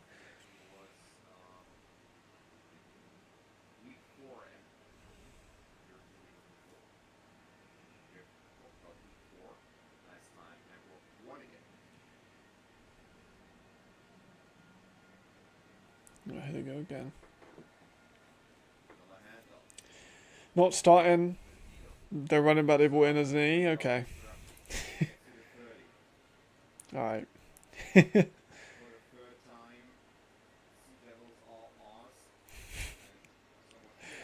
Why are they bringing an E running back? Why'd they bring in an E running back? It's just confusing. It's so confusing.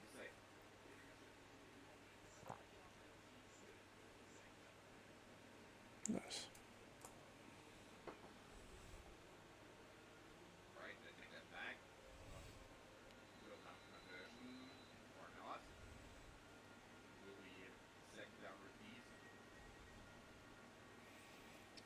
Because I'm still on the opinion that they shouldn't have got rid of Javarian.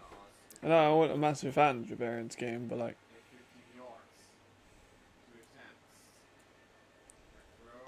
couple yards out, flags everywhere. Cruz. He's a utility guy.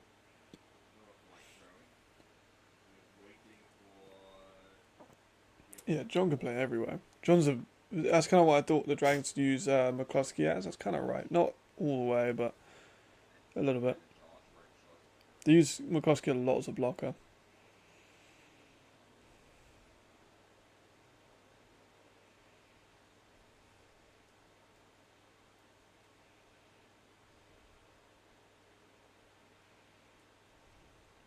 Breaking the plan, I'm going to go to the other game. So that's a good thing about having 2 games in. I can go whatever game I want to. Whatever game I feel like watching more.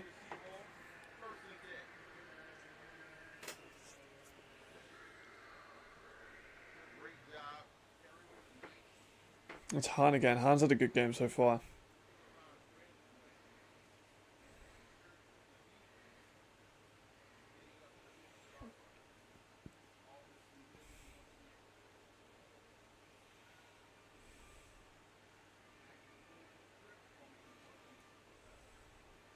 Cozy back on.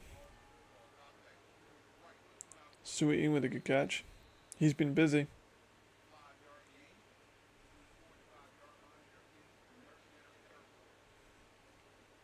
He has been busy, as I thought he would be. He's gonna, like I say, he's fast. He's gonna give Darius some problems. Darius is fast too, but Darius is also over 30 and with an Achilles injury. That takes a lot of your snap out of your movement.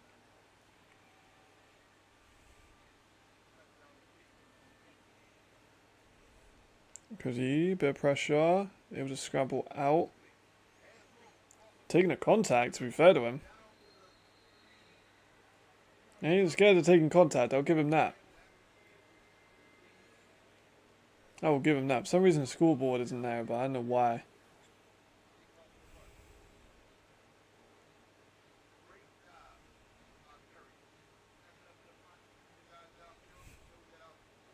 Yeah, getting physical with it. With Folk and Burry, those 2 guys that are pretty damn fucking tough to go through.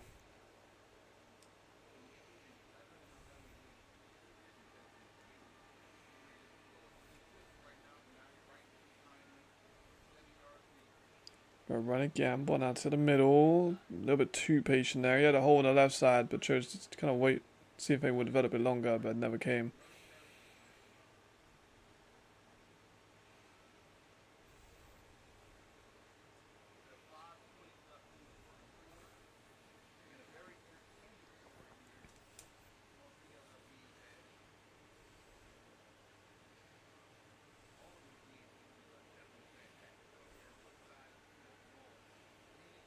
Dual backfield.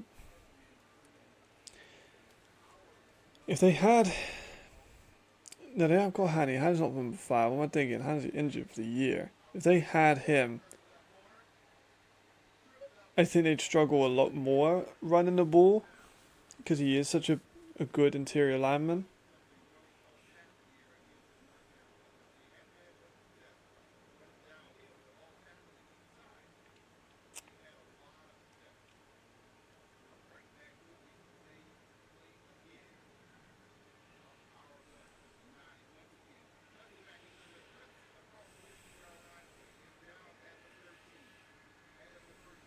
Nice. They're just running so well. Like, I don't think Helvetic can stop much. I really don't know why they cut Ken Hike. I really do feel like that was a bad decision. Like, I like Darius. I think Darius is a very good corner, but again, he was injured. And Ken Hike was fitter. And an All-Pro. And I know Darius is an All-Pro, but that's a few years ago. Few years ago now.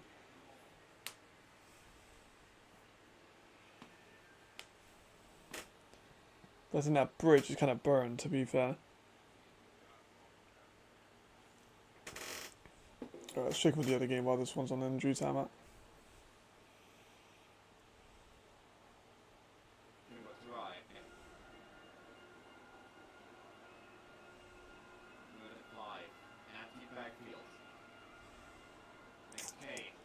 QB draws.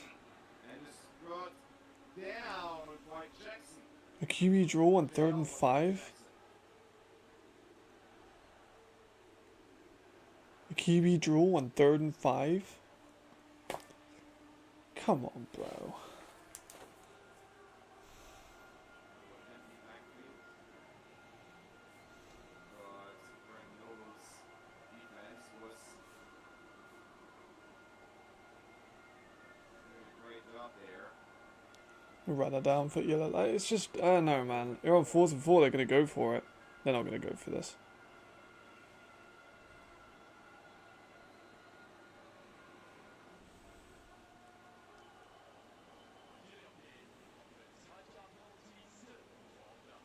We're going to kick this away. Let's check back in with our other guys. Just trying to See where they're at. And that's going to be a struggle because of how he's going to be on that ankle. It's House of Vantar. That was a dead play on a wide because Chris really runs. I don't know why they went to that. They try to get him out of the way. But maybe the guy hits or we get to the corner. I agree with the commentator. Weird one.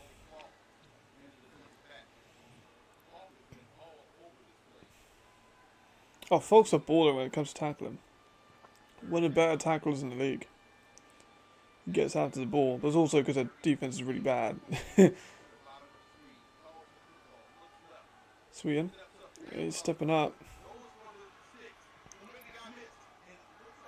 Can't really see because there's shadows in the black uniforms. He's down at about a 1. It's another pick 6 in Cozy's thrown though. Like, not in this game. Not in this game hypothetically, but, you know, in last couple. Where he's throwing pick 6s at home. Against the Surge, he did it too. And that was a lot more impactful because they ended up losing that game. If he didn't throw that pick, they might have beaten Surge, which is kind of mental.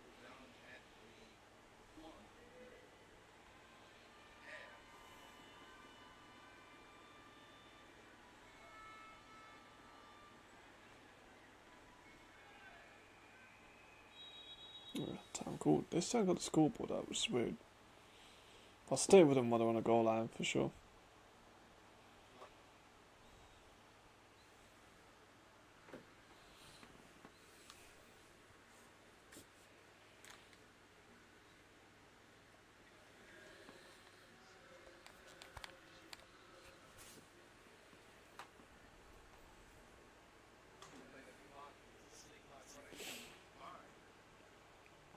So reason this play clock issue.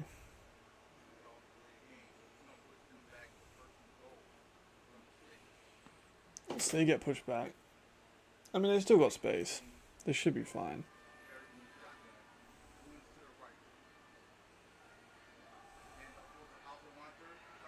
Yeah. Very easy. Very easy. Guess he got hurt earlier then. 1.5 ankles. Easy. Yeah, great block by Weber there. That was a good block. Easy as you like.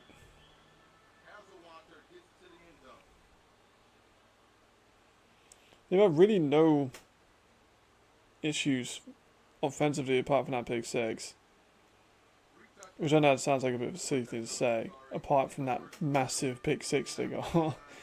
But running the ball, they're fine. It's just I don't think Cozy is necessarily that dude.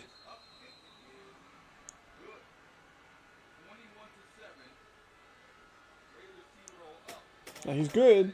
He's very good, but I'm still not massively convinced. I think he has a lot of holes in this game. Let's flip back to this one. Well, another run. Candido to the left. First down and much more once again across the 20-yard line. Now Hamburg are seemingly cooking. Looks like we joined at a good time. Let's have a look. Just to breaks out left. Yeah, there we go. So they have good running back. Why the fuck did they bring in Pascali? They don't need another running back. They already got Harding Canido and they have Hamadi if they need a relief option. Just odd. Just strange. Great camera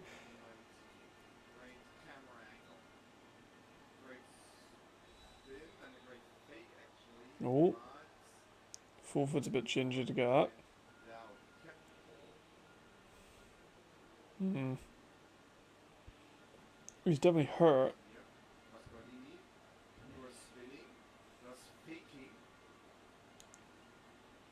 Just way got hurt, but he got hurt. Forward was brought down by Frank Moser. So where's Pascali? What number's Pascali wearing? Yeah, weird, right? Like, they release an offensive lineman to bring in a running back they don't need. Full force. There's some time, but now pressure. Under pressure. Brought Just got sacked. down for the second time. Just got sacked. Today. It's almost as if they could use a guard, Right for its not another running back. linebacker. Maybe. Personally, that's what I would have done. You can see it around the edge. Pasqualini. Yeah, man, that's partly Collins. It's partly the running back. Put out. Chandri was coming around the edge. Maybe. Maybe. I guess we'll never know, but in the first quarter. We'll switch over to the next one. What I do in that one?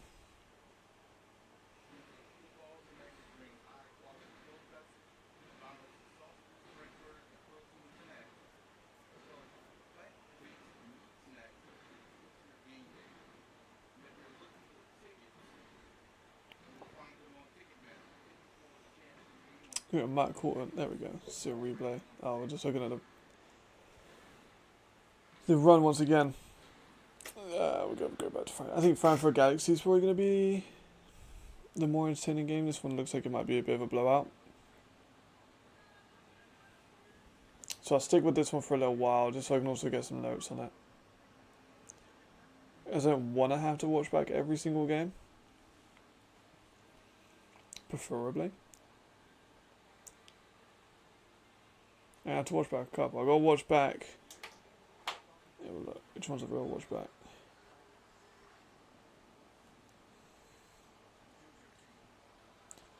I got to rewatch the Prague versus fucking hell, Matt. I got to rewatch Prague versus Vienna. I got to rewatch Surge versus Dragons. I think that's kind of the only one. I might need to rewatch part of the Raiders game, because I'll probably just stick with this one for a while, because this one's actually close.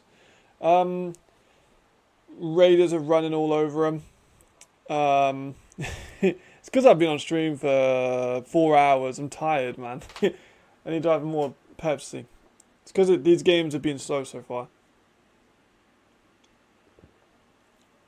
We've only got 3-0 in this one, and the Raiders are already running all over Helvetic. So these games have been slower. Here we go. Well-known soccer team who in the 80s once won the European Cup against Juventus. Known all across the globe. Let's see what else they got. I apologize for that. Because Hamburg again, their offensive line's so bad. Like, they just didn't improve it. They got worse. They got rid of imports on that position and left them out. Yes, true, it does. Is there like a live score for that? And who's in it? It's Prague, but who's the other team? There are so many all across Europe. Third and 16, Fulford. Check down on 3rd and 16, gets stuffed for a negative 3 yards. Play calling, man. Like, play calling's been bad on both sides so far. Slightly arrogantly, but Let me write down. how to do that. Hamburg also. Right Nice. now he's dominating Bad play calling. against Hamburg's offense. Seems to be the way so far. Yeah. I mean, maybe. Yeah, I think we're always going to see some blowouts with Europe just because the difference between different countries' exports.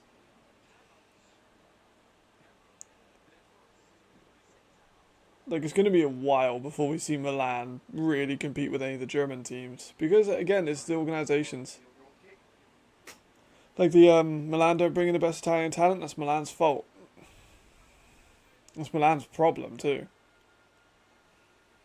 Like, if they actually... They don't have a very good representation. They don't have a very good reputation in Italy either. But if they just had, like, you know, someone bring in all the best guys, it'd be a lot easier for them. This is a lot easier said than done. Same with Prague. In Drona's not so much. In Drona's was a weird addition. I ain't gonna lie. When I first saw the Dronas were added to this league, I was like, huh? What? Who? Who the fuck is that? It's not even in the capital. Right, here's the kick. It looks fine. Looks like I nailed it. He did. Nice. 3-3. This one might be a little bit closer than I thought it might be. I might have to get up in my seat for this one. And also, I'm a little bit tired because I was watching the UFC last night. So I watched some of the prelim ones and then like slept for some of the fights I didn't care about, and then woke back up for the like last 4 fights. I'm so disappointed in Cape versus Hamid Mukayev. That was such a shit fight. After all the hype, they had to be separated during the walkouts. During the walkouts, they had to be separated. And then neither of them went for the finish. Well, Mohamed Mukayev definitely didn't go for the finish. Just wrestled for 3 rounds and got cut for it. Which is crazy to cut a 23-year-old undefeated prospect who was top 5 in the division. They cut him because he was that boring. That takes a lot. Alright guys, you get the ball back. Hopefully they've stopped running the ball with McKay. They did a little bit of it, but they let him pick apart a little bit more. It got the ball to standing quite a lot on that last drive. So we want to see more of. Paul Lenhart's returning kicks. He's quick, he's fast. But I'm surprised they have him returning kicks. I guess all the... Now I think about it, all their Americans are quite big.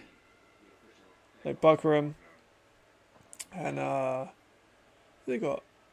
no, what am I thinking? Who did they got in the corner? I can't remember. As soon as I remember, it'll hit me. But like, Malik's obviously a big dude. So he's not going to return kicks. Not Malik. Markel.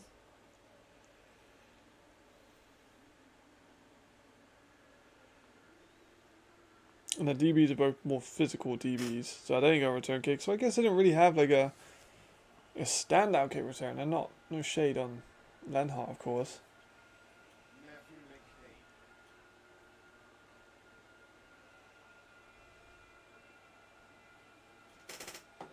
You know, let him sit in the pocket. No flags. Let him work in the pocket, please, please. He looks good in the pocket. He actually looks good in the pocket.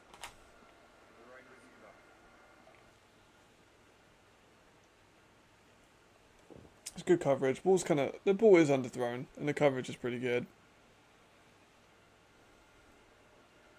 But I'd rather see that than 3rd and 5 draws.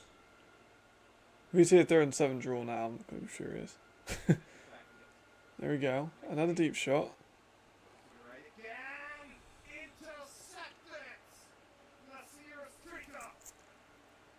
Maybe not the best call of my life, but he's a good passer. I did say in my original scout report though that he does not look at short and intermediate routes like he needs to, and that showed there.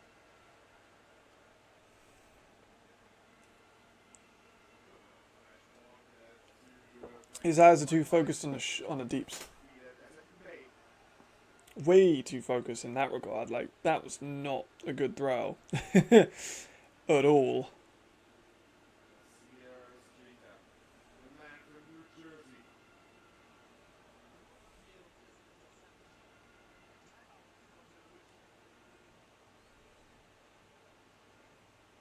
Time off for what?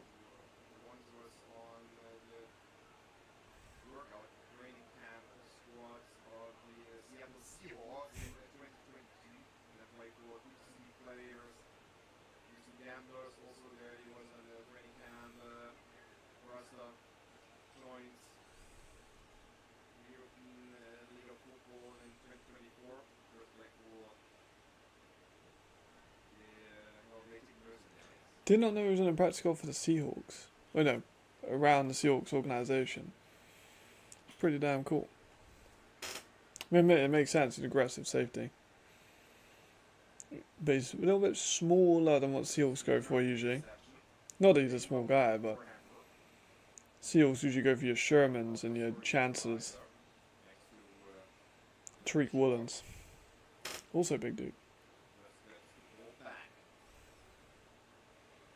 Yeah, that's a hell of a play. They could really get something out of this now. Hamburg are looking better than they did the first time round. The first time round they were like fucking terrible for the first like half.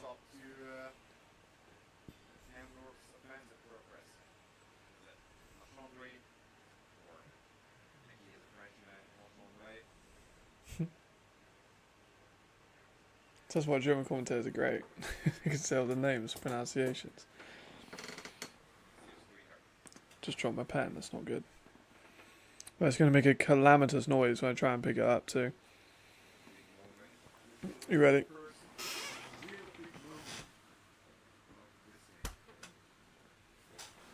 Not as bad as I thought it would be.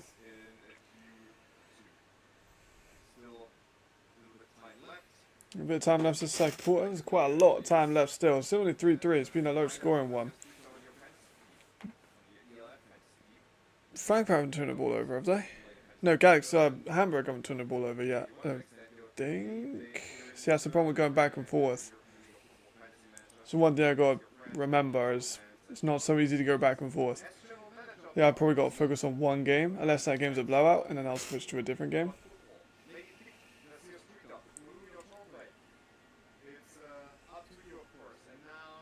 I'm definitely going to go with this game because this one seems a lot more competitive. Fulford got a ton of time. He's taking a shot. Ooh, incomplete. It was close, but incomplete. Yes.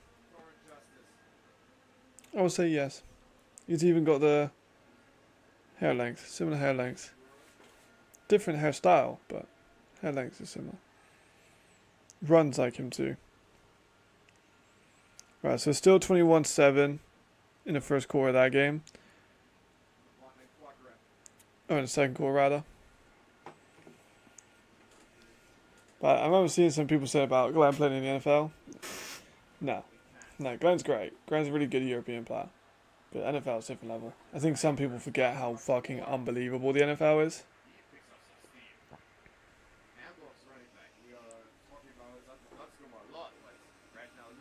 Like, I had some people like talk to me in the off season when I was at UE. And people were like, "Do you reckon who was it?" They said like one of the quarterbacks in your left. They're like, "Do you reckon I'll get called from the NFL?" I'm like, no, no. Like, Europe's good. Europe's a good quality of football, but like the XFL and the UFL and USFL, that like I know they're the same thing now, but that's a whole new level. Madre, for example, MVP in Europe, rotationary, kind of fringe guy in the XFL, USFL, not even in the NFL, not a fringe NFL guy, fringe of the fringe. And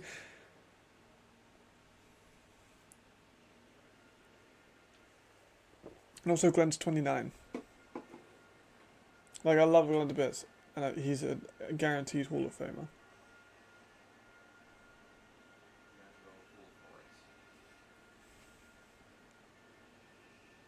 his full third. Like even some UE coaches have said about it. Like, oh, ooh, oh, that was a dime. Who the fuck is that? Who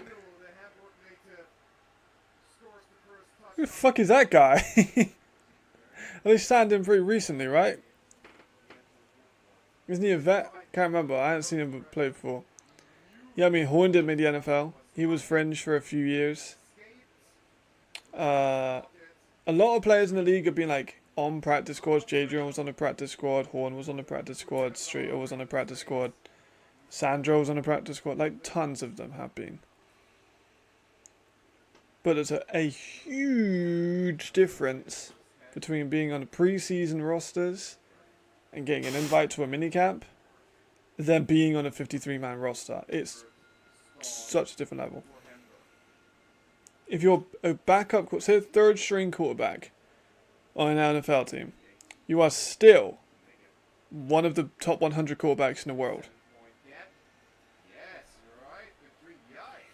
My guy from Surge gave me a stat for something like 3% of all high school players go to college football and 1% exactly. Yes, it's an incredible pyramid.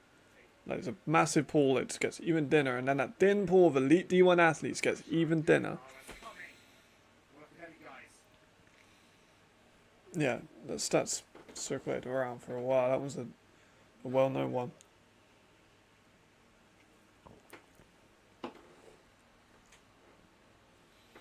And like, a lot of the guys in Europe haven't played college ball. And college ball is valuable experience. And the ones that have done well, but they're not like... And there'll be some guys drafted from like Europeans. There already is. There already is quite a few.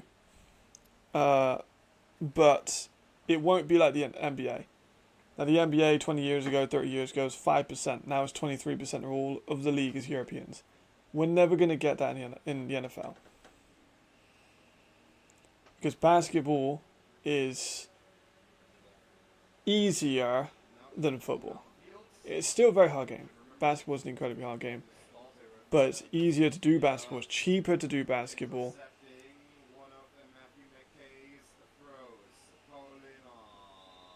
Oh, there we go. We've got some guys, Steven Nilsson there on the screen. He's been in the CFL. We've had some guys bounce around those leagues, of course. Even on your Surge, Marcus, we've had CFL guys like Raheem Wilson and Simeon Okondawasu.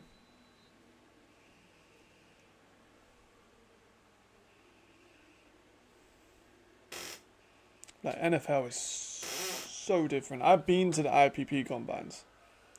Not all of them, but I've been to the IPP. They're fucking unbelievable.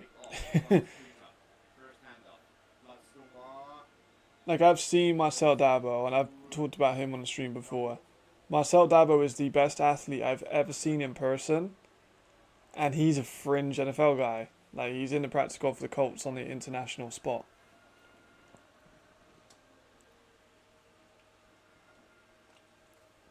And he's amazingly athletic.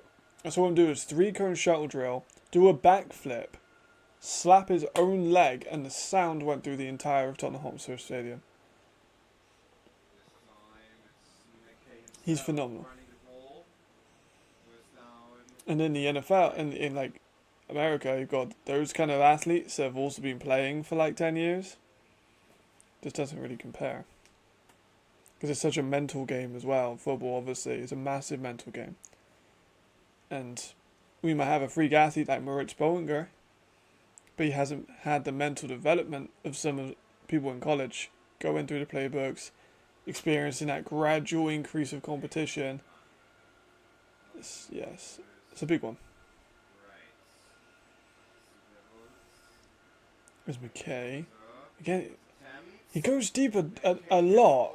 I'm going to write that down.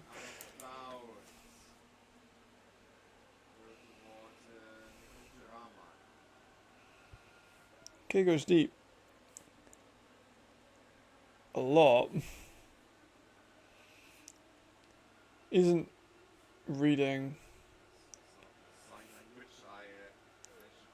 his short / medium reads.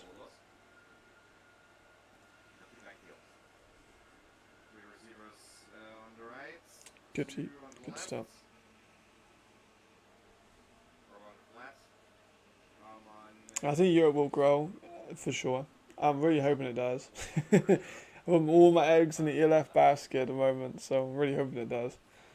I think that the good thing about the European leagues is we can have these feeder leagues like Spain, Germany. I mean, Germany is a feeder league. If you don't think that, then Spain, Finland, Germany, Italy. The domestic leagues within that country can feed into the talent in the ELF, which I think is good. Like some of the players that, like Tommy Wilson, there's a deep shot again by McKay. Working as Incomplete feet out of bounds. Silva. Cool air, but his feet were out of bounds. Ball. Like Tommy Wilson is a really good example. Tommy Wilson played 1 year in Oxford, Going to the middle. and a few teams asked me, should we go for Tommy Wilson? I was like, I mean, he's very inexperienced. I would like to see him in a year in the GFL. Plays a year in the GFL, does really, really well. Is now still in the GFL, but shame. Let me look at his stats. Let me get a new window. Which means that, of course, Galaxy, they won't punt the ball away. They are still in their own territory. We'll just watch this return. Go straight as an electric guy. Punt the ball away. Spread under pressure. He just punted it away to the side. Bastian Hoppe. Want to look at Not Hendrik Schmalz anymore. The receiver who's Tommy's stats. previously was Because I was very sad that Tommy went to the Potsdam. I'm not going to lie. Bastian Hoppe. He's wearing number 98, which is actually Lennox Fletcher's number, but he's on IR. Fletcher, like the other players. One of those young players who play in the NFL. Szymanski, They would, also actually. on Rahibel Centra. They are allowed to play in college and the ELF at the same time. But also, we are just speaking about Galaxy. 10 minutes to go until half time. It depends on the money they earn. That's a fact. Like, generally. Like, they can play for money in Europe and still go to college. All the Galaxy players who are on I mean, Brian Winter, he might go to college after the ELF. to You had Noah Portjagan, who played at Schwabish Hall last year. One of the best offensive tackles in Europe, and now he's at Florida. So they can play in the pro league and then play in college.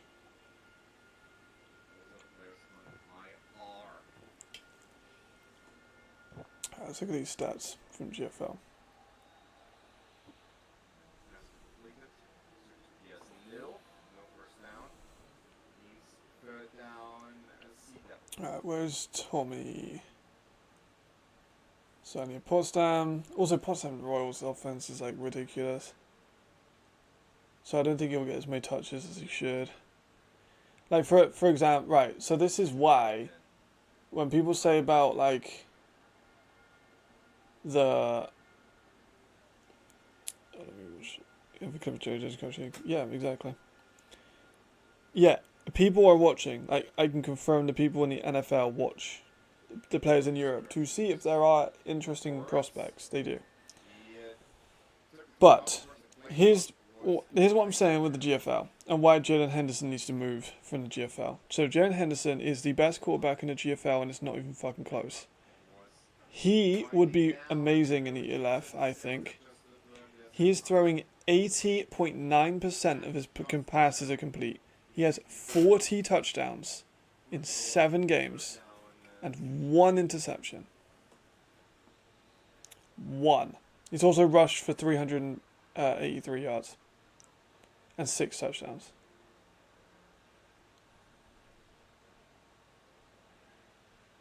I don't get it. And Tommy has 1 game for 4 catches and 70 yards. Like, come back to the ELF, man. Come back to the ELF.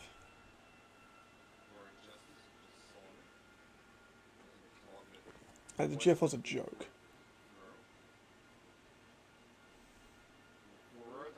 Fulford actually did good there. I think he got that first down. That's pretty impressive. Like, look at these receiving. Like, Brendan Bellew, who has got 815 yards, 14 touchdowns. Thomas Jenkins, 402. Daniel Pedro, Then he's down. 550. They don't really run the ball that much, but like GFL, fucking hell, GFL's a joke. I'm just such not a massive fan of it at all.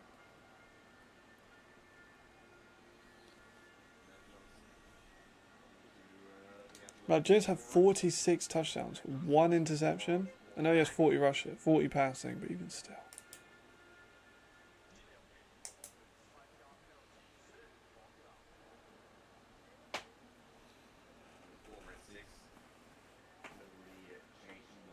Well, these Sash is doing good.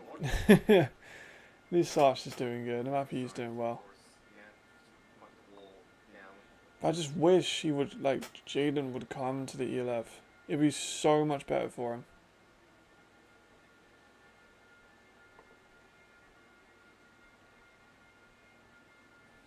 I know the pods have already been in my bag, so, like, fair enough, but seems like a waste of time.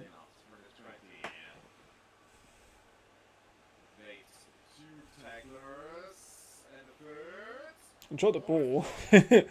He's out of bounds though, so he's fine.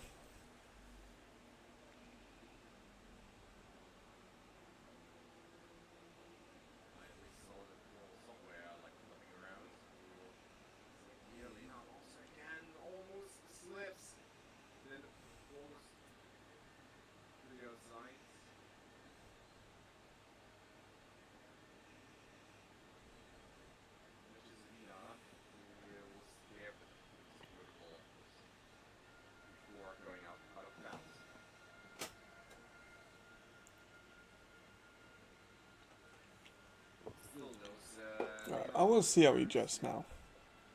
He's throwing a pick. He hasn't had a great game thus far.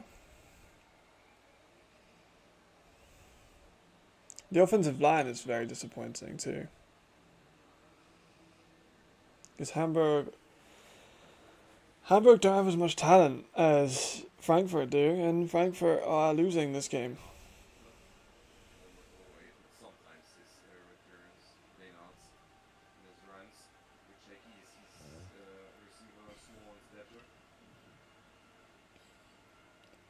That was a nasty spin move by Sandro though. I need to get Sandro. I need to do some tape on Sandro. He's just injured so much. That'd be his injury would be low for sure.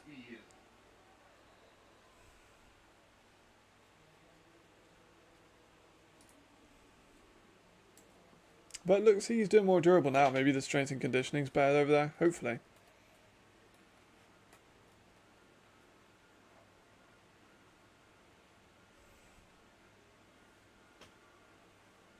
Fucking Platter's hand is tapes to fuck. And they're moving. Sandro seems to be carrying them this drive. There he goes. Good run. About 10 yards out of it. Very nicely done.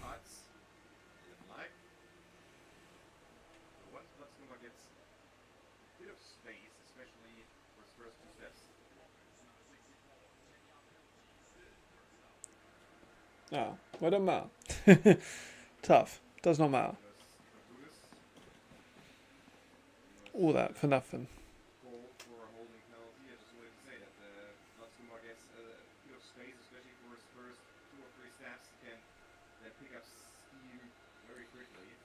Hello, hello, hello, hello.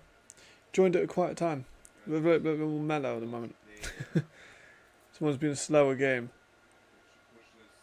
Let's finish a rant on European football as well, on the GFL.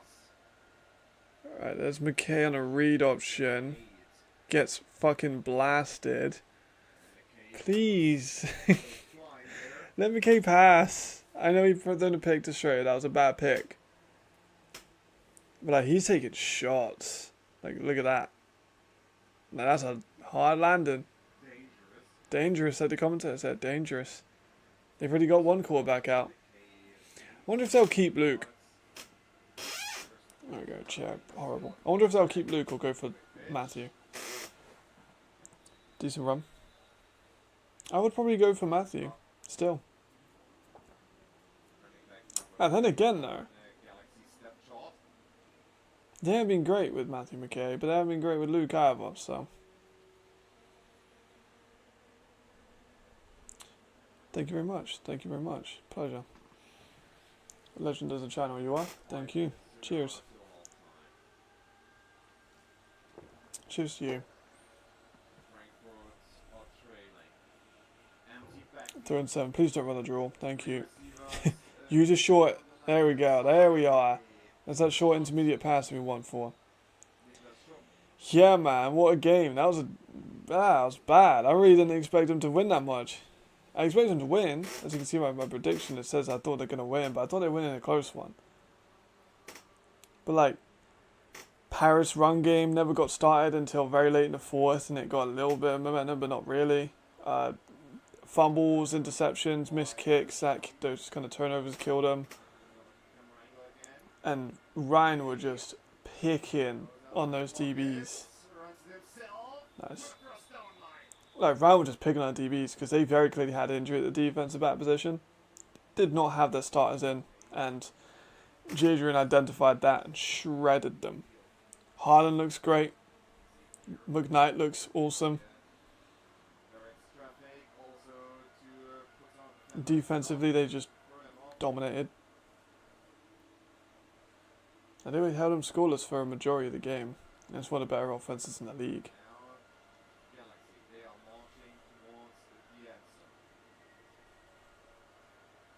Right, Galaxy getting close to it. They've ran in the red zone, which is very much not normal for them to do. Honestly, yeah. But then Jadrian went for what? Let me have a look. So the stats are like on the ELF website, but they're not like official yet. But I'm pretty sure he went. I think Glenn for like 70. I think he did.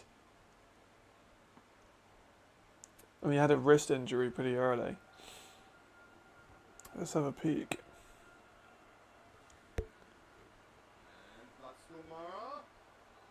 Is he in? There we go. Well done, Sandra. Good job. Well done. So, Jadrian went 22 for 28 for 287 yards and 4 touchdowns. Glenn went for 61 yards and 1 touchdown, so lower for Glenn. Yeah, it's a good run though, right? They actually finally ran it in the red zone. They finally ran it in the red zone. I'm going to write that on my notes.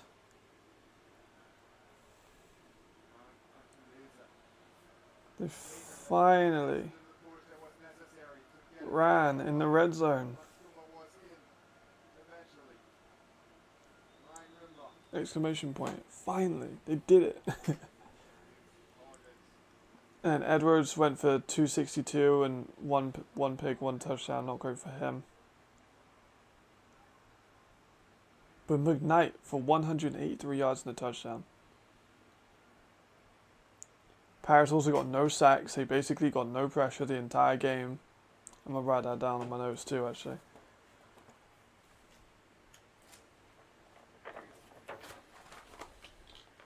Yeah, Galaxy look good in that one. I've kind of just switched to this one permanently, to be honest.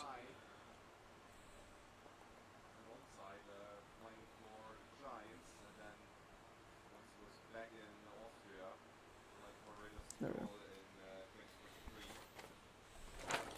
They did put up a good drive. Let me check the other score as well. See what's going on in there. Yeah, so Raiders are up 28-19. I mean, it's close. It's closer than I thought it would be.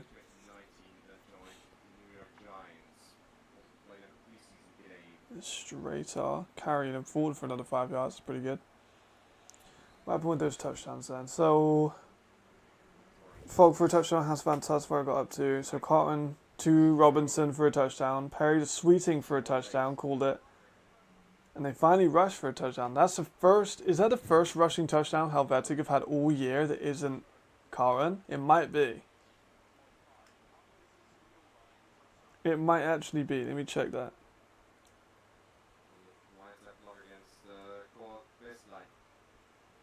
Let me just check that real quick.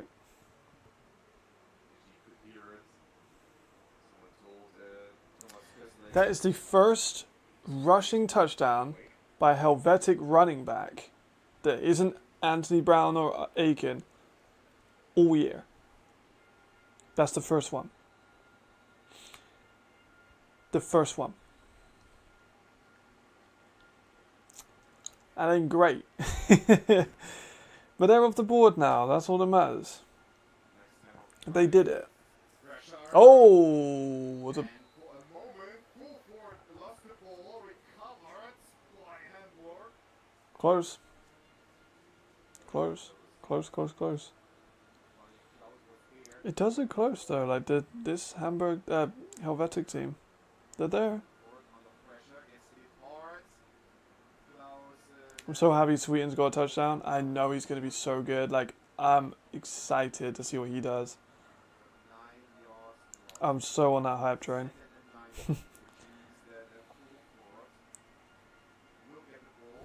I mean, I'm looking at the stats now. Apparently, Robinson already has 105 yards and a touchdown.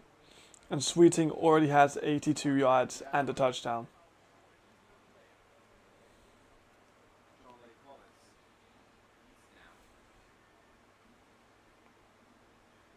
That's crazy. That's crazy. Let's have a look at the stats in this game. Again, these are not confirmed, but McKay's went only 4 for 10 and a pick. Fulford's went 5 for 10, we got a touchdown. Sandro's going to about 5 yards a carry, which is nice. They've only ran their new E running back twice, which is strange. You got a couple sacks though.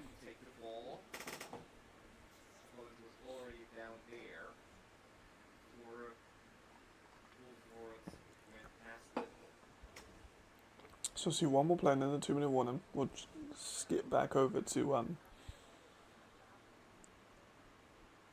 the other game when the 2-minute warning is halftime. And if it is halftime, we'll like reverse it and watch some of the other game, like watch some of the past of that game, you know.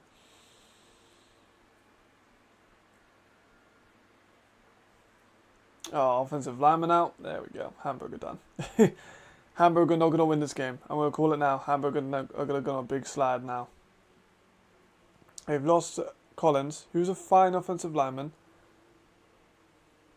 He's fine. But he looks pretty fucking hurt. And you need offensive linemen. And this team need offensive linemen more than most. Oh, that's the 2-minute warning. Okay, cool. I'll stay in this one just because I will be going back and watching the last quarter or so of the game that's also going on at the same time.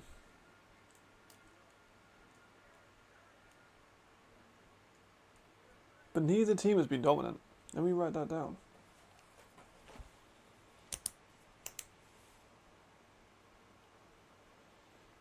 Neither team in the first half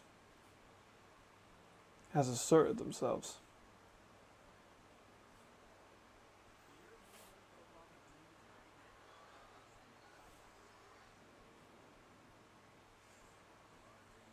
No, neither of them. Yeah, okay, alright. What score, what time in the game? First quarter? It's still pretty early, I imagine. Yeah, it's only been going for a minute.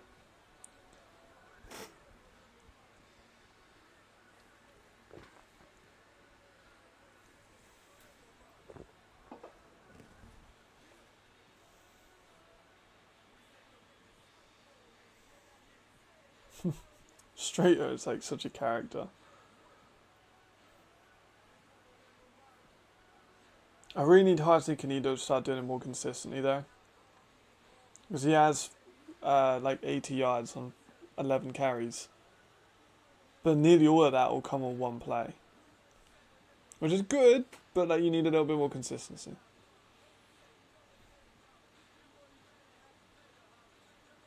That's a beautiful throw there. Fulford did throw an absolute dime. Started second quarter, 6-0 to Prague.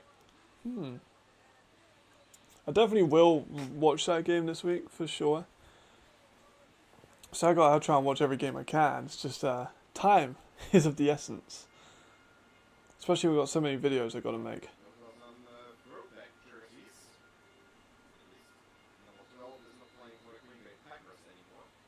No, I haven't messaged him yet. I'll talk to him on Monday about it. I think he's filming today. Anyway, I'm not sure. we're back in the Right, they are football. playing very off. Nice one high in arena and Hannover. They're in 16. They maybe get Lost. 6 out of it. They're gonna have to punt this one out. Galaxy probably gonna get another opportunity to score. Liggins, Jamalcolm Liggins. That's what I'm thinking of. Divine, Jamalcolm. And I couldn't remember which one. I couldn't remember Liggins' last name.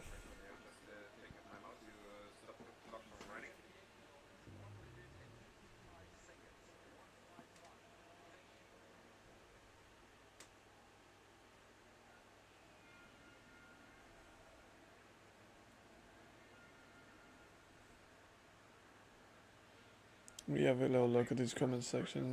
Yeah, there we go. There we go. How can they score 60? There we go. Everyone. All the comment section. All right, that's good there. The comment section on Milan there versus Munich is just nice because of the score. Right, they punt it off. It's a damn good punt. But the return's got some space, says Lenhart. Gets just inside the opposition half. Got 103 seconds. 1 minute 43. 3 timeouts.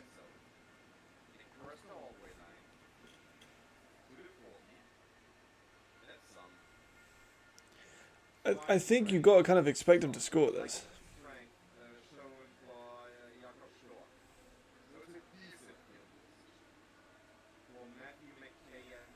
At least get some points. They ain't got that far over the field to go.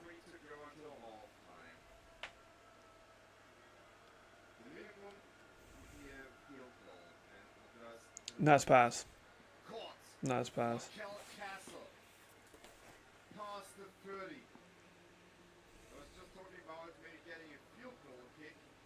That's a good pass. Like I said, I think they got to go for a touchdown here. They can't settle for a field goal. Hamburg, I don't think going to be able to get a comeback. But knowing the Galaxy, they will try and find a way out of this game.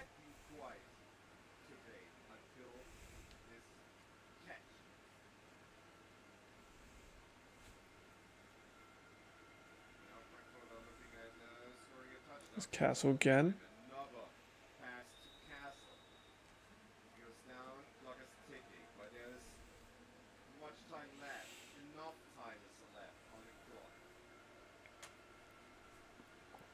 Good evening, Bison. How are you? Hope you're doing well. Been some exciting games on today. Some, some less exciting, but this one's still pretty close. I can see Galaxy trying to pull away for this one. This chair, man, is awful. Again, I gotta try and just do it quickly, just so I can try and get all of it out in one way, just so it doesn't try and kill people. They've got within 3. Jeez. I'll be tuning in during the halftime. I'll go back to that game and watch a little bit of it.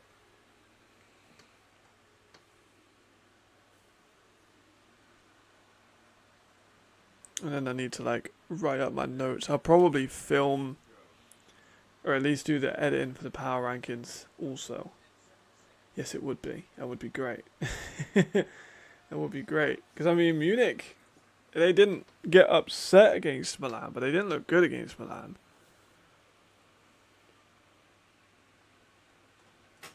And I know Ricardo is somewhere stressing, which is not good. But I know that somewhere Jamal is very happy, which is good. So it's cancel each other out.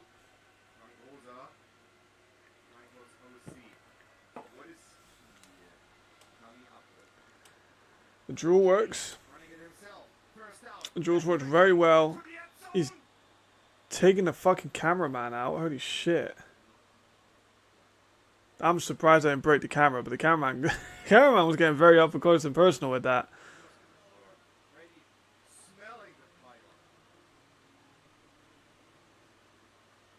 I mean, the cameraman had to get that shot, but he fucking risked his life for it.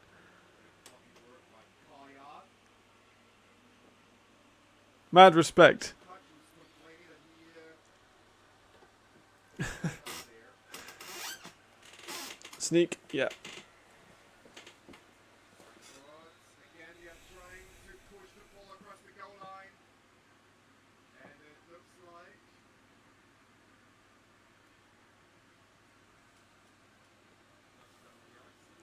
They've not called it yet, I don't think. Expected touchdown, but they haven't called it just yet. it's a touchdown. There we go. Touchdown Galaxy. 6 points added to their score. 16-10. They are taking the lead again. That was the old And they're back up. McKay was Just like that. They're back up. I would expect them to not give up this lead now that they've got it. You never know with the Galaxy, but I would expect them to. point 7-10. 56 seconds to go. Hamburg will get the ball back Yeah, Caramel built different. He took a hit. by the Yeah, it looks like he got. Yeah, he got pushed over at the end. Looks like he got that fine. I don't think there's much controversy with that one. Seems as if it was fine to me. McKay was pushed across the goal line. We saw Uzoma being pushed across the goal line just a few moments ago. And Frankfurt were able to equalize this game. I write my stuff on different pages. Raiders started strong. And Cozy is unconvincing.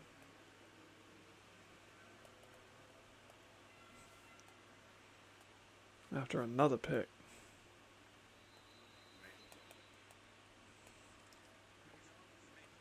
There we go. So look. 1 minute, one timeout. Possible. Probable. Maybe not. But they could. And now Fulford's got the arm to really push the ball like 50 yards in one play and give himself an easier option.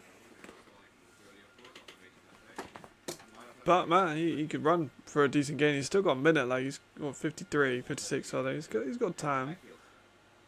He's gonna take a shot over the middle. There we go. Nice pass. Over the 50. They huddle back, spike the ball. Yeah, don't do this when you're fucking trying to spike the ball. Get the fuck out of the way. And man, it's my pet peeve. It really is. It's my pet peeve. Like, brother, why are you celebrating? Get the fuck back to the line. Like, come on. We need to spike the ball. I think if I was a coach, I'd implement that into the rules. I'm like, you are not allowed to celebrate if we're under 1 minute or 2 minutes. We need to spike the ball. Absolutely no celebrating.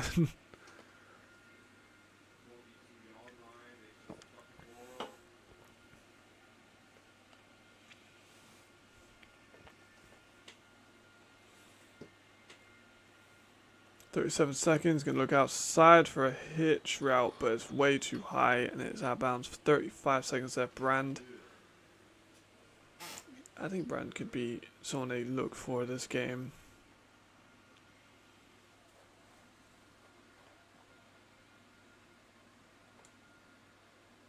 Panthers 18 now. Oh wow, really? Shit. I was thinking Voshtav. I was like, what? Damn, Prague are going to win it. That's really bad looking on the Lions. If they go out and win the AFL. I know the AFL in what it used to be with Vienna and Tyrrell in it, but like, shit. I know Vienna and Tyrrell still in it, but you know, they're B teams. Incomplete.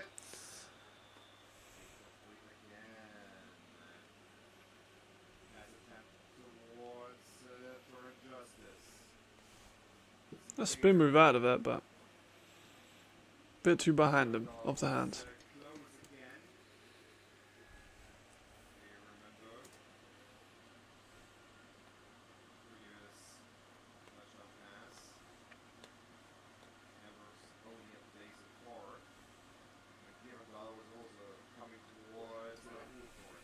Focus 2. 4th and 10. They're going to have to go for it.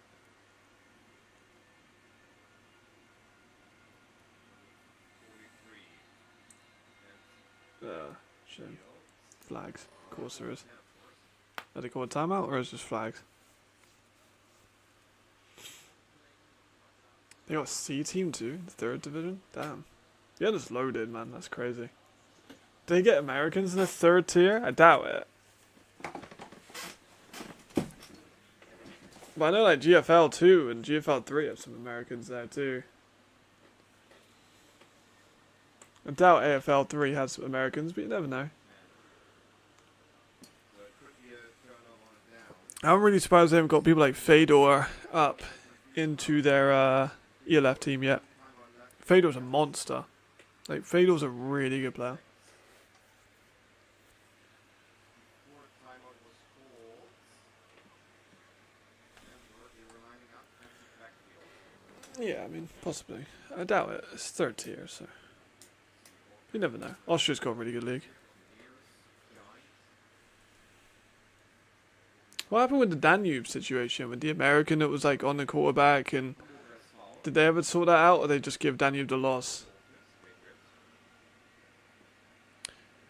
Raiders missed field goal for the half TD. The TD pass that broke through was one of the craziest I've ever seen. There was a bit back for literally needed. Well, let's have a little look. I'll look at that during the halftime.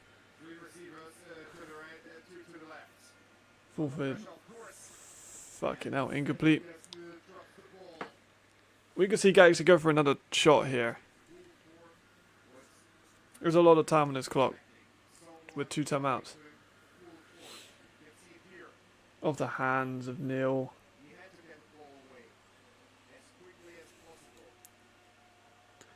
27 seconds to go. Or Galaxy trying something. I think Galaxy have got to go for a shot here. At least something. They got 2 timeouts in half a minute. They could do something in this.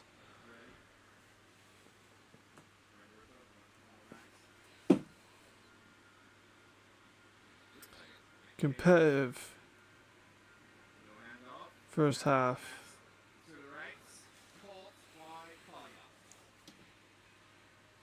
He went out of bounds. When Hamburg picked up injuries at the way it was done.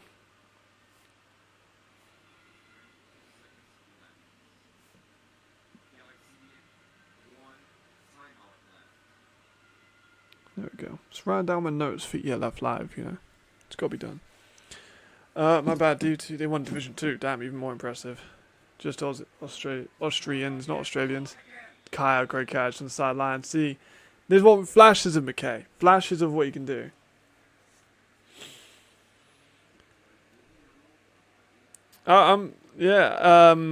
They ran it in with they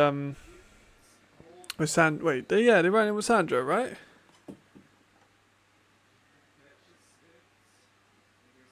Yeah. Now you're making me question it. Let me check. Collier was signaling towards Franklin's sideline that he wanted Cressling to throw down You're making me question it now.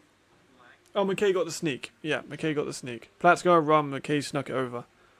With the cameraman situation. Because Platt's got the one before her. Let's have a look at that catch also by McKay. Yeah, he got that. That's definitely a catch. Yeah, it was the McKay scrambled right, reached over the pylon, took out the cameraman, didn't get it in, and then he snuck it in the next play. First, second, third set, it was very not discussed. No snap. I think that's pretty So clear cut. after Collier caught the ball, he, from my point of view, I think he got the ball. 3 snaps. I think he got the ball pretty clearly. Essentially secured the ball that was then pushed out of balance and lost control of the ball outside the field. Taking quite a while to sort this one out. That's much anymore.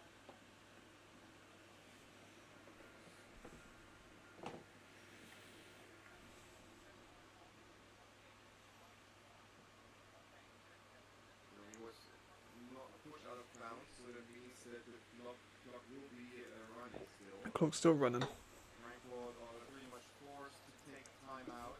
Yeah. Wasn't going out of bounds by himself on his own accord. He was pushed out of bounds. Pass will be ruled as complete pass. Yes. Yes, as it should be. Will be ticking. And in a second or two, Michael Schultz will explain all of that. Frankfurt are pretty much forced to take the first time out of my opinion.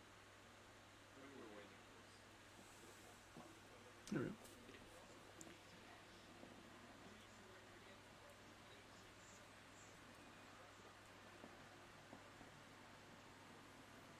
Yeah. Ah, good call. Good call. Fascinatingly, they are also ruling it as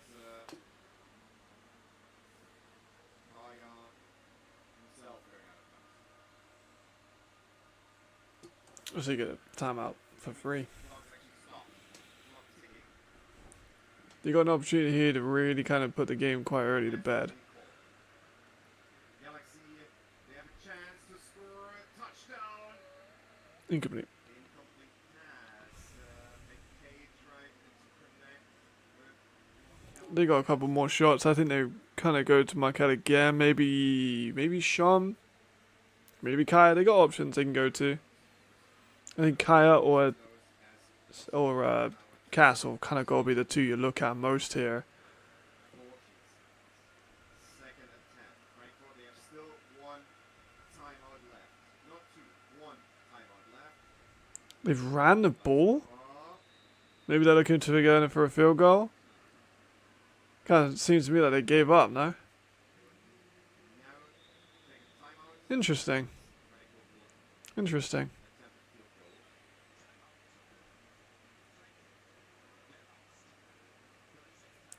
goal. Odd. I thought they would have made maybe one more shot rather than a run. I get why they're doing a run, trying to make a field goal easier, but like, I don't know. Seems a little bit like they just kind of went, ah, well.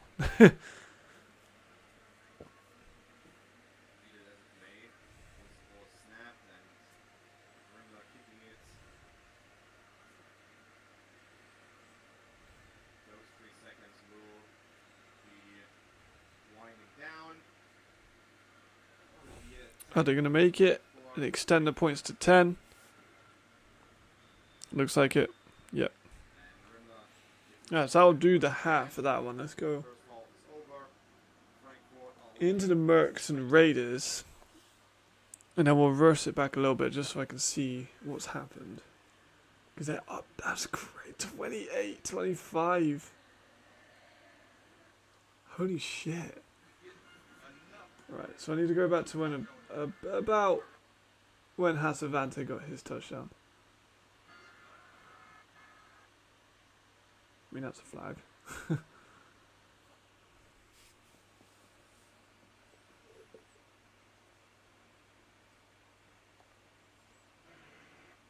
The scoreboard's not here though, so I can't tell what's happened, which is not fun.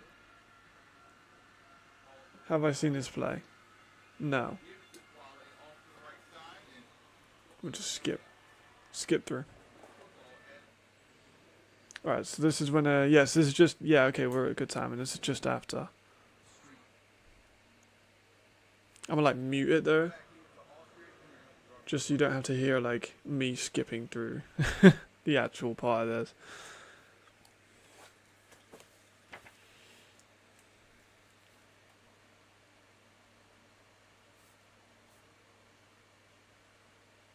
Rizzo did start to get a grip with the run.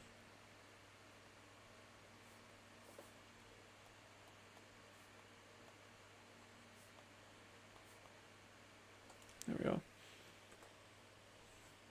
Yeah, it's the second quarter. I joined in the second quarter.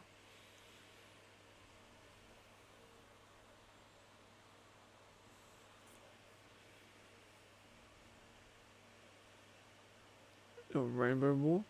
To absolutely no one.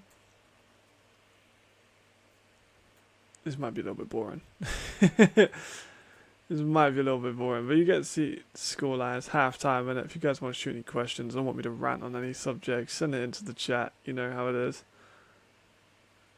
I just don't want you to hear like as I skip over like the dead time.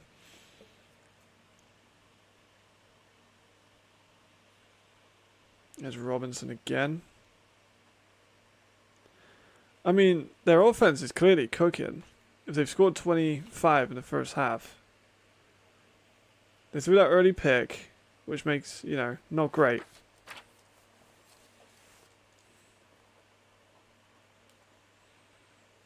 Robinson plus Sweeting.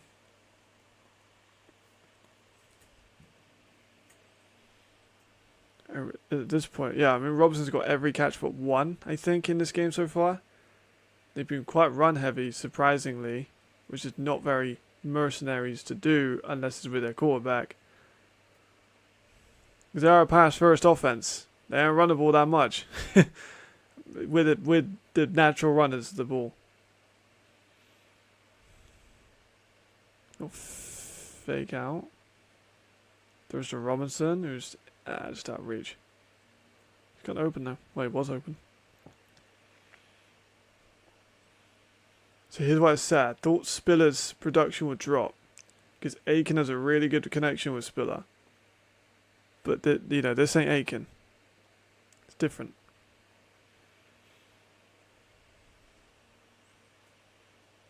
Let's see what they got here. Because Robinson looks slick. But that's Spiller's catch.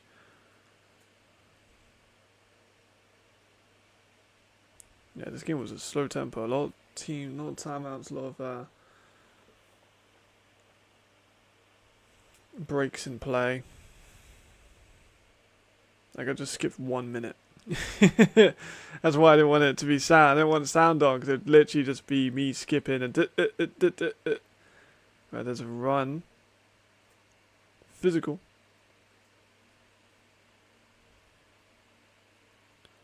Panthers on a 1? Jeez. Who was the, like, Vikings must have been a favourite coming into this, right? Because Prague are good, but Prague, I believe, started pretty poorly in the year. Like, Prague were, like, even 500 at one point, I swear. Who's, like, some players I should know about in the AFL? That's what I'm intrigued by. I know for you on the Vikings and Danube and the Raiders, but, like, who's some ones I should definitely know of? Like, I really want to see Destiny in the ELF, the Danube defensive end. There's also linebackers in Vienna who could be really good in the ELF. And Fedor. Nice catch from Robinson. Great catch.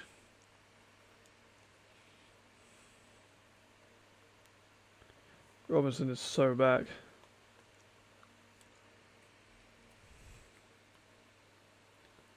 Key volume catches.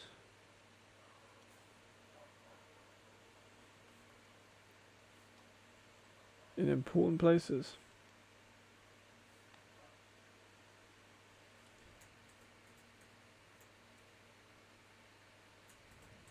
Yeah, he's a fucking monster.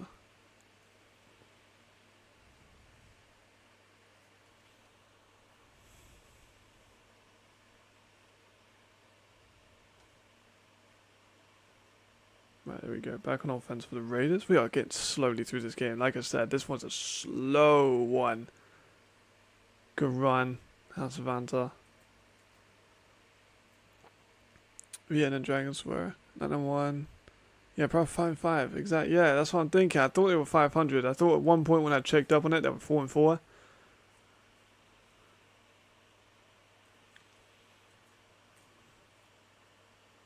But yeah, I knew they definitely were not the favourites. Interesting how that played out. And now they're fucking winning it. So who would have thought?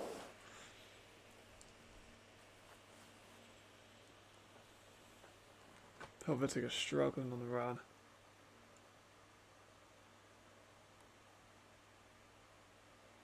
Good catch by Sweeten.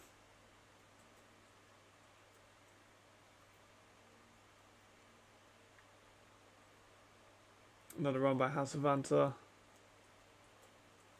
Not much Bonazzi in this game.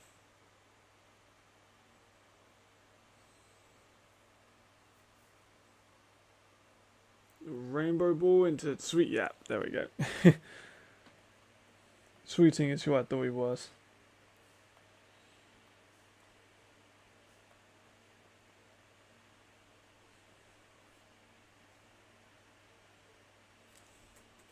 That's great tracking, great hands, good ball. Let's skip through all of the afters. I need to see the PAT in the kickoff.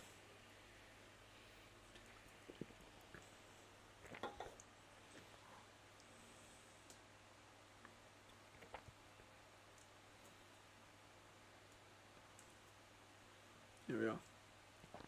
We're making progress. We're getting there. By the time we get back, we should be in the next half. Just I gotta catch up on this one. It's throwing a bomb deep. Oh, Robinson. Oh my god, that was a nasty ball. Great catch.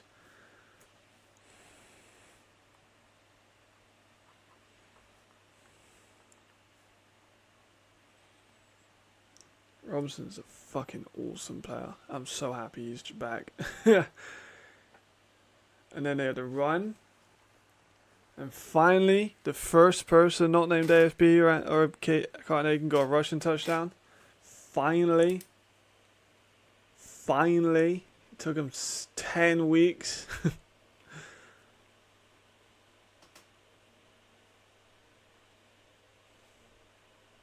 Jeez. Glad they got it. Took them a while, but they got there.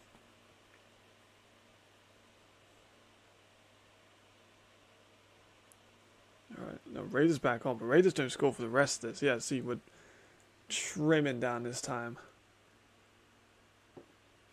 It's a lot easier to watch a game when you've got a 5-second skip button. Hasavanta again.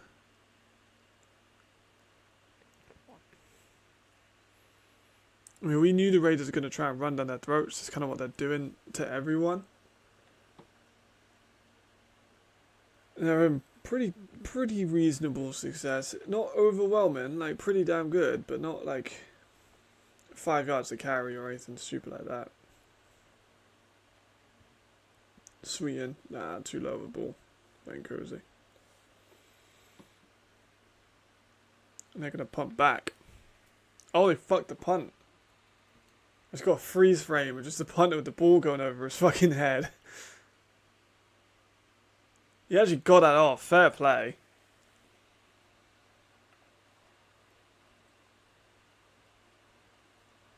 Fair play for actually getting it off. I really didn't think he would. Jeez, that kind of might be a lifeline. Obviously, they get one more.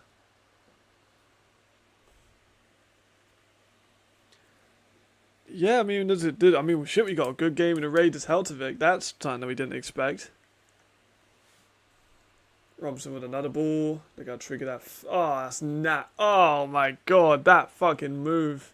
Footwork.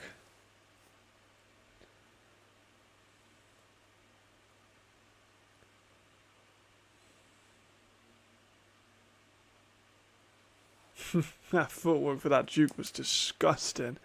Falcon 50 again. I'm stopping by. They're really fucking him up. Ow.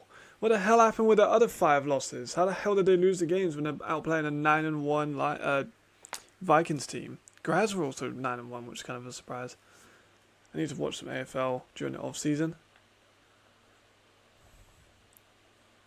But the AFL tape is not easy to find, like, at all. Let's skip all the highlights.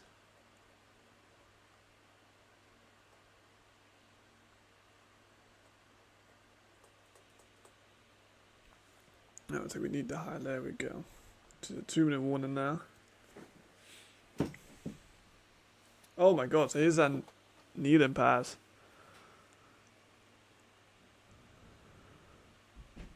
Holy fuck.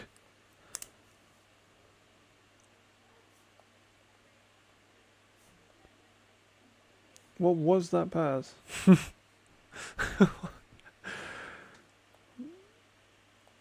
That might be the craziest pass I've seen in a while. He literally, his foot buckles, he's on his knee, throws up a prayer, and Robertson is absolutely there for it. He might be MVP of the week. Yeah, like I hate the paywall shit. Like I'm not paying to watch an AFL game. Like, come on now. Unless they give it for free and I'll do an eval on a player, but I ain't gonna pay for that. I love the AFL. I ain't paying for it though. That's wild throw. That's gonna be all over ELF pages.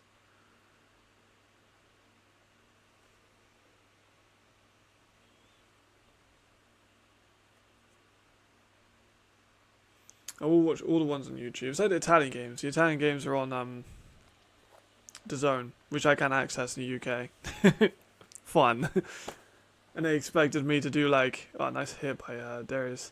They expected me to do like the power, like if I expect me to do like power rankings and write ups. I'm like, I can't fucking watch the games. Like, how am I meant to do write ups when I can't watch the games?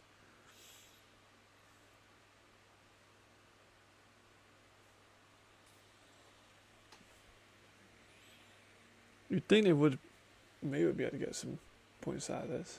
Given they didn't call timeout there. They got 2 timeouts. 3rd and 6. Sweeten. Maybe 4 or 5.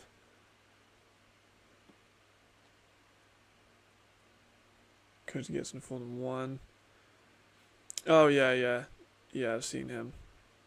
I looked at him last year. There is a video on my channel where I talk about him. I can't remember what I did, but I have talked about him before. Because he had like a great mullet. That's why I remember him. Yeah, really good stats and a really good mullet.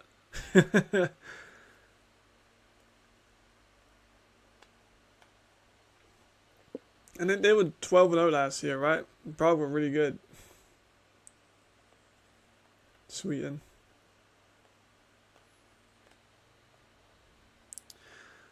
Yeah, they split time with them. I don't know why they do that.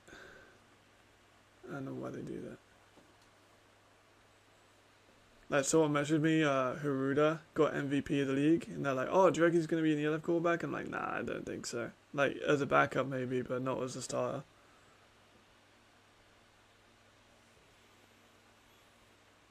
Like I think that unless we have a homegrown that has played D1 college football, we ain't gonna get a homegrown quarterback. Not as a starter.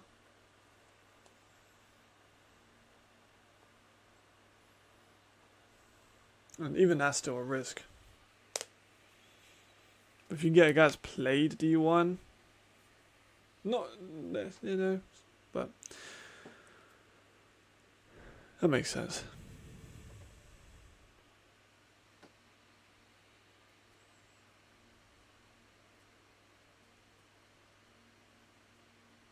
Alright, and they went for a field goal, and I'm assuming they missed the field goal.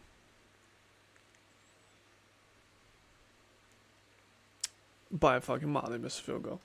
Yeah, that's right. So that's that half caught up with. What's up, Khaled? Good to see you as always. 5 hours and 20 minutes it took you to come here, bro. You turn that down. There we go. Right, that was oh my god, what timing. I literally just skimmed through the entire first half of that, wrote down my notes, and then we're back in time for this one. Yeah, he's good. Like, he's a good European quarterback, but he ain't gonna, like, would you put him against Jadrian, a D1 guy? Would you put him against, even so, like, Jared Evans, D1 guy, he played last year with the Enthroners. It was with the Enthroners, you gotta cut him some slack.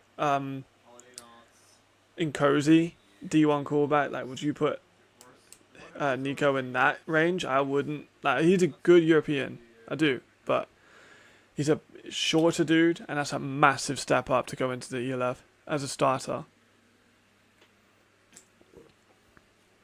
Like Rochelle, the quarterback for them at the moment, the backup, he could probably do pretty well with the Vienna Vikings, like as a starter for the AFL team. True, you were watching F1. How was the race? I haven't watched the race, obviously, but I know who won. I was in Spa, which I like. I like that one. More read options.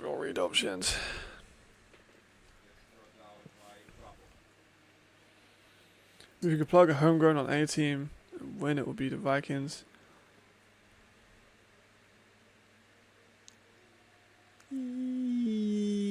Yeah, probably. Yeah, probably. Them and the Surge, I think you probably, and the Ryan. I think Ryan, Surge, and Vienna. I think you could make an argument for that because I mean, they've done that with Ryan for quite a bit of the year. Same with Surge, they've done that for quite a lot of the year and had a lot of success. And Vienna won a game with the backup against Wroclaw, so yeah, I mean, for sure, kind of hard to argue with it.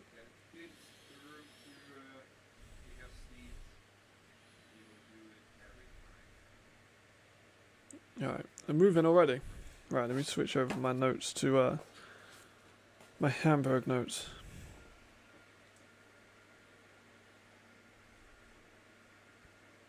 That's a good topic though. Like, will we see an ELF quarterback that's homegrown in the next 3 years?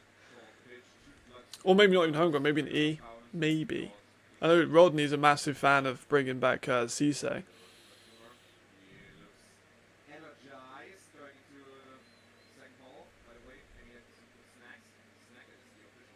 Nice. The commentator. Good ad read. That was nice. That was nice. Very slick.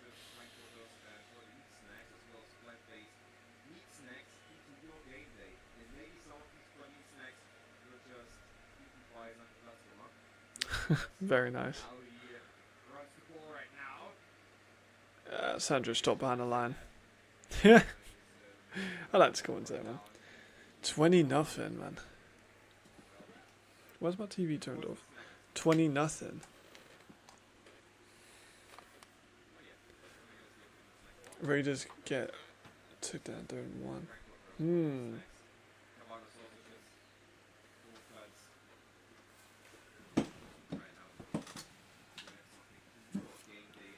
Raiders kind of fucking this up. Galaxy looking to take control of this. You know what? I'm gonna go to hell if that's it game. I'm gonna go to hell if that's it game. I didn't think this one would be the one I'd be switching back to, but we're here. Shit, they scored already. Alright, let me just really quickly go back to when they scored, just so I'm caught up. Because I gotta write notes. Remember, that's my job.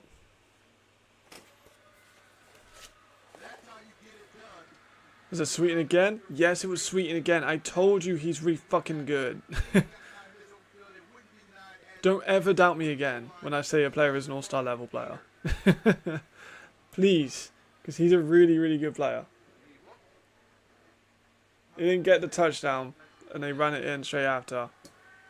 But I told you Sweeting was an all-star level player. And some people were like, what do you see in him? I'm like, he's fucking awesome.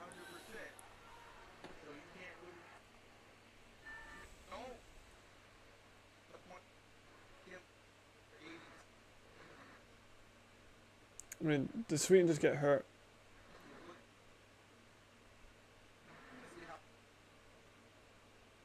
Does Sweeten just get hurt? No, okay, I was going to say if Sweeten got hurt, I would have actually been sad. Passie's always poor for him. It's almost like they got rid of their fucking all-pro corner. Right, now we go live. I'm caught up enough.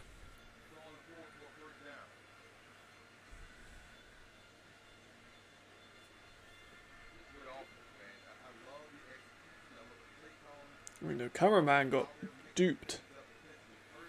Uniform take bad D and playing well. Pass D has been poor, yeah. Yeah. Oh, go to Robinson. Ah, no.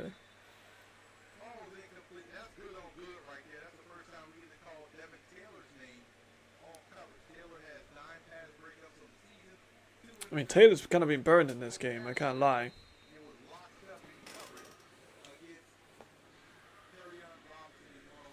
Now, Robinson's got the better of pretty much everyone. Well, I mean, has got the better of everyone.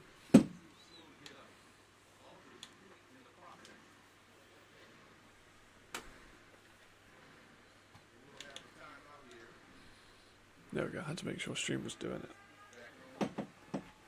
And also get some sneaky watch hours in, because my YouTube is a different one on my computer than it is on my Xbox, so I get those sneaky watch hours in, so. Don't tell YouTube. Because we're up over 40 hours on this stream now, and that's helpful. That's more than like any video I've made in the last few weeks.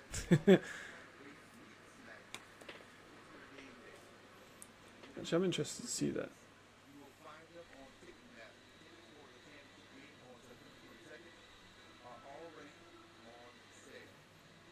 Yeah, I mean, this is in the last 90 days. It's getting there. For a 1, 2, 3, 4, 5, 6, 7. There's a top 10 video in the last 90 days now, due to watch time. This one that we're currently on, 5 hours and 26 minutes into it. We're there.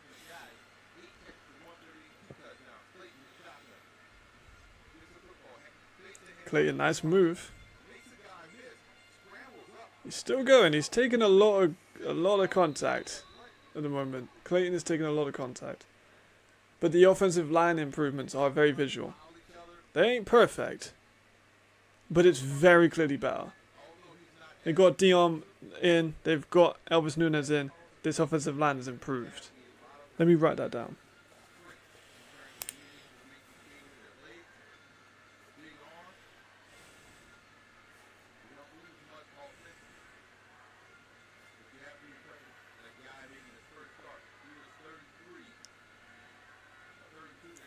There we go. They've improved. They just have. Like, it's not perfect. It's not Surge. It's not Milan. It's not Milan. It's not Surge. It's not Munich. But it's a lot better.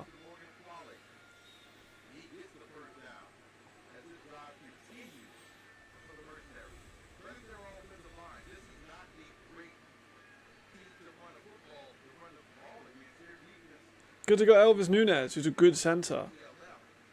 That's helped him out a lot. I remember people forget Elvis Nunez is one of those players that's on the OG Barcelona team, and he's been their center for a long time. One of the better centers in the league. And that opens up so many holes, like so many new opportunities for them now they've improved the offensive line. I still don't know why they got Stefan Stefansson playing tackle. He is fucking not a tackle, he's a guard, but... Oh, Spiller. Oh, Spiller. Ugh. Ugh, Spiller.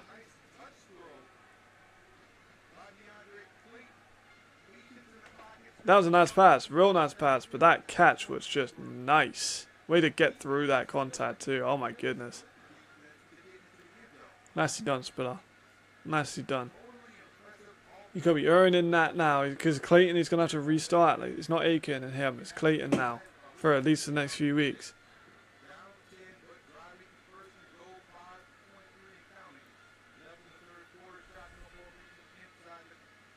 They got no space. Yep, take off.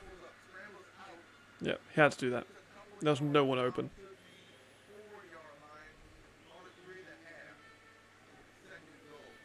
Passing on the goal line is hard here because they don't have anyone that can create space other than Robinson. Robinson's definitely going to be doubled. Spiller can create some space, but not to the same level as Robinson.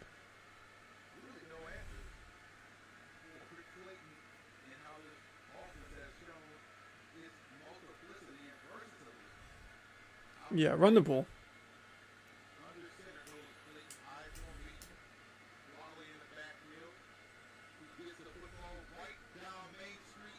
You didn't get it, but run it again. Run it again. Run it back.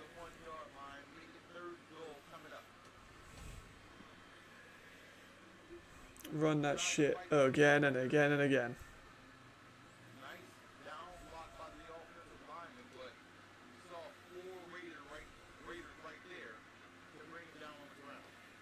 Keep running. Do it again. Full back in.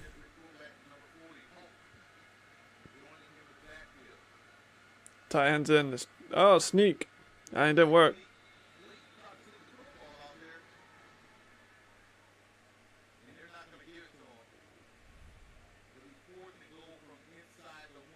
What, Spiller?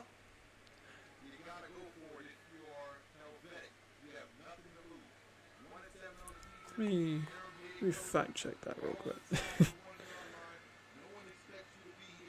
Let me fact check that real quick. We're gonna go and get this touchdown. 4th and goal. What week did you play Spiller? I would expect this one to go right to They can do. I don't think they will, but they can. 40 Quali behind big number 40 Pope, the fullback. Let's see what the call is. 3 seconds, 2 seconds. You're gonna have to take a timeout or take the 5-yard penalty. It'll be a delayed game, so this won't count. I mean, that's just poor. Like, you gotta get the fucking ball off. Like, that's just bad. Timeout there. I don't know why you don't just, like, fucking hurry the fuck up. It's a sneak. Like, it does not take 30 seconds to decide what to do. They got to delay a game. I don't know why the hell they didn't just fucking sneak the ball. Right, Caleb, what week did you play? Spiller. Week 1? You weren't there in week 1, though.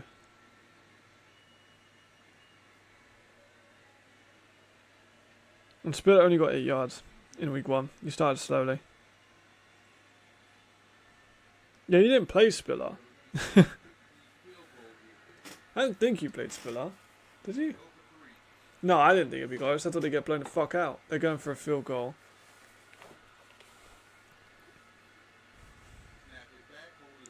Looks fine. Yep. Kick's good. We're there. Damn. Damn. Damn. It looks alright. They look alright.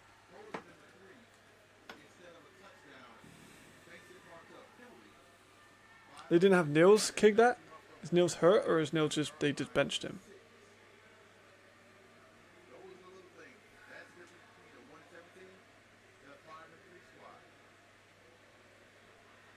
But they're so in this game. I mean, again, I don't think they're gonna win it, but they're nearly in the 4th, and they're down 7. It's very similar to how they did it against Helvetic, Vienna. Yeah, looks like Nils might be hurt if they've got Strama kicking the ball.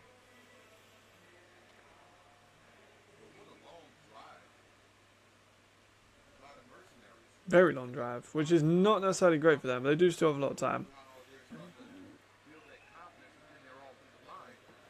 The O-line looks so much better. It took them 7 losses to do it, but they finally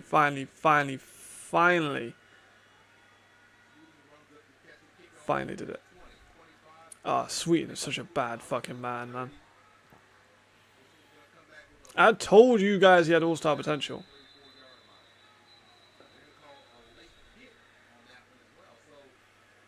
I told a lot of people he has all-star potential. I want to look at his stats so far, because we do have live numbers. I'm not sure how accurate they are. I think they're pretty solid. They look pretty solid. But as for the live numbers, Clayton is 12 for 17 for 183, a touchdown and a pick. Perry is 12 for 18 for 150, 2 touchdowns and a pick. Perry also has 51 yards rushing and a touchdown on the ground, but Robinson has 138 yards and 2 touchdowns. Sweeten has 94 yards and a touchdown. And Sweeten also has 4 carries for 32 yards, so he's got about 120 plus yards total. So, oh, he was so good. Robinson was so good. Robinson, I read out the stat earlier. So he was 10th in receiving yards in 2022, right? 10th in receiving yards is pretty good. He had 6 games. Everyone above him had 11. One person had 11. Everyone else had 12. He had 800 yards and I think 8 or 9 touchdowns in those 6 games. He was incredible. Incredible. One of the best receivers, like, in the league when he was in there. Absolutely. Alright, let's check in with the Helvetic score. Not Helvetic score. Hamburg versus CW. Yeah, so Galaxy have kind of pulled away as I thought they would. McKay looks fine. Not doing great. Fulford looks kind of average.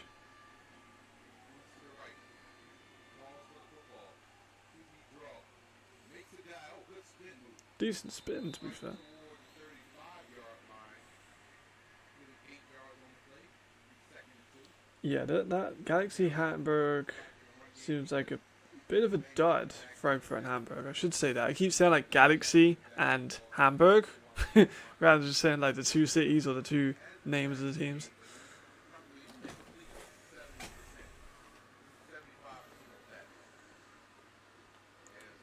But in this one, I am very surprised they've been so accurate. I mean, you can tell by the offensive line has improved, and what happens when you get a fairly good offensive line now. Not perfect, but they've improved it a lot. They got Dion, they got Elvis.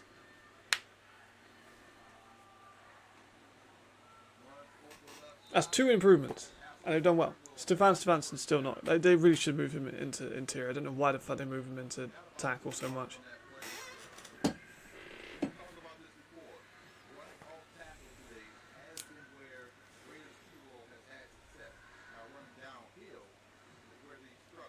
Yeah, they struggled on Big Mike because he's fucking huge.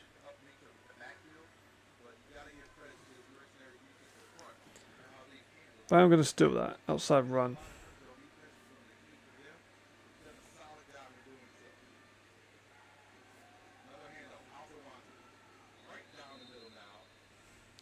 Outside run, away to go. But we are looking at some of the GFL numbers. I know you've probably been contacted by a few GFL teams by now. But I was looking at Potsdam's passing stats. This league's shit, man. Like, GFL is shit. He has 40 passing touchdowns to 1 interception and 80% completion rate. And people say the ELF isn't competitive. Alright. Okay. Okay. Ooh, commentator called him out.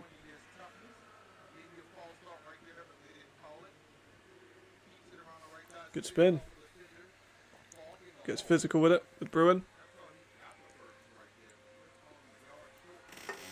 Gonna be yard short. They're in 1. They can run this up the middle and be fine, I think. We're gonna let it go to the 4th. There we go.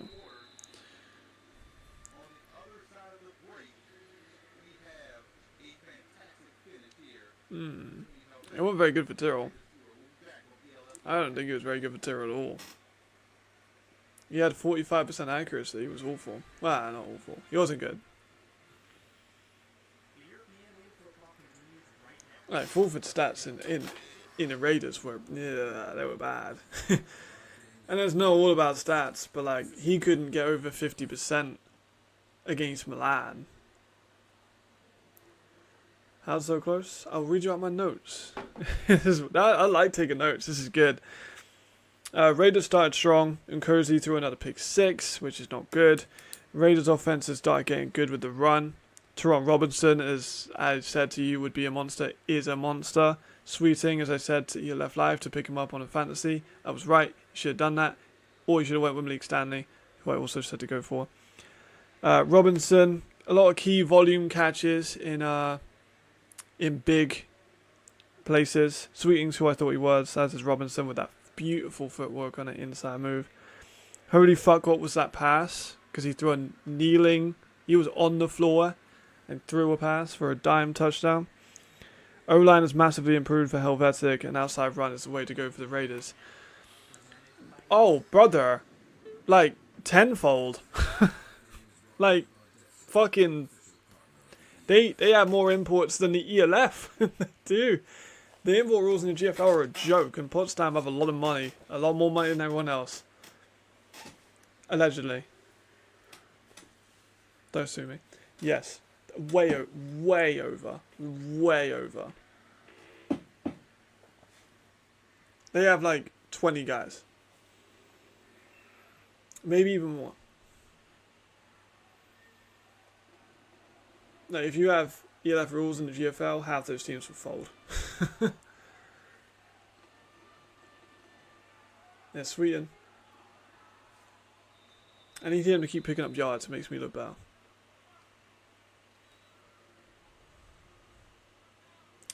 That's true. They are the Royals. That's true. I think they're going to win every game. They should really be winning the championship pretty comfortably. 4-1 here. Coming up. This is what annoys me about the GFL is the ELF is bigger than the GFL has ever been. The ELF is 4 years old, and people who are mad about that just comment under every single post, oh, it needs to be more competitive, it needs to be more competitive. And they'll ignore the competitive games, or they won't watch the games and realise, oh, they was competitive until the last few minutes. And the GFL has been around for like 40 years, 30 years maybe. And it's never, ever had the ELF level of popularity. Ever.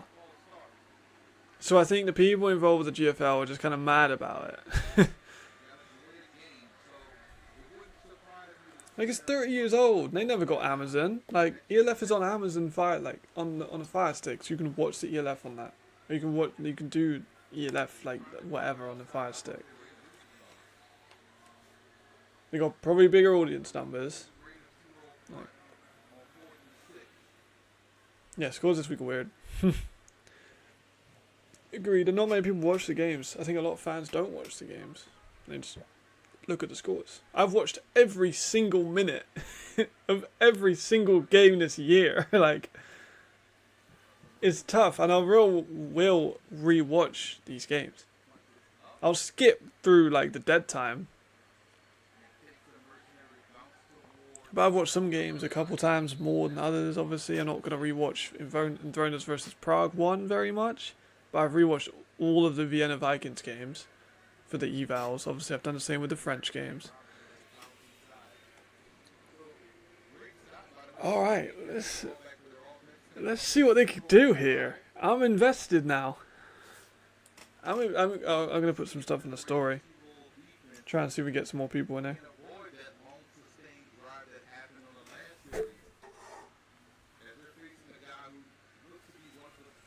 Prague are marching again. Prague look like they're taking over.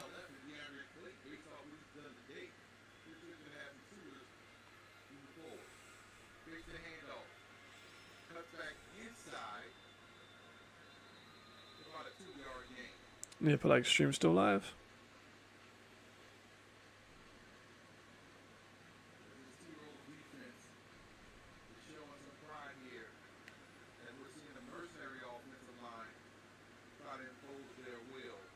Put it black. There we go. No. to be no, not even close. Not even close. Again, Potsdam have like 20 Americans.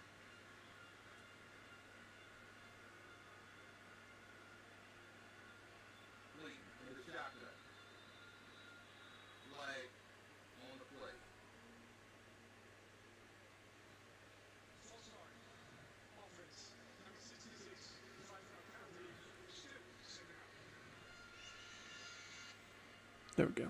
Put the story up.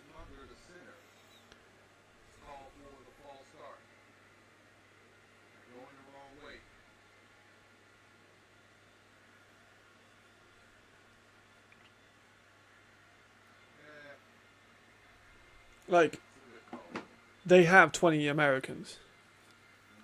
Potsdam would probably beat any ELF team. Like, most ELF teams. They might beat Ryan Fire. Because they have fucking ridiculous amounts of imports. It's barely even a European team. Nicely done by Devon Taylor.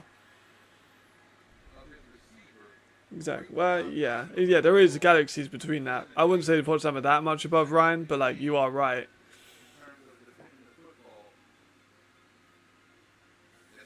But it's basically just an American team. Like, they got like 3 or 4 American receivers under that for a fact, and that's not including the like 3 E's they have at receiver as well. Like, they got Tommy Wilson at receiver, and he's caught like 4 balls all season, and he was one of the best players for. He was one of the best players for Dresden. I really think Tommy made a mistake. I really think he should have stayed in the ELF. Maybe not in Milan, but. Nicely done by Spiller again. They're moving, man. They're moving. Yeah, bro, it's insane. Look up all the players in the Potsdam roster. The rosters should be fine. It should be available online. Nearly all of them are American. It's insane. Maybe Ryan have got better coaching, and Ryan have a higher quality of players. But like Jalen Henderson is an ELF level quarterback. He's just wasting his talent in the GFL. He's throwing 81%. He has 40 touchdowns passing and 1 interception. Oh, Spitter again. Spitter again. No! No way! Oh no! Shit! I so wanted Hardwick to win this one. Oh no.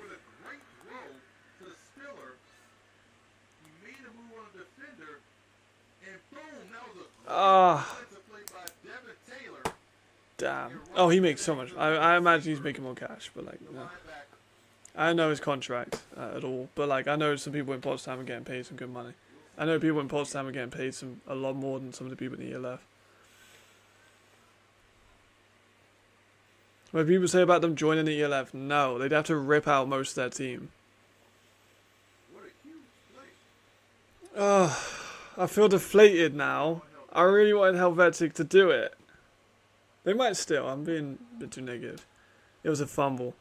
He got popped and fumbled the ball. We got to listen to the ref.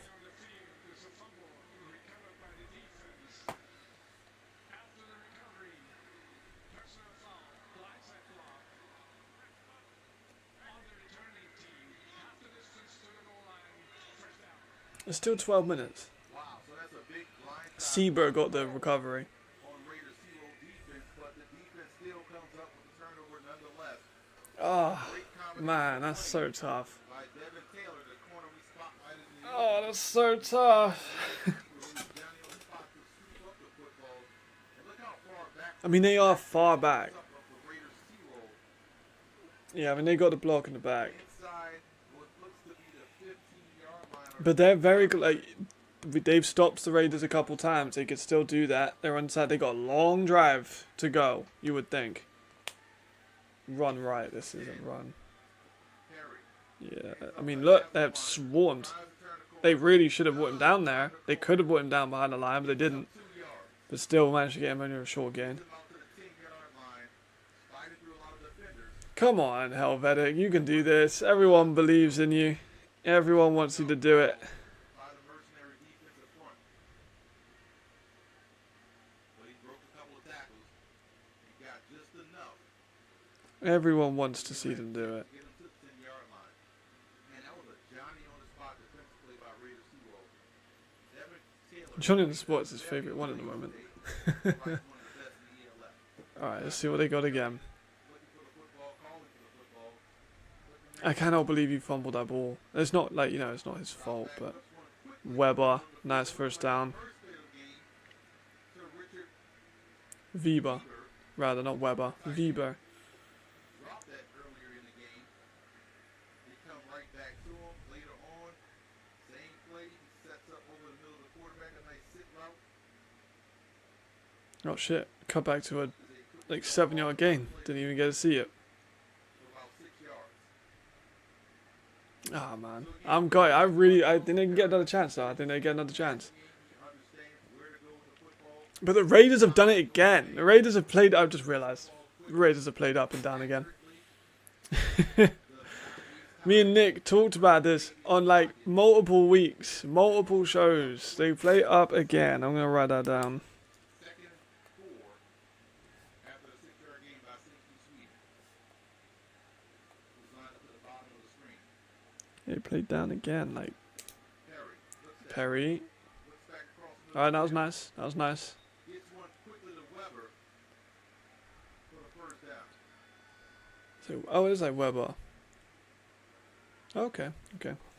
Because it's like Danny, like our guy in FW. Ow! I keep hitting my fucking elbow. At fourth down. That's Danny. That's his last name. Maybe you've got some Austrian in you, bro. I don't think you're here at the moment. You're probably sleeping or working or eating. But maybe he's got some Austrian in him. Methodical drive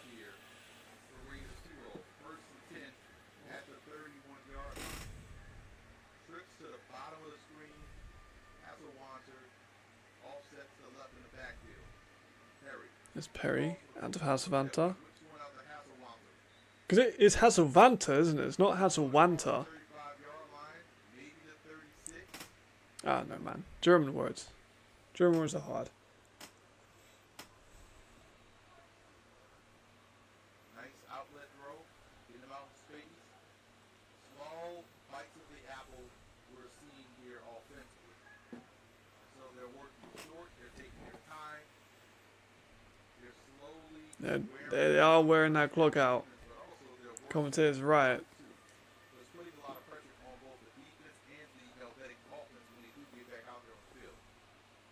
Inside hand. Oh, speak of the devil. Has the first down, it gets close to the 50-yard line. Speak of the devil. First down, Raiders. Hasselwalter, They're taking a lot of time off, but it's not impossible.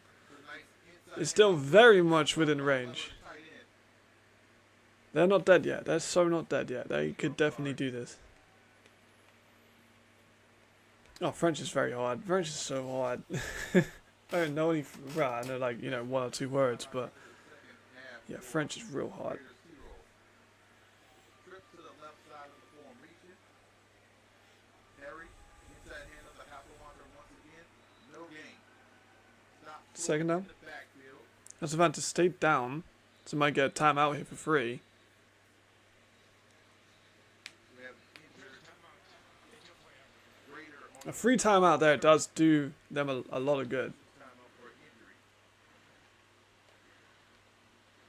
Not what you want, naturally, but good for them to get a timeout. Football fantasy match. You can use your friends, family, and other To look at the roster post has more than 4 A's. You can put set times on the offense is €8 and doing. Yeah, there you go. I mean, you played over there, innit? So, but this year the rules went out of window. Like, I know a few teams have worked around the rules. Allegedly. Allegedly. Not seriously hurt. A physical game. Clock starts to run again. Because they can be easy if they have a passport. 49-yard line. We love the methodical nature of his drive. And this is just the veteran coaching job, Jim Herman, understanding what he's dealing with. He's dealing with a team on the other side that has a lot of momentum, young, And nothing to lose, slowly trying to take the air out of AJ. the football. Perry in the shotgun. AJ is an A. Inside give. Hasselwalter fights across the 50. But like Pedro, I think he's done a real good job of developing over there. I'm happy he got. I don't think he's ELF ready yet. 9 on that play. But I haven't watched too much GFL tape because I don't like the website. You can't skip through the dead time. There's no 5-second skip button for the GFL website, so I don't like that. Right down Main Street, 30. So it's harder to watch. 44. Hasselwalter back up the middle again. But I've seen obviously a decent amount of Daniel. Might be close, but this inches He's done very well. I think he could benefit with another year in Potsdam if Jalen stays. I do think Jalen is too good for the GFL. I'd like to see him in the ELF, man. Like he's currently at 40 touchdowns, 1 interception. I don't blame him. Hasselwalter looks like He needs to take a step up. he's doing great. It's about 6 inches here. And they're going out of the gun. You may see quarterback lead, quarterback power. 4th and 1 they're going for it. I'm surprised they went for it, but it worked for him. Works through the hole. Hasselvanta gets another first down. They're working it. I think Raiders T-roll as you I think they're gonna probably be fine. But show his tough boy, was it close. The Raiders could have lost this game. They still can. yards so far. They look like they should be quite comfortable because they're within field goal range. Wear down this mercenary defensive front. As you saw Ivory Webb, the corner there on the tackle. 6 minutes. But this is an impressive The drive. Mercs do have 3 timeouts. You want to see from a squad like Raiders T-roll and how they're running the football. The run has been Harry's alone, killing player them. in the backfield, in the gun. Steps up, whips one quickly Nice out of pass. space, and it's going to be caught on Oof. Weaver. It is Hine down the sideline, number 10. Philip Hine scored on the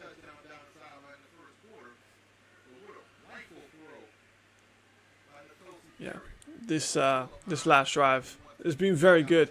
The Raiders have made a bit of a habit about pretty good last drives. They nearly did it against the Surge, but they definitely did it against Munich. They're currently doing it against Helvetic, unless we have a massive play here. 10, 5, 13 and counting left.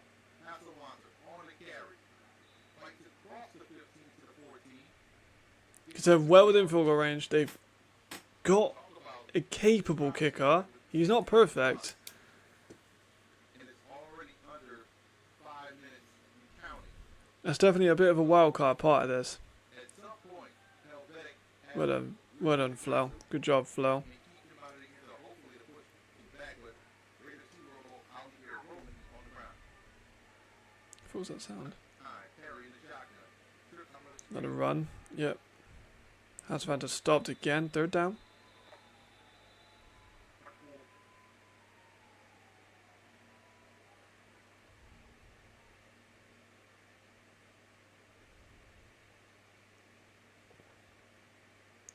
Third down 8. Maybe third down 7 if they're lucky. his 19th carry of the game for his 87th yard. The run team are running on the ground. Yeah. Perry has 6 And why has Tommy not got more of the ball? Like, 1 game, 4 catches, but he's been there for weeks. I'm guessing he had to sit out because he was in the year left, but even still. Alright, third and 7. Perry in the gun. Looks right. He's going to run it. He's going to run it. He's going to run it. The first down. Oh, that was clutch. The pylon. That was clutch. Touchdown, Raiders T-roll. Nicosi Perry running through the defense with some nifty moves and gets inside the pylon for 6. Statement drive right there for Raiders T-roll. As you saw, Perry do everything he needed to do. Not only That was good. touchdown, That was real good. by getting 6.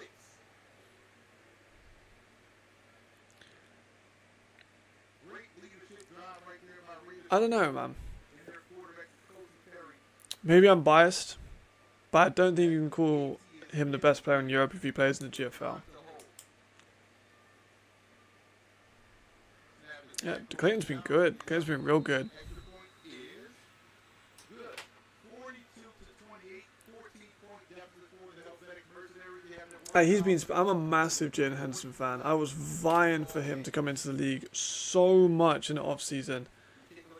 But I think in the GFL is an asterisk if he wants to call himself the best player in Europe. And I'm sure he does. I'm sure he's got the confidence. He's a great player. He's a veteran. He's played in Japan. He's played in like Europe for years. Like he's a great player. taken away. It's just all about But I think he needs to perform at the highest level. and getting into the end zone. He's had himself a very good day managing the offense. Because these lower level GFL teams are just not the same. Field general for Nicosi Perry. 3:42 left in this ball game. Is he a top 5 in my opinion? Yes, I think he is. But you got someone like Stephen Duncan, he did like amazingly well, or Juvarian did really well with the Comets last year. Didn't have the same success in the year left to step up. 30 steps out of bounds. That's granted, Duncan's playing well, but he's not playing as well as he was when he was at Dresden. Because at Dresden he had Austin Mitchell, he had that Portuguese receiver Talbot, and he also had Tommy, he had Nico Barrow. So you figure this will be more of your hurry up offense. He had a pretty good O-line too.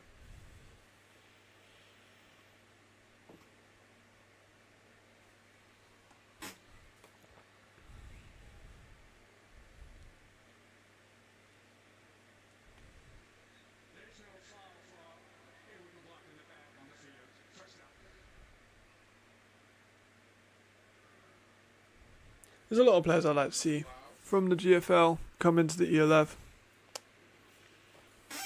There's a bunch. Jason Matutash being definitely one of them. I know he was close, but As DeAndre Clayton, who has over 240 yards passing today, is back on the field.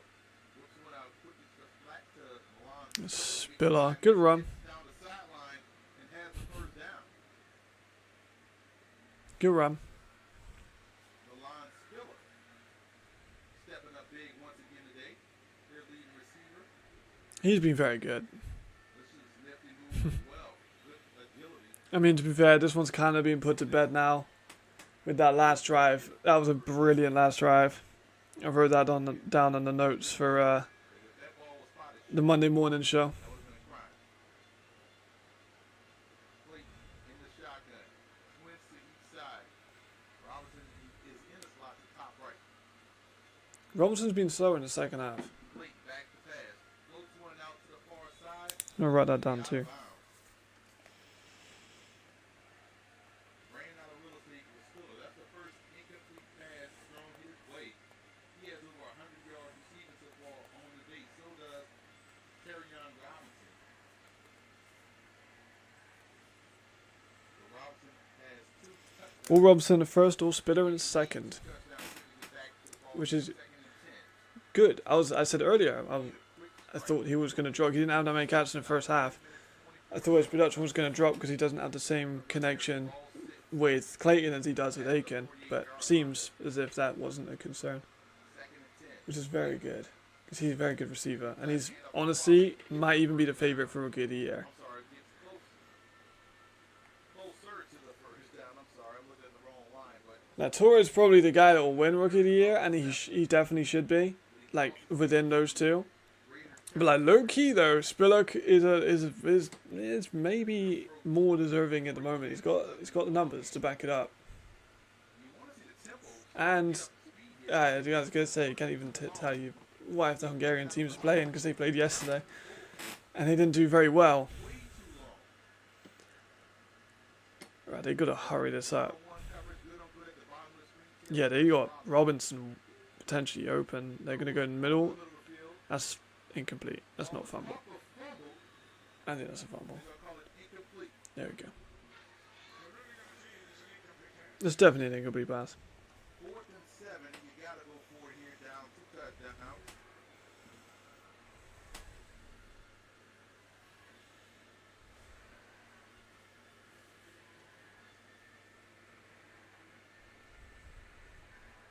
See what the play call is here for Robinson probably has to save his hands. Brian Billy. He's going to have Devin Taylor on him, who was a good corner. 7, ball at the 40. Spiller's on Garrett. Garrett's a big dude, but he's slower. Yard line. Clayton calls for the football. Looks to his right. Scrambles left. Has room. They're going Throws it up top.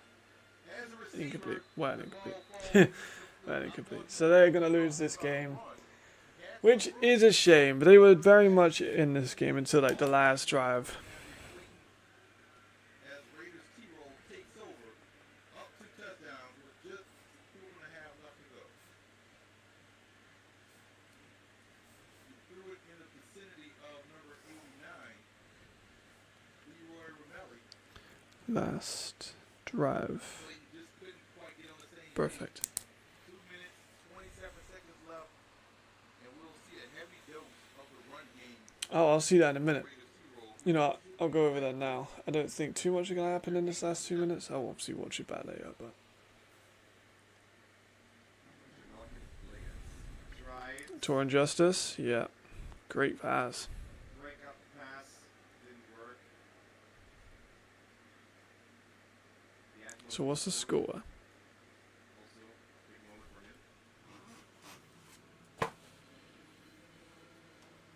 Oh shit! Damn, there's a lot of time left in this game. You know what? I'm gonna go back to watch the last 2 minutes of this one and watch the last 10 of that. There's 12 minutes left. Damn, we won't be on stream for a while. By Helvetic.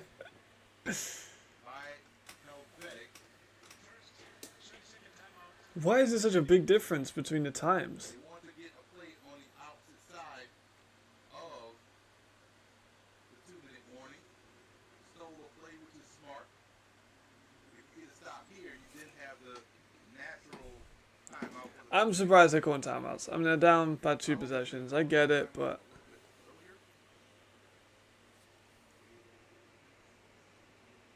I think we'll probably just, they're going to waste their time doing timeouts quite a lot. So I'm just going to go into this game for a minute. Jersey. Both teams are in a lull. They're not doing anything. Want to watch some football, fellas? Come on. Was a right receiver for Western Oklahoma University State. I do not get how that's so, like, how they've taken such a long time. They started at the same time. Right, they're still fucking singing. Come on, guys. Let's hurry this up, yeah? One game's nearly done, and the other ones are still singing in the crowd. Like,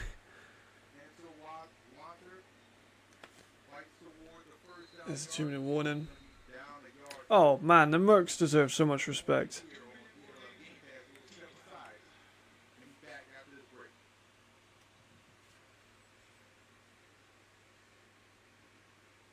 The European League football continues right now. Presented by Yahoo! The live game is brought to you by DefShop, official partner of the ELF.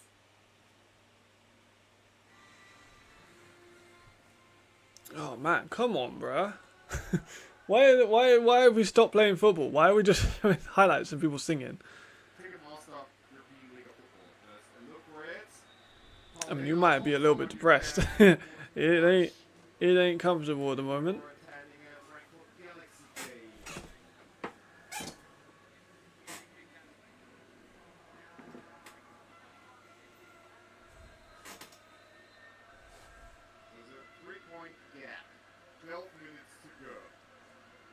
But I need to watch the third call. I haven't watched the third call. I'll be obviously watching this one.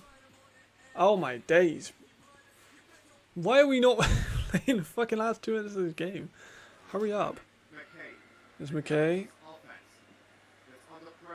Nice. The Strawman. Very nice.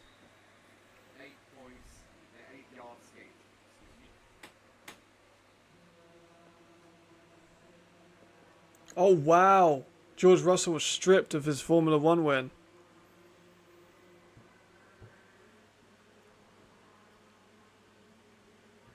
Lost the car was underweight, so his car he's not won. They've taken a win off of him.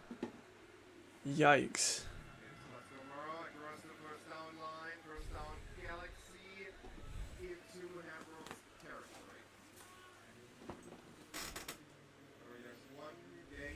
Right, have we started playing again? Or are we just still showing?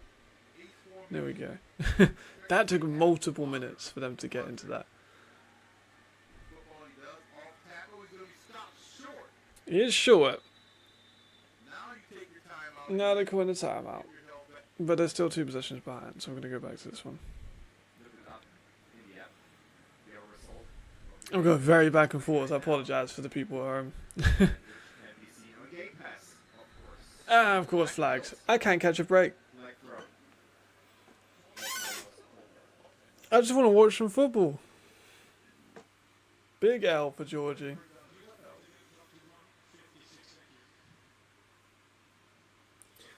I'm assuming so.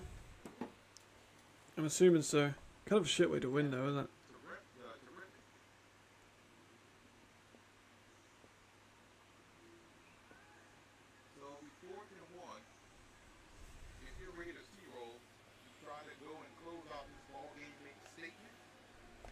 Yeah. No. Please. Please don't make me do that song again. They're going for it in 4th and 1.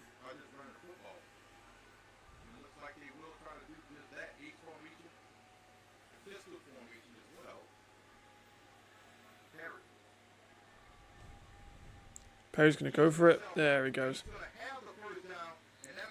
Alright. We don't need to call timeouts anymore. Helvetic. We can let it go. And Cozy came through in the clutch.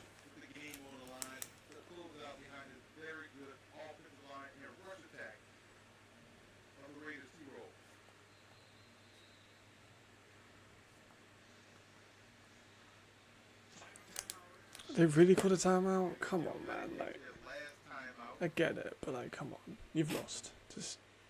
I didn't need to.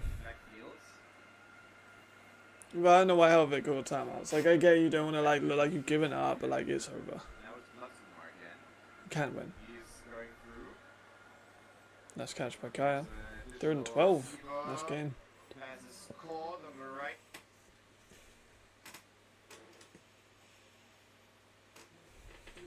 Bro, hurry up. Like, how have you taken this long to finish the game? They let get away. I thought they had a chance to win that game. Turnovers really good them. Now they get back on the winning track with a win here, and they get a rematch against Stuttgart. I don't know. I'm not a guy who would be calling these timeouts. Like, I get the ones where it's before two, like, you know, when you actually might have a chance, but like, this one is over. But I need to see the final score before it's done. Helvetic can't stop the clock. Perhaps. We'll see them take this one all the way down on the play clock. Probably one more play before that's all she wrote.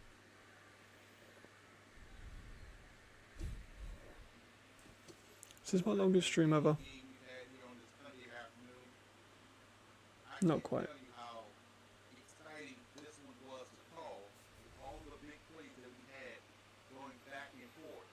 Thought we were going to get an upset, but that's how football is. It's a close upset. It was close. I was starting to argue that they kind of Kinds of ways did upset them a little bit.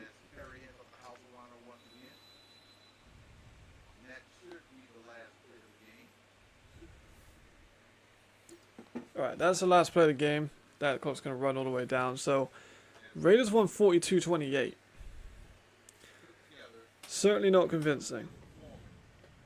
Certainly not convincing.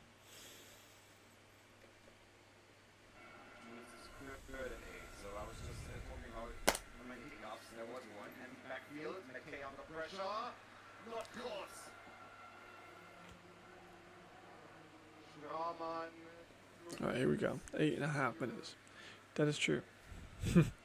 That is true. But also, I have not left my seat in 6 hours and 15 minutes. So.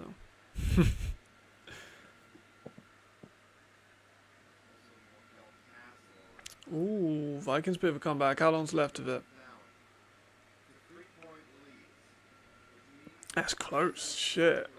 How that nearly done when we're still in this game? That started way before this one. It's gone for it in 4th and 8. That was cool. That was cool. I'll write that down.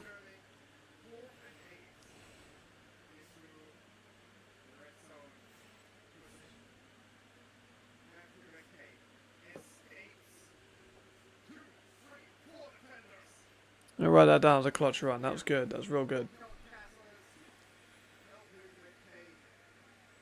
Bad tackling though. Real bad tackling.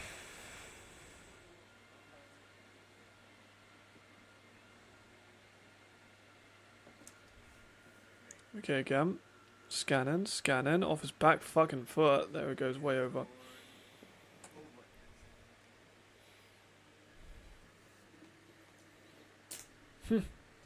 I guess, but like even still, like this game is taking forever. Maybe because it's passing. Let me have a little look. How much you also going to put this in the story?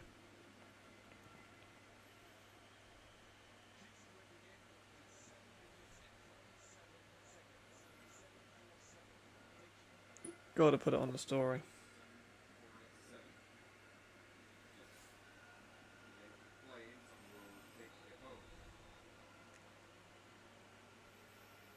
Very close.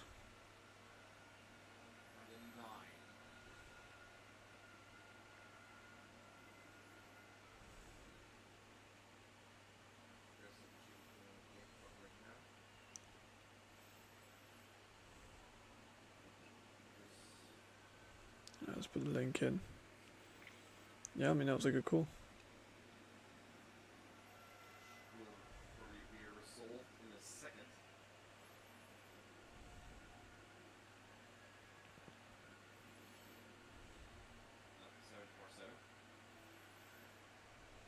There we are. Wait, we'll put 4th down on it too.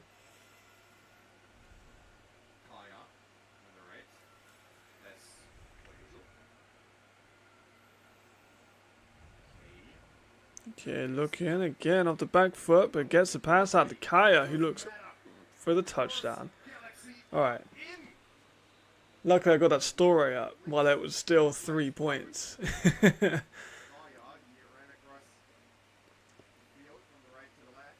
Luckily for me, still get a little bit of that clickbait on it. There is flags though.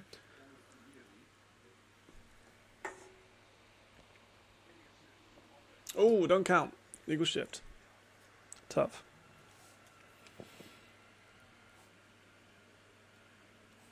Snap came too early. Receivers weren't set, and McKay wasn't ready. Ouch. Ball snap, yeah, ball. It worked out in a sense, but that was it. Yeah, he's a good ref.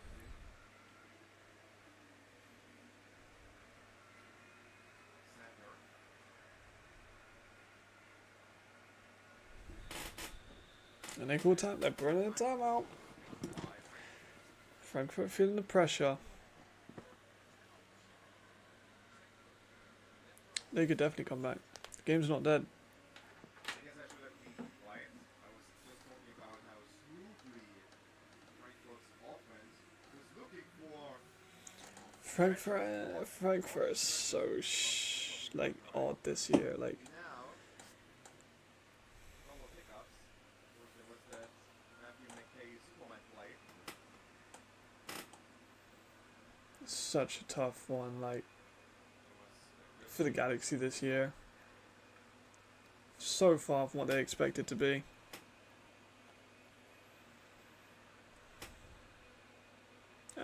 Comeback dead. Well, I mean, 7 minutes, maybe 5 by the time it's happened, but Brent Noble, he will give out some instructions to his defender. Vienna 4, they got a touchdown or they had a touchdown. Frankfurt are leading by 3.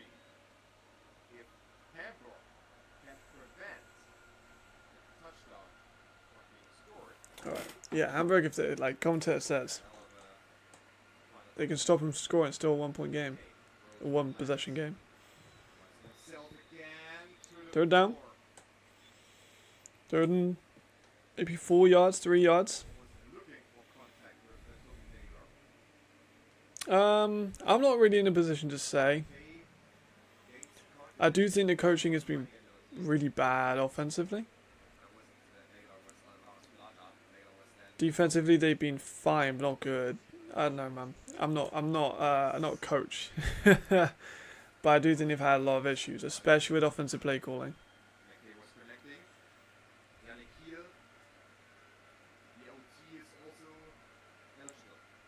Jump pass.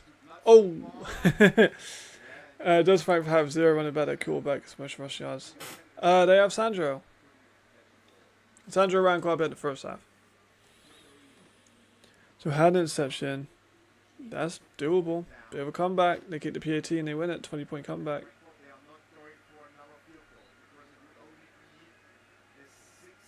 So they're going to go for it on 4th down. It's brave. I see the vision, but it's brave. I reckon you give it to Sandro.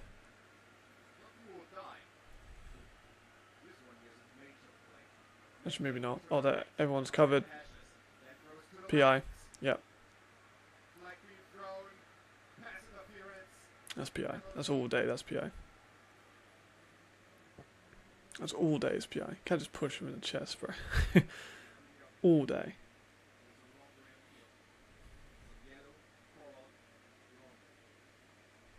I mean, that was pretty obviously a flag. Let's be real now. Let's be real now. Yes. Automatic first down is killer. Now that ball was short too, like.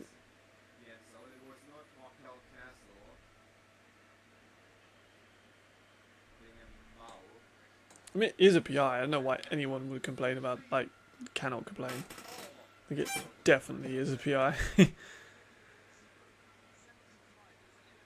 Oh, they've got 75 as eligible, which means they're definitely going to run this fucking ball right down the middle. Oh, they fumbled it. Oh my god.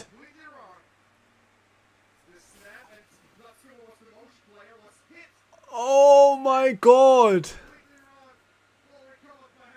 They fumbled the ball on a 1. They fumbled the ball on the 1. Wow. Wait.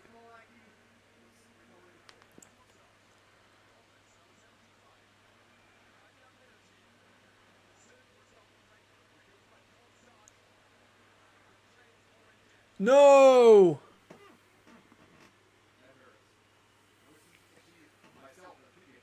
It didn't count. By false start, it was dead. It didn't count. Yeah, what a shame. That's why players just shouldn't taunt. I would very much. I'm very much against taunting, especially in the last fucking 3 minutes. Like, oh.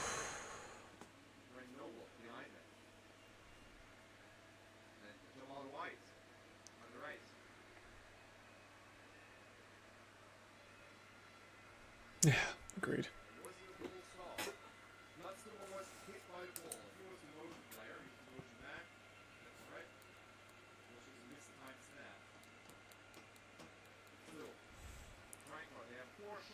It's gonna take a shot up. Oh wow! Tip touchdown.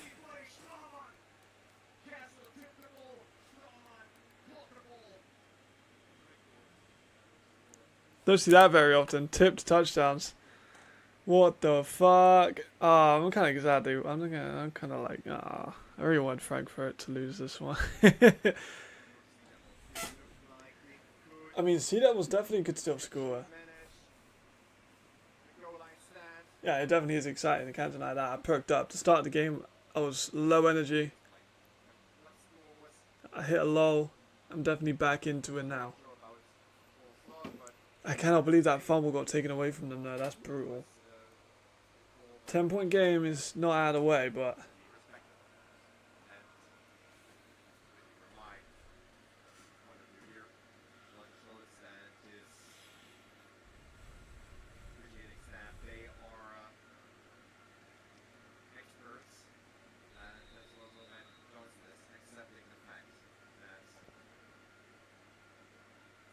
Oh my gosh. I had to watch that game later. Holy shit.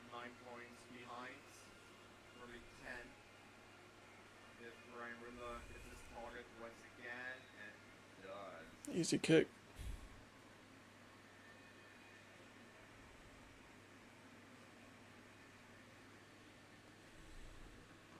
Easy kick, but yeah, look at that. Just tip. Good awareness. Strauman's going to get some awareness points. 2-minute warning. How many timeouts they got?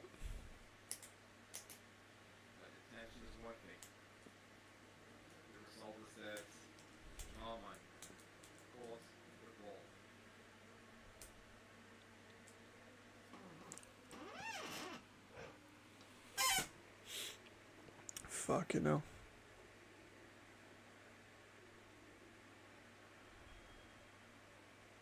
Alright, let's see what they can do.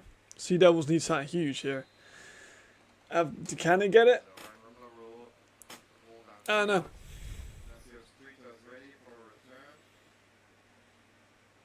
But we'll see. We will see. 2 on both sides. Doable. Hamburg blocking on special teams is awful. Why no one blocked?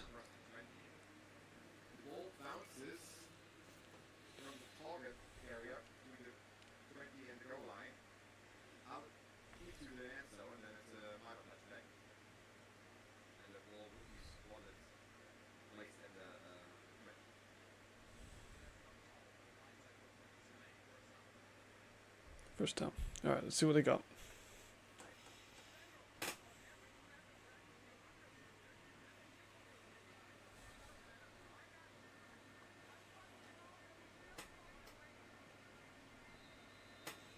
I don't think we've actually ever heard the coaches on this before.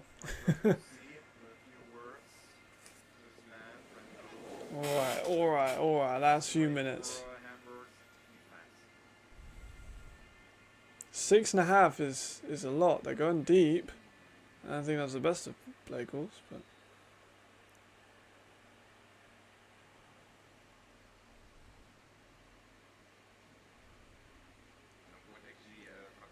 O-line's holding a little bit better though. I'm surprised that's happened. Every time Brett see on the field, Going for flag. Every fucking coach argues flags after every single to incomplete pass. throw the ball to young Keel, who walk through defensive tackle. Mike was defensive tackle. It feels like it was hours ago, considering how much is going on in this game. A lot's gone on in this game. The commentator's very right. But they have to find a way to score now. I missed the third quarter, but even still, feels like I was watching the first quarter ages ago.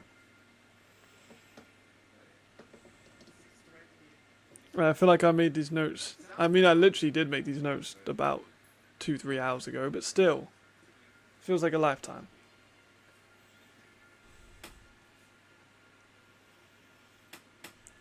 Because this is very close to being the longest stream of all time on the channel. It's getting there. Flags immediately. He's going to take damage. He's not even going to get any yards out of it. Unfortunate.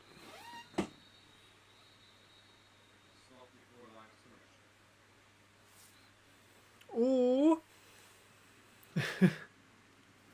Is it on YouTube? If it's on YouTube, I might put it on in the back. If it is on YouTube. Let's have a look, see if it is. Means that Hamburg, they are on a major break now.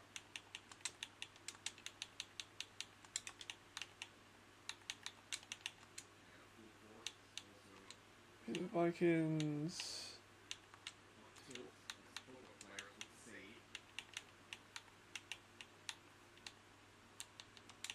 Prague. Is it live? Doesn't look like it. And Hamburg are pushed back. Yeah, it doesn't look like it is. Fourth down. Tough.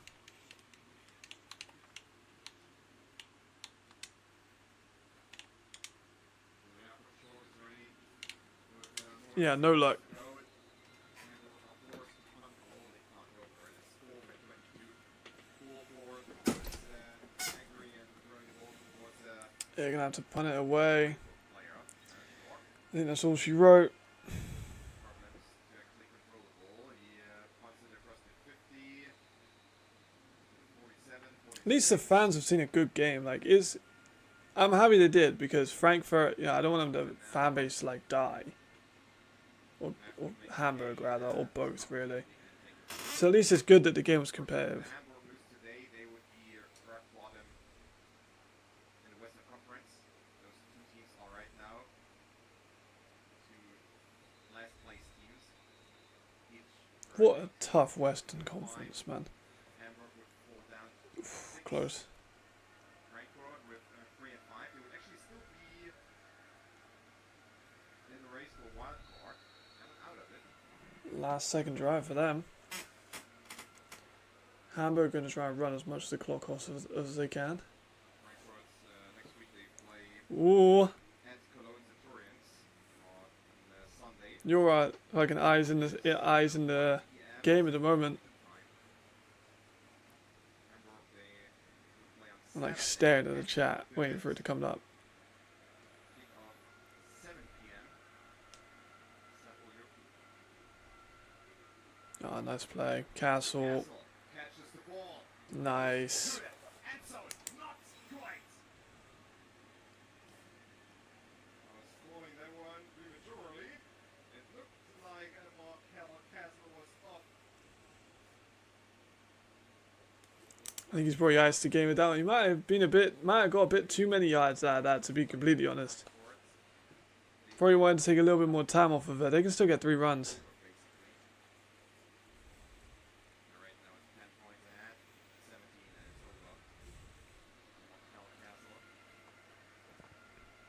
it's over. Oh, fuck's sake.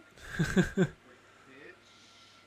Yeah, I think that they're going to run a few times. I think, yeah, they're 10 points out to 2 possessions, and they're just going to try and run off the clock. They don't want to give them a chance to get anything. Minutes left. Hamburg is actually a turnover right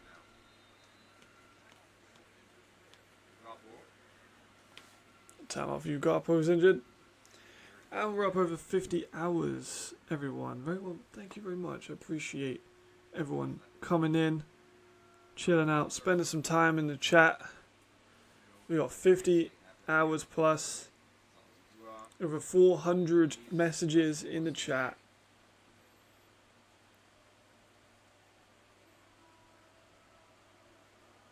It's very much appreciated. Thank you all tremendously.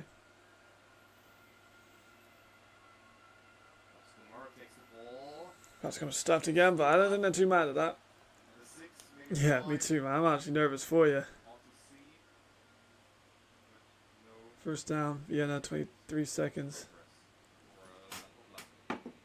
They still got to kick the field goal as well if they want to win.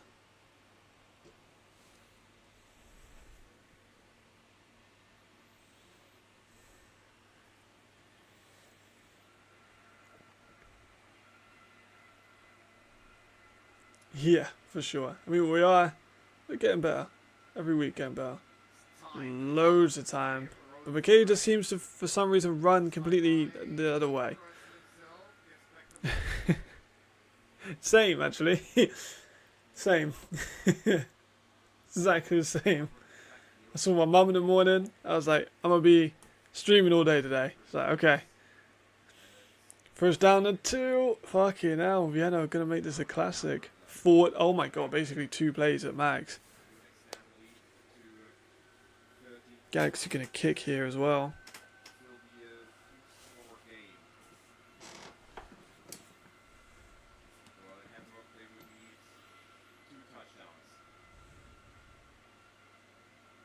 Oh, the kick's no good. The kick's no good. 9 seconds on the... Oh, it's going to be one last play. Just a couple of minutes ago, I said that from that distance, it's easy for enough chip shots. He will hit it. One last play for the Vikings.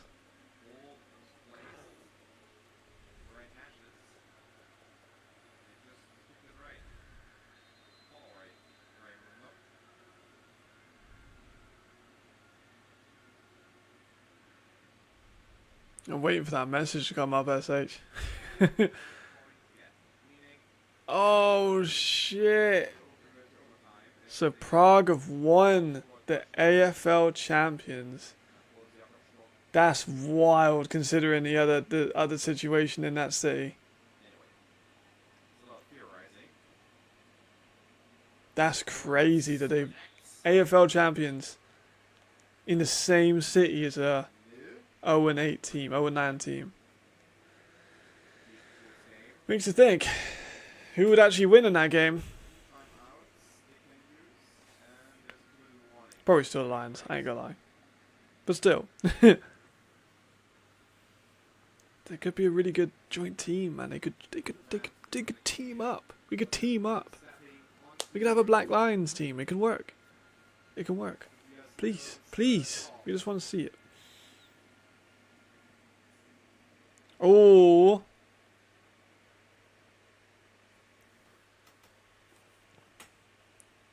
Refs are trying to fuck some shit up. Okay, problem. Okay. Nice. That's wild though. That is mental. Oh, fuck's sake. Why are we challenging shit? You're down by 2 possessions with 2 minutes left. I got a video from...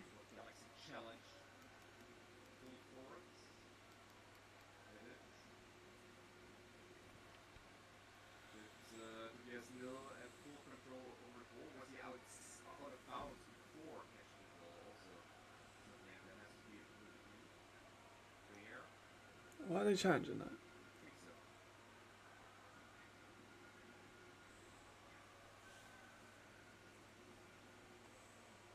Why are they challenging that?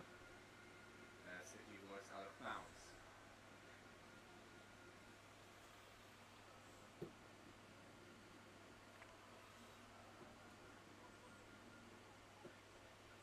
Yeah, let's go back. His right foot. Is his right foot out of bounds? It's pretty hard to tell. I mean, who gives a fuck? Let's just get this game moving. We sat down for nearly 7 hours and he just goes to the fucking toilet.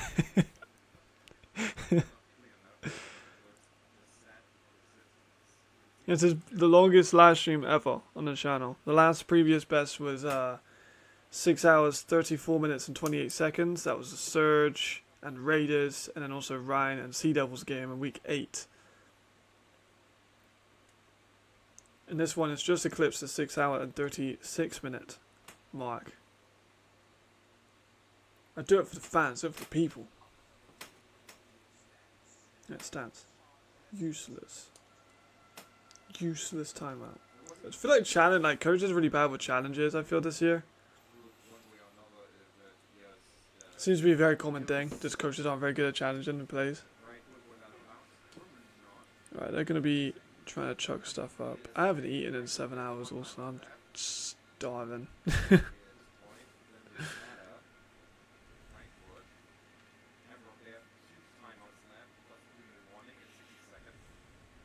Oh, it's done.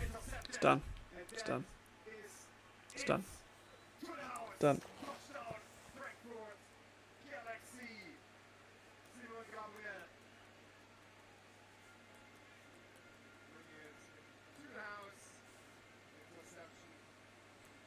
Pick 6. Pick 6. I mean, for monetization, again, if I got my channel monetized, it ain't gonna be by much. I'm gonna be earning pennies, which is like I'm still, you know, it sounds ungrateful. I'm extremely grateful to be earning anything off of this. The numbers I would need is 4,000. As of 4,000 in a year, I need, and I'm at about 2,000 now, so I'm about halfway. But it hasn't counted in, obviously, today and yesterday's streams, which is about another 90 odd hours. Yeah, so today we're about 51 and a half. Yesterday we're at about 40. So we're at about 2,100 give or take. And I needed 4,000, so we're about halfway. Gonna take a while, but it's more about the off season. I got to create a lot of content during the off season to stay within that range. Because obviously I can stream and make about 50 hours per thing, but video wise I got power rankings and stuff that don't do good, and the how-tos that do pretty good too. So in the off season I need to think of some ways to get that watch hours up. Alright, I imagine we're gonna get some runs here, right?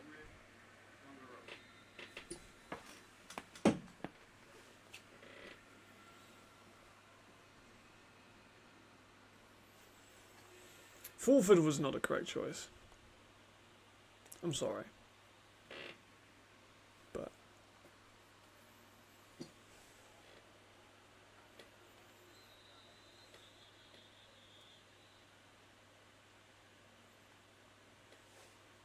I'm definitely going to jump on the comments to this one, because people are going to think it was very one-sided. I have to jump on the comments before people say, oh, about the league. I'm going to be like, before you say it was a blowout, this is a 3-point game in the fourth quarter.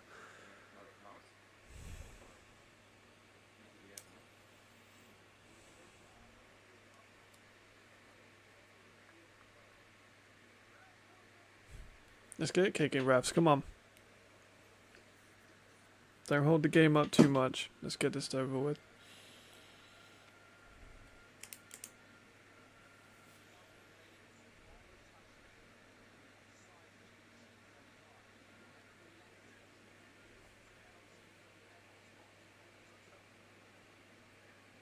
There's 17 points. Like, come on, let's get it going.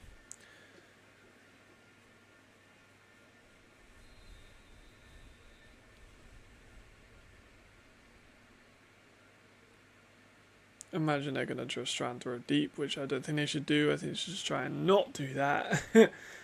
Save the your underneath shot. They didn't take it. Yeah, like that's just what we doing, bro. Come on. Now we gotta do a 2-minute warning too.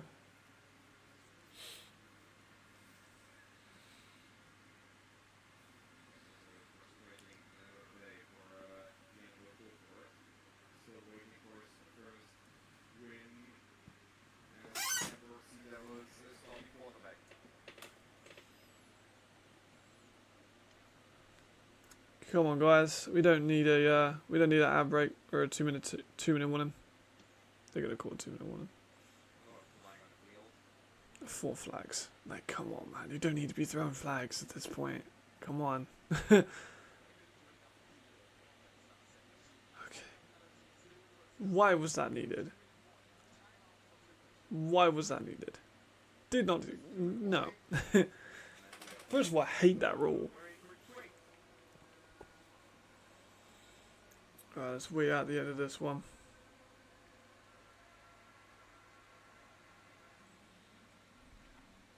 Yeah, Wolfer's not been great. Let's look at his numbers, or the unofficial numbers.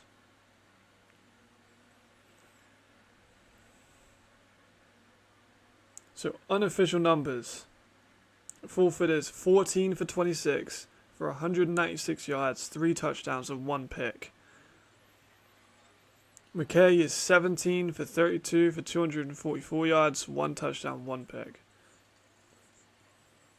Fulford has also run for 100 yards. Sandro's ran for 100 yards. Both of them have a touchdown each. Hart and Canedo ran for 100 yards.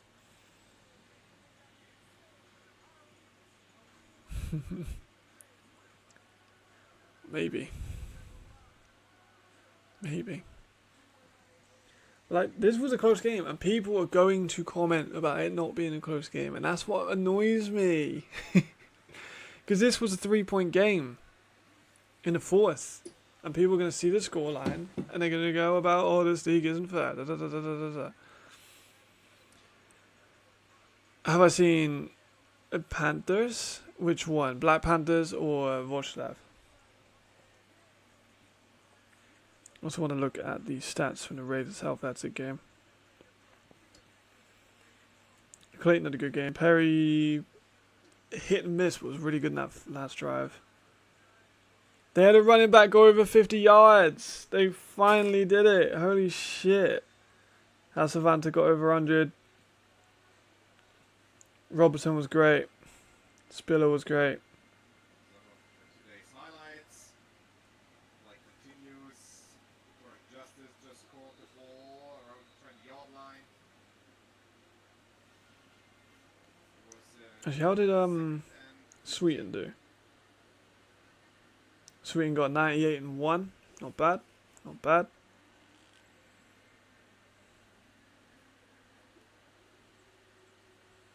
I'm happy with that. Happy with that. Go watch a couple games tomorrow morning. Or maybe after this stream, I'll probably watch one of the games. But food is a priority. Alright. Fulford. Running, out of bounds.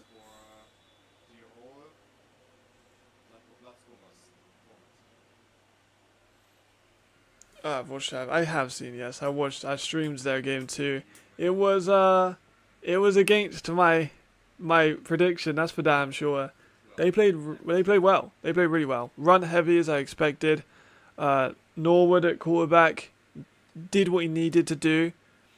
You know, it was very short screens and stuff like that. Matt Cole, I've always been a big believer in. He's just been so fucking injured. Like, when he's on the field, he's great. We've seen it a couple times he's been on the field, but like, was line him up, did well. Defense shut down. Oh my god!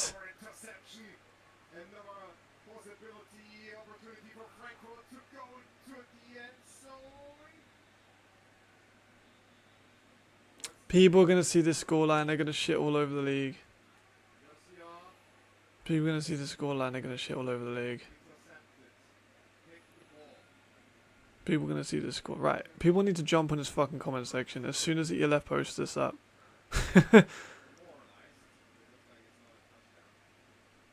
As soon as this post goes up, people need to be like, this was a closer game in the fourth quarter before everyone starts getting on the league about it. I think he got that.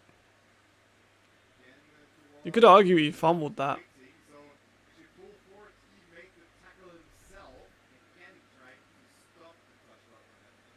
Fulford's not good. I'm sorry.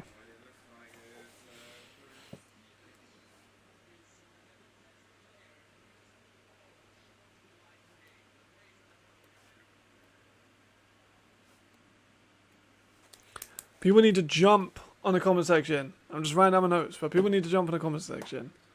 We cannot let people that don't watch the games be like, this game was never close. It was close. They're going to booth review. It looked like he might have even fumbled it. It could be a touchback. Or he might be down at the 1.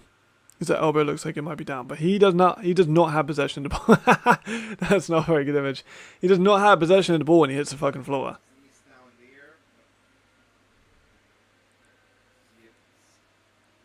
there. There he looks like he's fine. He's down at the 1. He's down to 1. See, I like this ref because he does it very quickly. Like, some of the refs will spend literal minutes staring at the same image, but this ref does it very quickly. See you later, man. Well, I'm going to be finishing up soon anyway, so have a good night. Thank you for sticking up. See you soon. See you tomorrow for the ELF Live.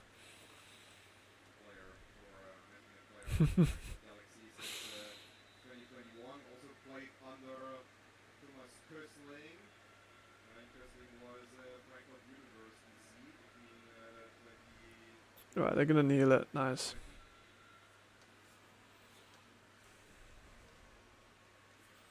There we are, 2 players. Right, everyone, I'm going to finish up. Thank you, everyone, for staying around and watching. This has been a near 7-hour stream. So, been a long one. Obviously, thank you, everyone, for staying in. Thank you, everyone, for popping in and out. Thank you, everyone, for commenting. Been a pleasure being in these games with you. We'll see you off the last play. Been some good games, some interesting games. I'll see you all for ELF Live as well. I have no idea what that is, but good to see you as well. There we go, game's over. I will see you all tomorrow for ELF Live. Obviously, here's a normal schedule. ELF Live tomorrow, Power Rankings in the same day. And then the usual routine. See you later, everyone. I'm going to go eat some fucking food. I am going to stand up for the first time in 7 hours. See you all later. Let me just get all the stuff up so I can actually effectively end stream. Because I had to wait. Goodbye, everyone.